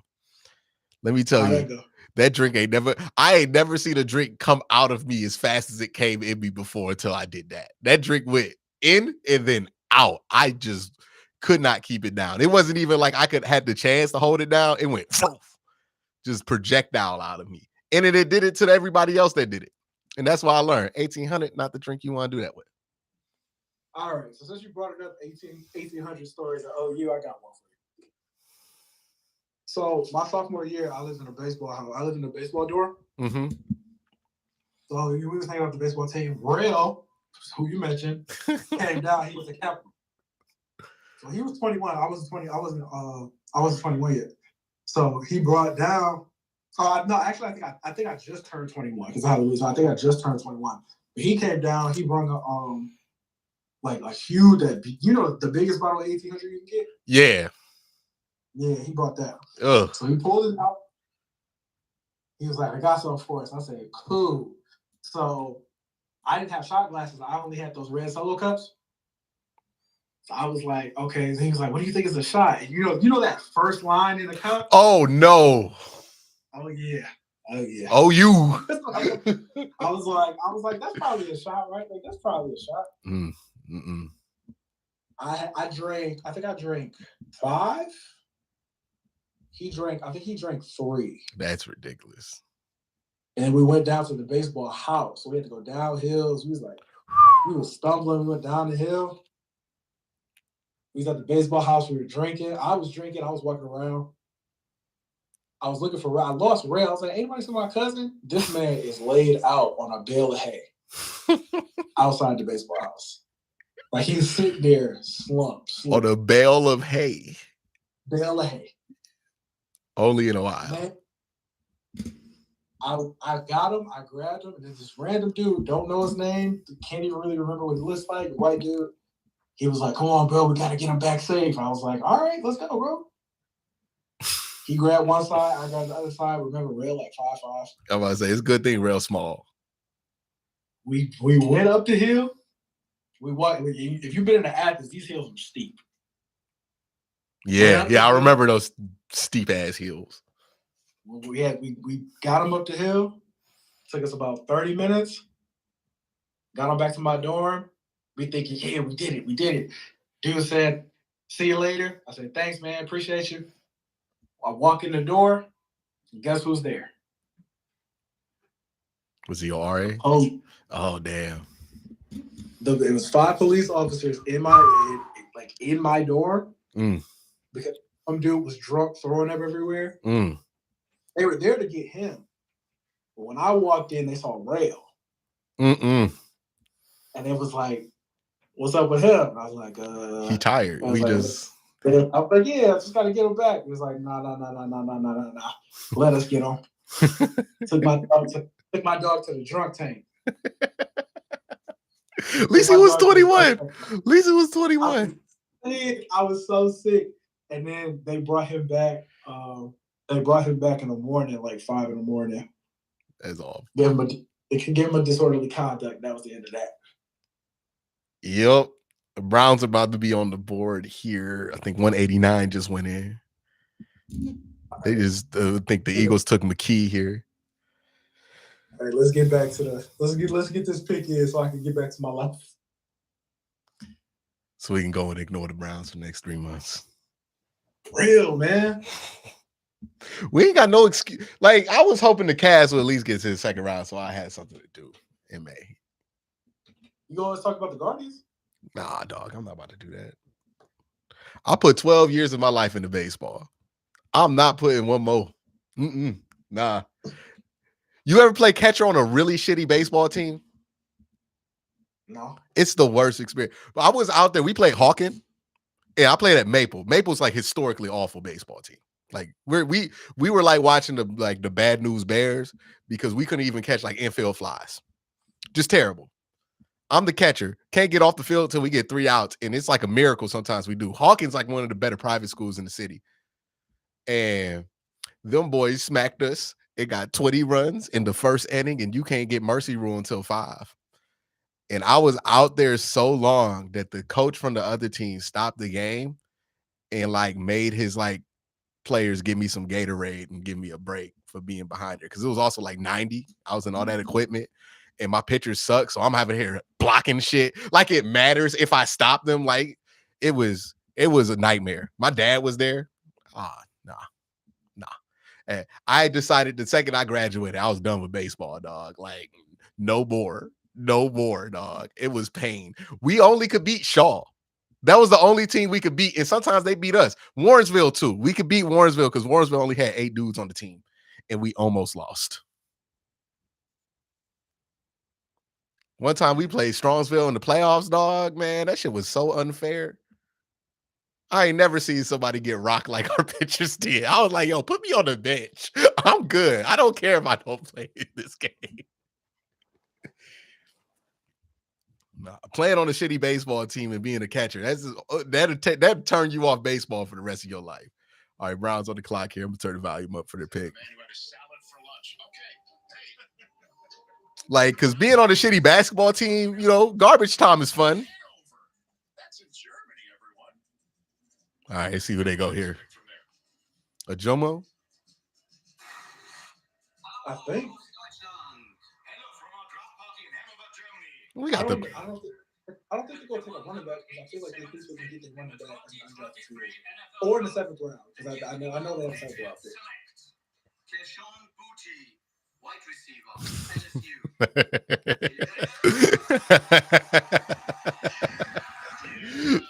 Did we just take Booty? No. Or did the Patriots take Booty? I think the Patriots took Booty right in front of us. I'm not sure. Somebody. Okay, the Patriots took Booty. Okay, the Patriots took Booty. We didn't take Booty. That'll work out for them. Were they saying we taking Whippler? We taking Whippler? That's what I'm thinking. I thought you saw it. I don't know. Chat's saying stuff, but you know how chat be.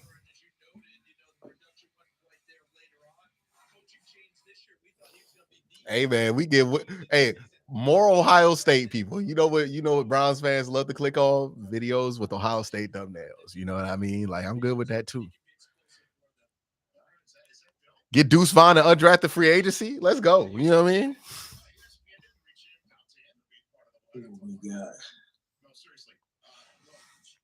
Tanner McGee sacks. 6'6", 231 though. The pick is in. Okay. Who is the pick? I'm hearing Whippler. I can't keep checking Twitter on here. Oh, now I got a Wayside commercial? Keela. Ken Ganley Kia commercials. Yeah, we took Luke Whippler. Corey just tweeted it out. Okay, we took Whippler. All right, not bad. Not bad. If LSU, Ohio State. Another Buckeye. You love to see. All right, man, I got to go. All right, man, you have a good one. You too.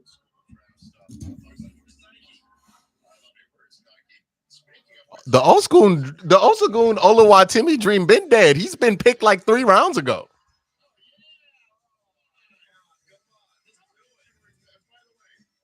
All right, don't mind that. I like Whippler.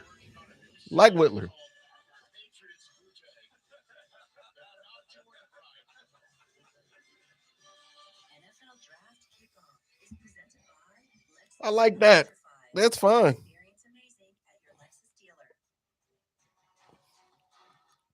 Ooh. All right, y'all. I'm gonna be honest. 4 hours in, I'm kind of pooped. I got another 40 picks in me. Luke Whippler, like the pick analysis will be up. I'm gonna be real with you. That's probably gonna be up on Sunday. But y'all have a great day. Have an even better night. Appreciate y'all for coming in, hitting that like button, and kicking it. This has been the 2022-23 draft.